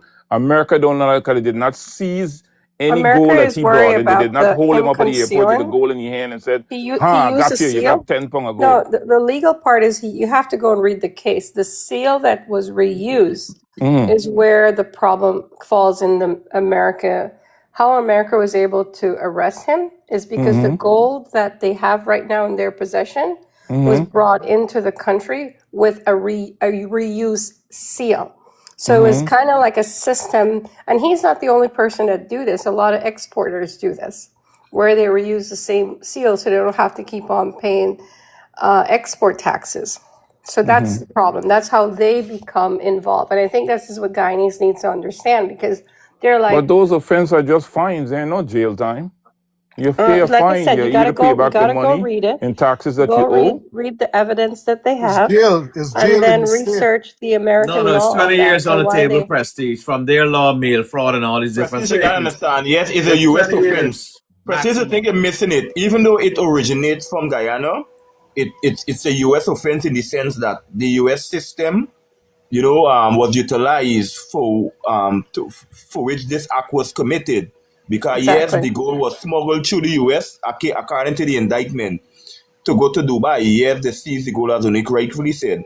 But based on the indictment, the U.S. system was the system that was being utilized in terms of this transaction. So Do you yes, guys the do U.S. you has mind He gun just on have do the you to which it mind can prove. bring do He it. you just mind if have I to ask a prove question? that that system was. He was not the only one on that system. That But government and government employee, like let's say the minister of resources, could have had something to do with that. okay, but do you guys mind if I ask a question? Why was he the only one brought to light doing this? I can assure you from the beginning of time and transporting gold to wherever they're transporting it, it was being done. Why is he the only one that was brought to light at this point? At this point and time Somebody currently. snitch. Because the PPP snitch on him. Mm-hmm. Right. Exactly. This is what I gotta say about this whole situation. If let us put a next individual in this picture, and why he only served a few years over here, that was far more. He did so much and just spent a few years over here, went back in Guyana walking free. Raja Khan and Mr. Morgan. Them guys did so much in Guyana. Come over here and whatever they speak, it was a goal for the US to take it into consideration to reduce their charge, which they should have been serving lifetime in prison. Okay, But so that's why I'm wondering, like, why is it that at this current point in time, now one person is The being singled PPP out? snitch on the man. One because person. because Where are if the the other man, people? Where are the other? And I'm sure there are people in the PPP that did this previously. There's got to be people if who. this man get into power, Guyana gone in a total different area. If this man only get into power, Guyanese ain't got nothing to worry about, because you know why? Guy, he can make sure Guyanese don't have to depend on the US and Canada and these countries. He can go to the east. The Those are the South. people that support him. You The understand? South. And that's where America hold the bangle on foot. They don't want that to happen. So they would work with the PPP to do anything to get him out from there. It's a fight. It's a big fight. And Guyanese people got to open the eye and support him.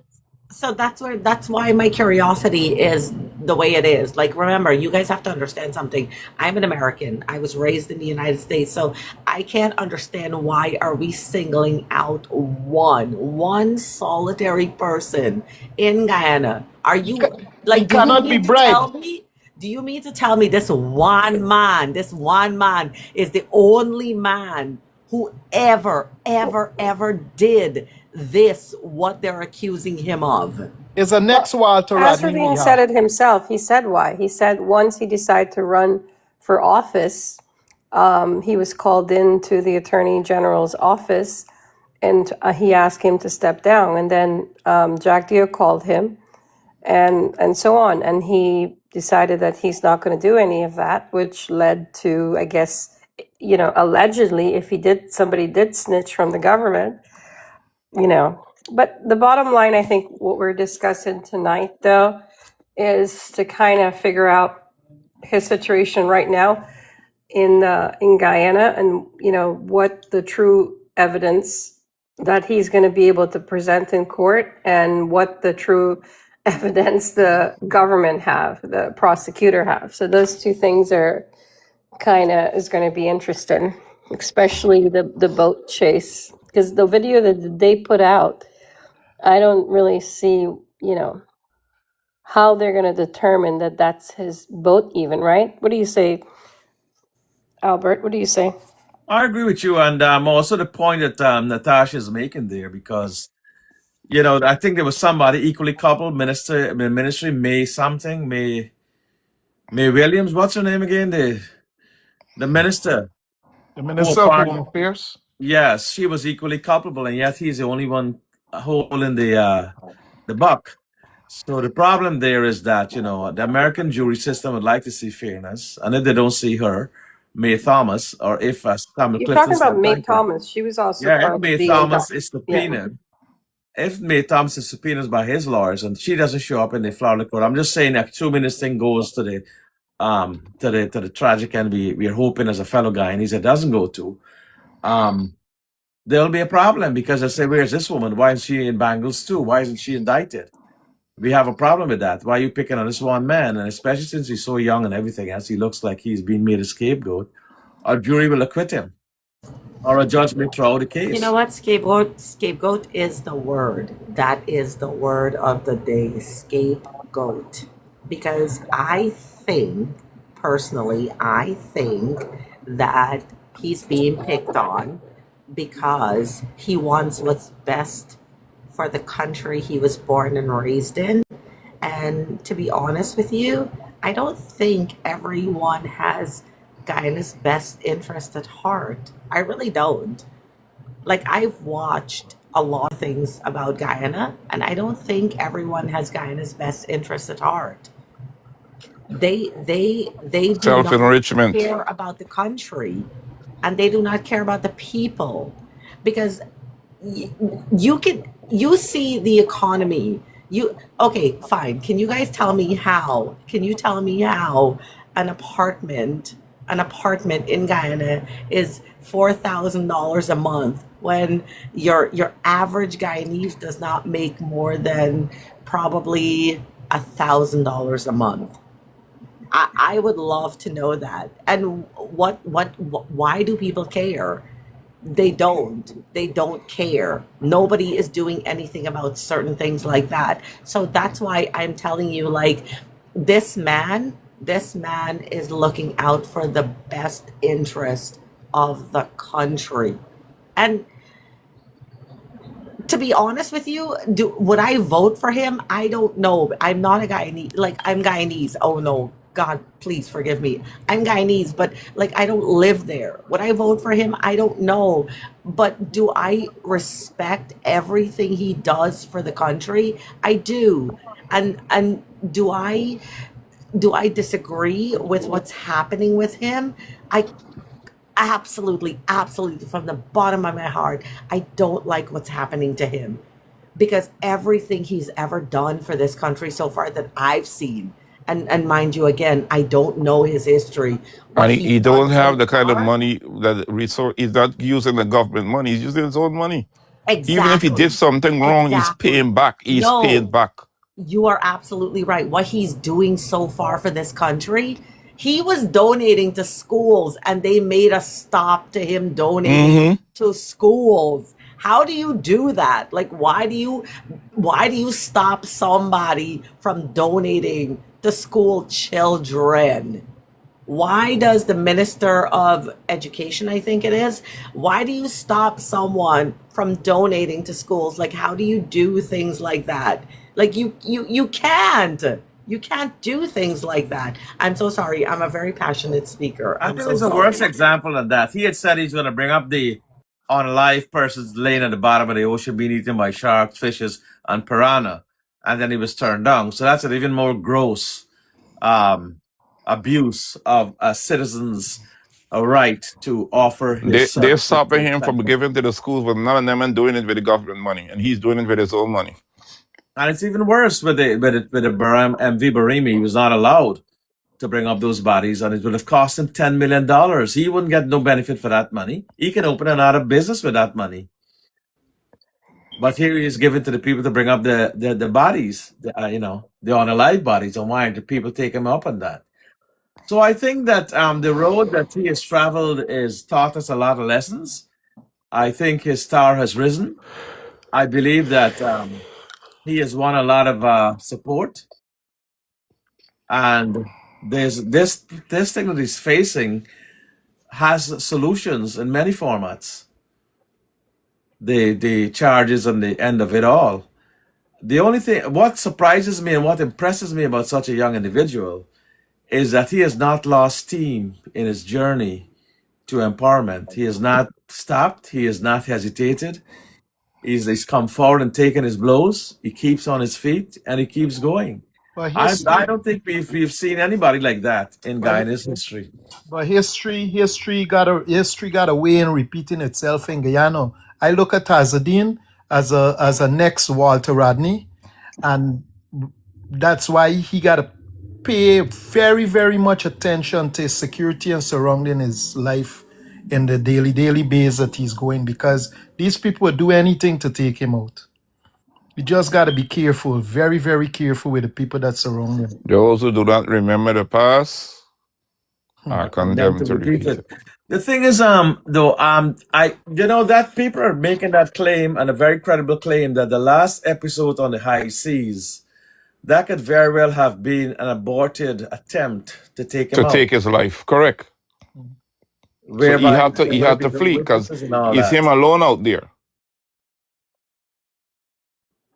So, Not like he got a security detail. He's out there with whoever he was with, and they had to get to somewhere where it's visible that all the people can see what's going on, because they could have just done him right there. The boat could have gone down on the bottom of the ocean. They come back like nothing happened. wow. Well, they done said that what's your name had a firearm on her. So they report that they found a firearm on well, she's a licensed firearm holder anyway. You know, one of his cabinet member. So You feel that was like an They want abuse? a man to have no security. They take away all the guns, nothing. They want to leave him bare so they can just do what they want when they want to do it. Hmm. They can try. I think they can try, but I think at the end of the day, I think he'll persevere. Like I feel he'll persevere because like you can't, you know, the saying goes, you can't keep a good Good woman man down. down. You can't keep a good man down. I don't think you can keep a good man down. I really don't. And I think if he really, whatever he wants to do, I think he's gonna do it regardless of what they try to do to him. this is a guy come from a decent family background, a guy who was well respected. I don't know the reason why they're going after him in such a desperate Vicious. vicious act, because at the end of the day, this is somebody who financially supported both PNC and PPP, both of Correct. them. He Yeah, supported, he's a businessman. and the man just wanted to say, you know what? I see what both y'all doing, and it's time. I think I could play a role in this thing for better. Exactly. To And my that's where the whole understanding, was come out. to be honest, to my understanding from like the videos I've watched of him and stuff like that, to my understanding, he did provide a lot of assistance to both parties. He did. And they're not acknowledging what he's done. And I think both parties need to acknowledge the assistance that he's provided, whether it be security, whether it be financial gain, whatever he's done for both parties, and nobody is acknowledging what he's done. But I'm sure he can provide receipts as to what he's done, and I think that you guys are absolutely right. I've done as much as I can do you guys are not providing the way I want you to provide for the people. And I think he's like the people's party. Like to be honest, like I know PPP and I don't know the other party. I'm so sorry, but like he is like the people's people. Like he literally the people's people. Like he's looking out for the people. So nobody's acknowledging, neither party or whatever parties they have, they're not acknowledging the things that he's done for each individual, for like the individual parties.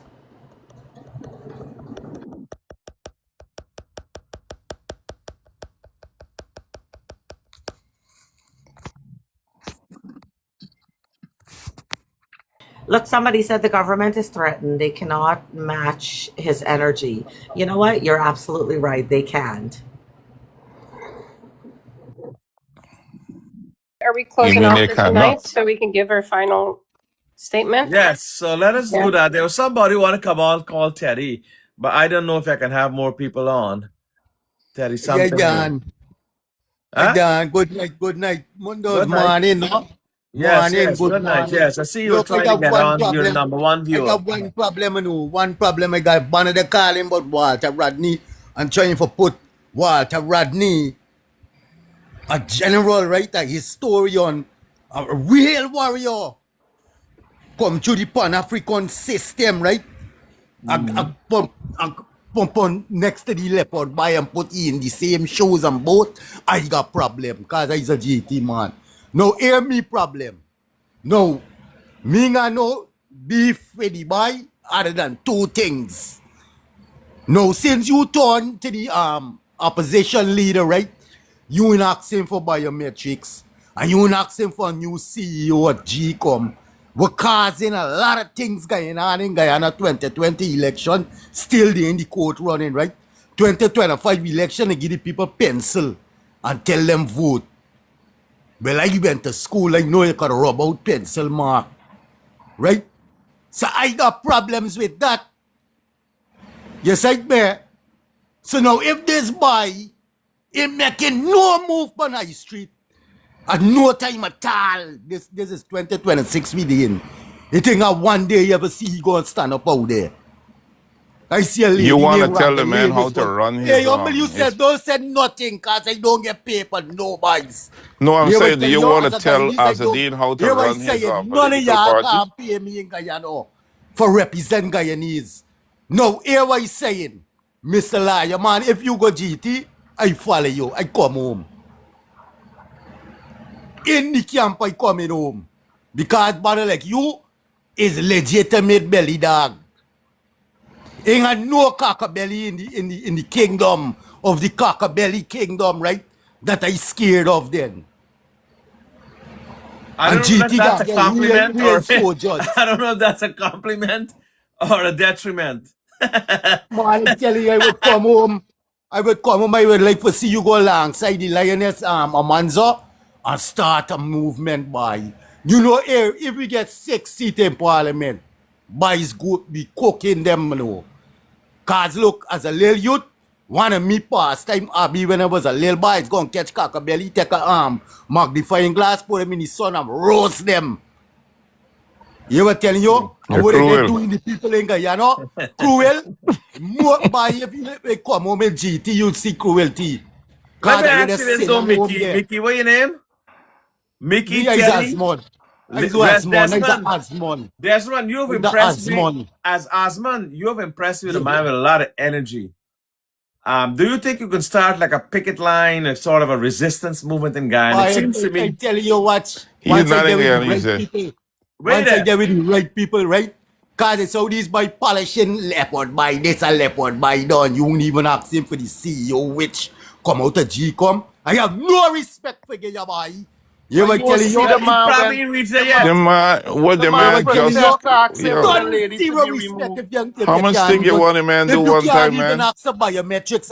No, I never hear you said The nothing with man asked biometrics. that they asked that in parliament they put a By they Tony, which world you living in, boy? listen to You me, feel like living in your kingdom, boy? And boss. you can't fool me, you These know. people put I a follow bill current and it events. was torn down by the Speaker of the National Assembly What are you That's why you talking? never make the streets with 100 people. Man, You could you bluff me, don't boy. realize. You I don't is one of realize. them. Look, I is one of them who stand up in Shiloh holder and make Parliament shut down in Georgetown, take rubber bullet, take lockdown. Shiloh is a warrior. That's why I would prefer So a woman Desmond, where you president. live now, brother? Shiloh died by. Me, I dey tell in India now. I dey the middle of the country. I is live wrong the rednecks. You will need that Mass. energy I there. should, if you prepare a I woman want come president, I on should be board. I running want for a man like president in you touch Guyana. somebody. Look, I So want a man can I like you touch answer him, somebody guys? good. Is am I able to Everybody answer telling him? you something. If a man like you What touch he something, said Guyana, about I Wait, get Azadine him wait, Mohammed? explaining. Anik. I'm trying to get an endorsement here. Let me hear. He said if a man like me run in Guyana, he will come I up and want to run support for me. I president coming home the myself. next day. Okay, I take it as a compliment. I hope and I Everybody look tell for you you. ice for the streets. I can be the minister of streets. They got few of them gonna come and touch me then. Here's the problem though, Desmond. I've heard that talk before, when I ran for office here in America and so on. And sometimes when I look back, I don't see nobody. It's been me alone stand up there taking the fire.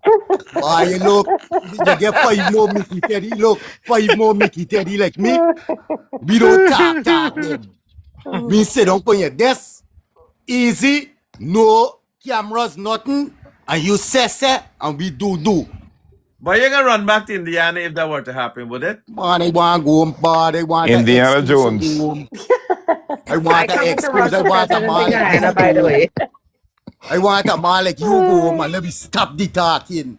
All Cause right. the chatting, right? The chatting is Well, getting listen. me head. Keep And I your hear thoughts, some boy right? like Tony and them Are you cockabelly them. figure But you alligator know tail what you're shoe saying for what about brother Martin do? Luther King and Azardine is a total fallacy. Are you There's a Yeah, figure? flaw. There's a joke. flaw in your argument there. Are you I figure? don't, I Because got Martin no Luther Alligator respect for King, tail shoe nobody. Martin for Luther run. King was the Everybody can clap global for, everybody symbol can of. clap for Clifford by Mr. Lyo. When they can clap for you, it's when you call Joke the old name. The man was corrupt Guyana from 1991. Joke the old is Jack the old then. I got name for all of them. Cook up rice is Fraud Ali. Not 1991, 1992. Yeah, I telling you, when you call his name, I make like years ago, I make video for Chocolate Queen and Paddy Seed Mansion, I think I'm and they gonna come step out of that tell me argument. something but joke the all, I can clap for you. Man, tell me the witch at G-Com, I can clap for you, boy. You remember now, look, you see the same little youth? I know he from Big Market. Me, old man, at shop in Big Market. Next to he, not too far from me, old man. I beg for he. I beat him up already in Big Market. Leopard boy. Them tell me that money. Them I had a little shop buying gold. All the rastas come there and sell gold. The gold man come out the bush. Them go by the old man and they burn it right then and they buy it. Them can't tell me none buy. Them bunny had money all the time. I come out of Big Market. Look, I climb up the clock at the age of 8. Till at the top of the clock. Them is the belly I got. I know. I want man like you go Oh, home, how you boss. making out with them rednecks in Indiana? I like them man boy. I They is go don't for take the range advantage with from you, them. and so. But me is Rasta. Them is give me enough respect. I'm Me glad. I'm not glad in that you got land that. till Yeah. pass They me. got them under Look, me control. not the tail by me knee. I hear you got The you. longer me here get the more I see them. The father show me them boy. Yeah, cause remember now we be receptors, right? Ain't gonna get 5G then. We've passed the satellite grade. We've got direct to the kingdom.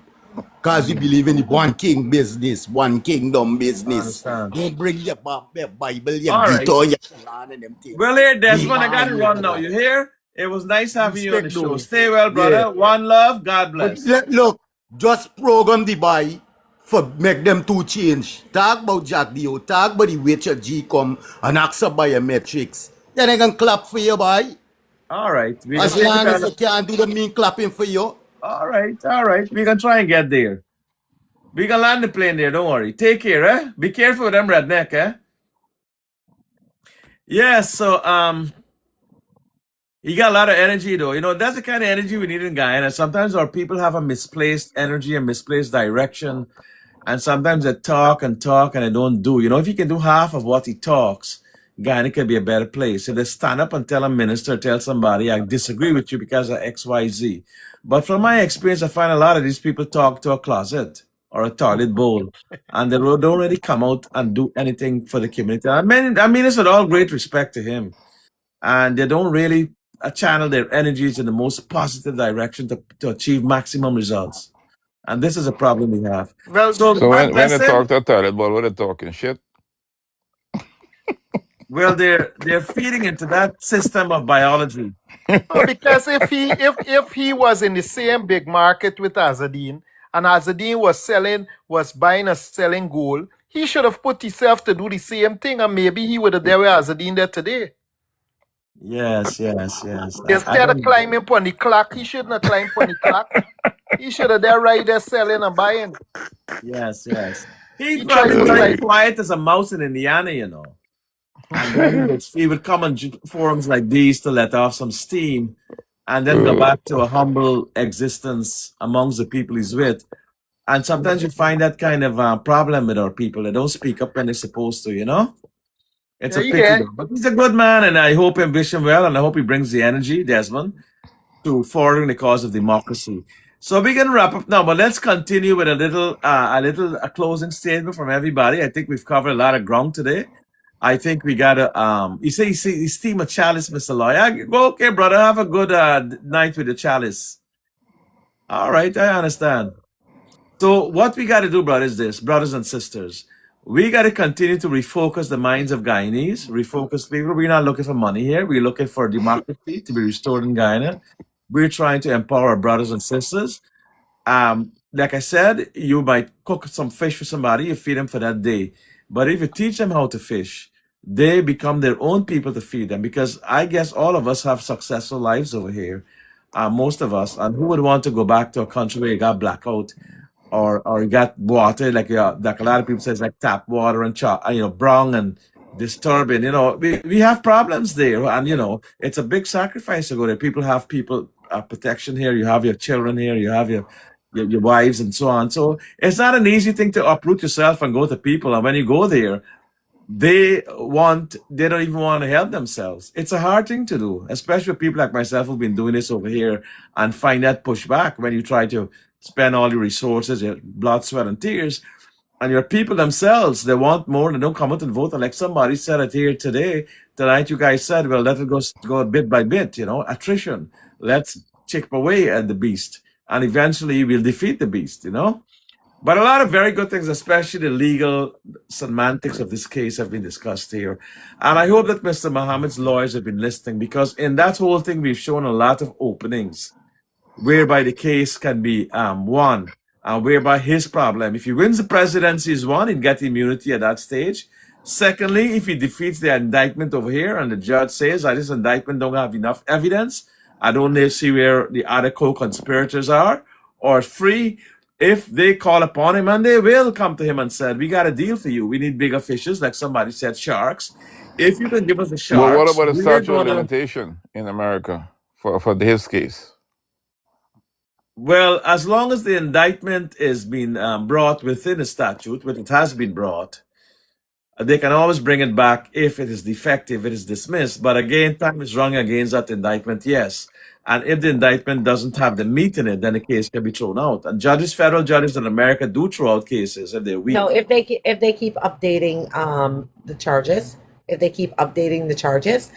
can do that statute also. of limitations keeps updating. Extended, right. Yes, exactly. So if they keep updating the charges, the But statute of Mr. limitations Baldeo, will be yesterday I updated. was watching a kind of documentary, and they were saying that this Florida charge is not true. I mean, I'm not saying that the documentary is legit, but I saw it yesterday. They said that he is sanctioned, but there's no charges. That was made up. I saw Well, that time will yesterday. tell, lawyers have a way of filing. And Joyce, welcome at it. Who is this, Joyce?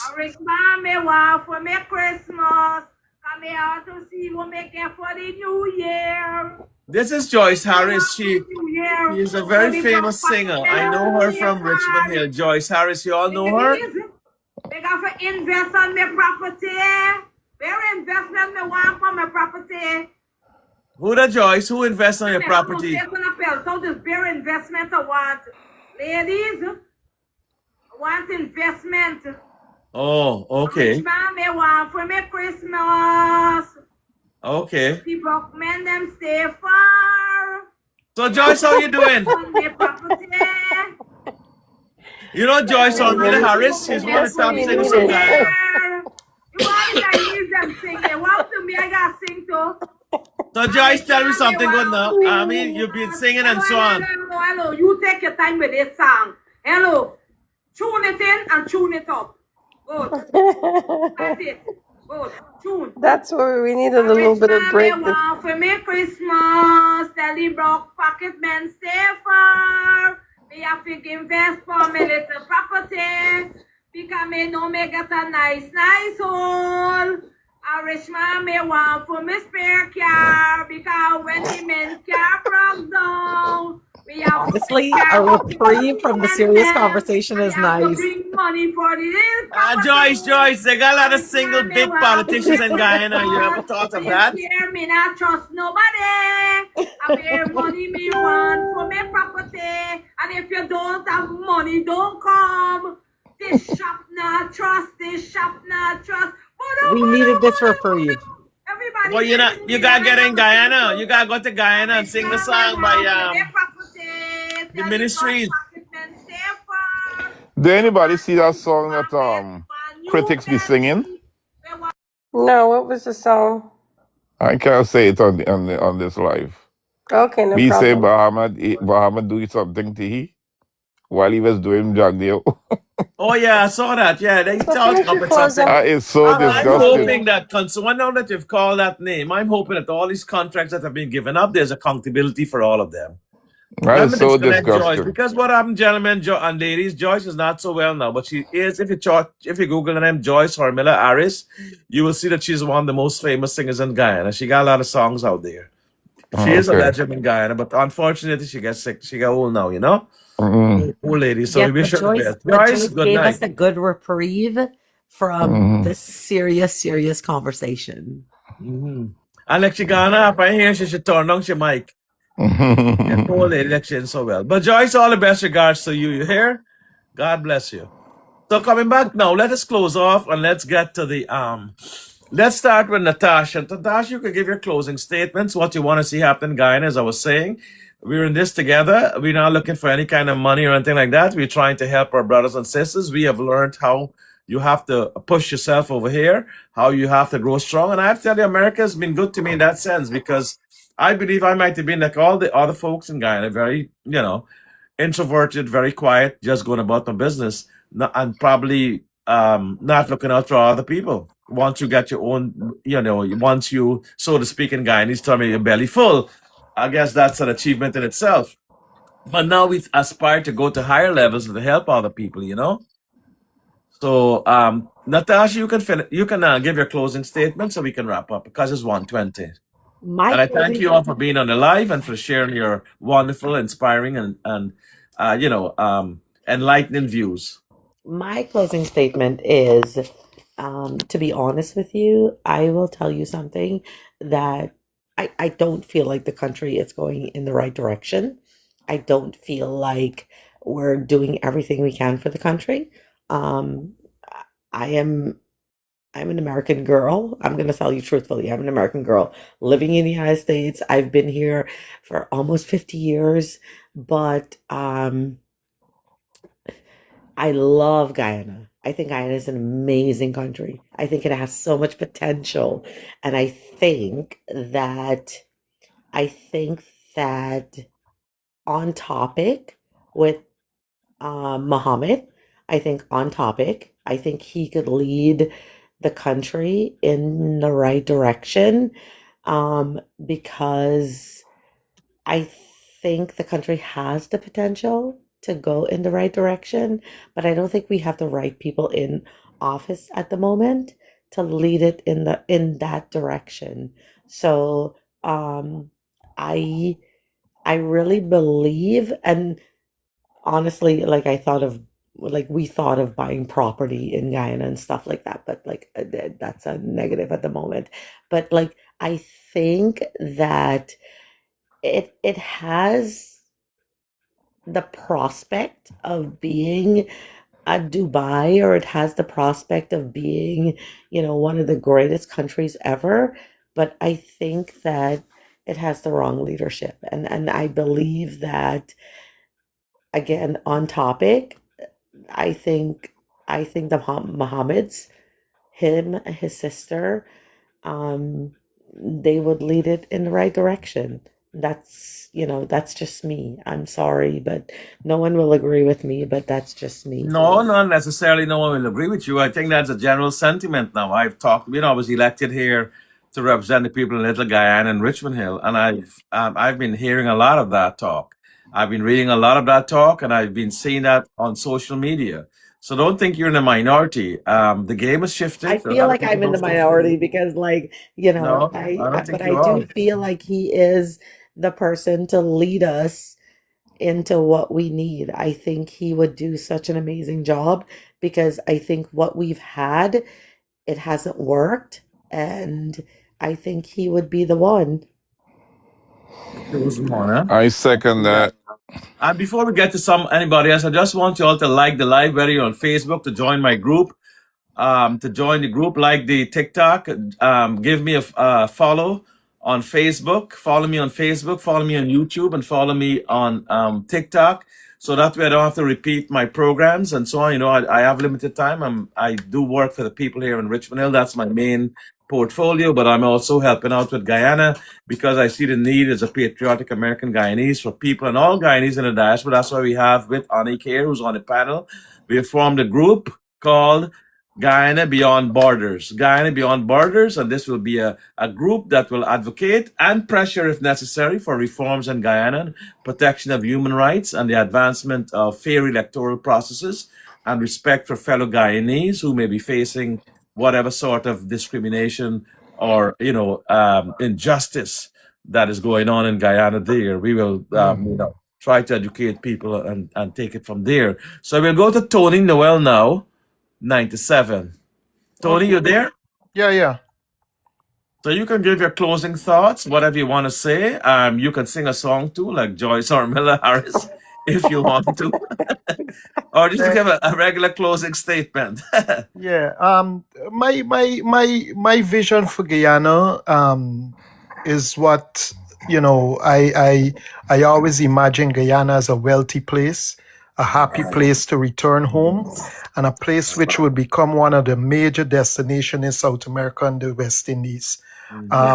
Unfortunately, we have the wrong people in government. We have the wrong people in government, and Guyana indeed need a change from the hemisphere of the PNC and the PPP. We don't hate them, but we say, yo, y'all had enough time. Right, time up. We need a change. That's it. We need a change. You bring tears to my eyes, nostalgia, because that has also been my dream as a little boy growing up there. And to think I had to leave Guyana and leave it when I had achieved everything because of blackouts and medical care and for my wife and all these things. We think back, and every time you think of Guyana, your birthland, you always tear up or you get emotional, nostalgic. So much so that I tell people if I go back there, I ain't coming back here because I don't think I will have I don't think I'll have the will to leave my people again. And whosoever is not helping out, we're gonna fight them and let them know because we have been blessed now with talents, with avenues, and with how to circumnavigate things and how to ask and demand leadership. We are the greatest threat to those who want to hold on to power dictatorially. Because when you grow up in America and you have seen the other side and you have seen how people protest and do what they have to do here to gain dignity and recognition, we learn a lot from them, especially someone like myself who's been in the trenches here and have actually won office in this country.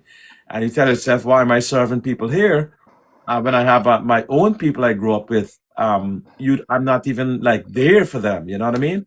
And you could see that they're not getting a fair share. And people are so barefaced, those at the top, that they just contemptuously disregard you like you're nobody. And you're treated as a foreigner. So we got to continue to let them know we are Guyanese. We belong there. We're going to continue to have what we have there. We're going to continue to have a say. And we are Guyanese, and sometimes much more than the actual Guyanese there. And those who think that, they're the real Guyanese and that overseas Guyanese are because diasporans don't matter. I think we got to put our input into Guyana much more and demand much more recognition, dignity, and inclusion in everything there. And we must not be said, oh, you got to change your nationality, you got to renounce your citizenship that you work so hard for just to be able to run for office or to become an MP in Guyana. That is not right. Guyana needs all the brains and all the talents. You guys know what I'm talking about. All the qualifications, all the education you guys have gotten, the experience in itself, Guyana don't have. And that is why you don't have people in Guyana have the initiative to do what they're supposed to do. And that's why we are so upset about this all. So we'd have to make a decision and make a hard decision and change it and let them know that this is how it is. We're Guyanese and we demand it. Well, We're not begging you. one thing I would say before I go is that get an office open with the diaspora, and I have a very large following. We will get our people to join together into this fight. This is not a one-man fight. All of us is there. Just let us come together and do what is right. Not be like a citizen civic movement, not a political movement. Yeah, not a political you movement. start a citizens I civic agree with movement, them. and so that has the credibility. And it's not a A political patriotic party. group, something patriotic. I would say It this does to not you. right, and it does not rule out the possibility that if we make a considered decision by the majority to say, well, we will now run for office because we are not pleased, or we'll join with so and so, or whatever the case may be, because we're going in one direction, and that is the betterment of Exactly. Ghana. Because we're in this not very thing, being I have gotten. biased. We're not being biased, okay? We're not being biased. It's not Muhammad only. If we can find a party, if we can find a party that we can support, who we know will be there for the Guyanese people, whether it's Muhammad or somebody else, guess what? Guess what? We will support them. It's not a biased thing, but what currently in Guyana's entire situation, what we see currently, we see the one person who is there, like who shows up, stands up, who's there, who's present, who's accounted for, who's held accountable, is Muhammad, right? That's the person we see. We see him. We're not seeing anyone else. We're not seeing anybody from the other parties. So this is why I think people are like, okay, you know what? You the hey, and we want you because nobody else is showing themselves. But if there was somebody else in another party that was to show themselves and was to be present and be held accountable and like be everywhere where they should be, guess what? We would support them. So we're not saying we only support one person. We would support anyone and everyone, but guess what? Show yourself. Be there, be present. What is amazing with Hazardine have a very, very, very amazing backup of women, intelligent women behind him. Very, He's present. He is present. And I love how he is present. And he's loyal to them too, because those women are very strong. Look at how those women stood up with him. I have seen a new face in Guyanese politics. I've never seen that before from Guyanese, and I've never seen it from women especially. And I see them standing up proud and strong. The two MPs there who stood up with him with that gun incident and the boat incident. Exactly. And stood up there and supported him and fought. And this is what I like to see. That impressed me a lot. And also as a young man, for him to stand up to that kind of pressure, you can only, and I'm not holding any brief for him. I'm telling you what I'm saying. My conscience dictates me to judge. That man is a phenomenon. He's not no ordinary being. And I've been down similar road like him in my life. But I got to take my hats off to him, because what I see him standing up with that kind of pressure and still keep on fighting, he's extraordinary. I'll give him that. Mm-hmm. Yes. So who's next? I'll go. Hello? Yes, Prestige. Well, I think we need a visionary a person with real great vision that see Guyana, what it would be in 5 years or 10 years from now, and work towards getting us there. Second, I support Azadine because, like the lady said, he is the only one out there fighting day to day the battles that they need to fight. And I think that the other opposition need to join with him. They don't have to join him on his party, but they can go to other parts of Guyana where they have this stronghold and reinforce the things he's speaking about, like the farm that Ali got and all of that. They need to educate the followers about these things, because whether or not they're in power or he's in power, these are the same problems that we're having. That the PPP government have a bunch of thieves and they're just robbing the resources again. So all opposition need to hold one head. They don't have to come under one umbrella, but they all have to speak the same language. Let everybody know what the government is doing and what the government need to be doing as a government. I see. Well said. So, Queen, what about you? Queen, I'm Queen trying of to the get pack. Queen of Queen the of the pack. pack, 52. 52 cards in a pack. Can you play that ace, please? She might be stepped away, I think. Queen? So, Anik, let's go to you then. I will get back to Queen, and then nobody don't leave yet. We'll close off after Queen of the pack. So this high-stake legal battle surrounding Azreen Mohammed from the Demerara River to the Miami courts will undoubtedly reshape Guyana's future. Even though I'm living here in the States, I care deeply about what happens to my fellow Guyanese back home. The fallout from the Mohammed cases impact our entire nation.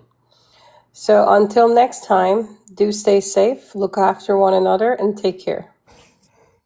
And let us know about the international letters or the letters to the international agencies, where they're going to sign on, and we are going to get a consensus amongst us to That's also write so. on those issues. We're on our end. We're going to be writing letters to the state here. So if anybody want to participate in that, if you can kindly contact me or Albert, and I will send you the letter. All you have to do is put your name on the top and the bottom, and then we forward it. Letters for what? It's to go ahead and explain it to her, Albert, because I'm actually taking care of something right now. I'm an elected representative of the people in the largest diaspora part of Guyana. And I've gotten many requests and comments and people who are afraid to speak up that would like to know or have our voices be heard at the highest level so that we can get some reprieve, or we can get justice, or we can get inclusion, or we can get things changed in a way that we can consider ourselves part of the mosaic of Guyana, counted. Many people feel second-class citizens, poverty-driven, not seeing a chance, not getting the basic commodities, basic utilities. Guyana is an oil-rich country. Why we're still struggling like this? Where's the accountability? Where are the resources? Where's the responsibility to uplift our citizens? We're asking for answers, and we work in conjunction with several international agencies in terms of making sure that every Guyanese voice is heard, democracy reigns, and that people are given the respect and the consideration that is due to them from being born Guyanese. And having experienced that from the other side, the shoe on the other foot, being from the outside looking in, I know what it is to be ostracized in your own country. And therefore, we must not allow Guyana. This is our only chance to that. The oil is not going to last forever. This is our only chance at success. This is our only chance to be successful as a country. I may not be around all the time there, but I would like at least to leave a legacy of empowerment to our people so they can think independently, they can think constructively, they can sever all ties to colonial masters, and they can pilot Guyana to a place in the world where we are no longer looked upon as Jonestown people, as mudland people, as people from a poor country, but it can give us the respect and the dignity that we deserve as Guyanese. Thank God he's given us resources, he's given us oil, he showed us the way, but I don't think that we are marshaling, nor are we commanding those resources and getting the best out of them. For example, the 2% and all of that. We want to make sure that the 2% should be over now. They said we're going to get 50%. We want accountability. And we want to see how this money is spent and accounted for. We need audits and we need accountability. And we call from top to bottom to tell us where the people's money is going and who's getting what in contracts, who's getting what in government, and how best we can move over and move forward together. As the song says, happily ever after.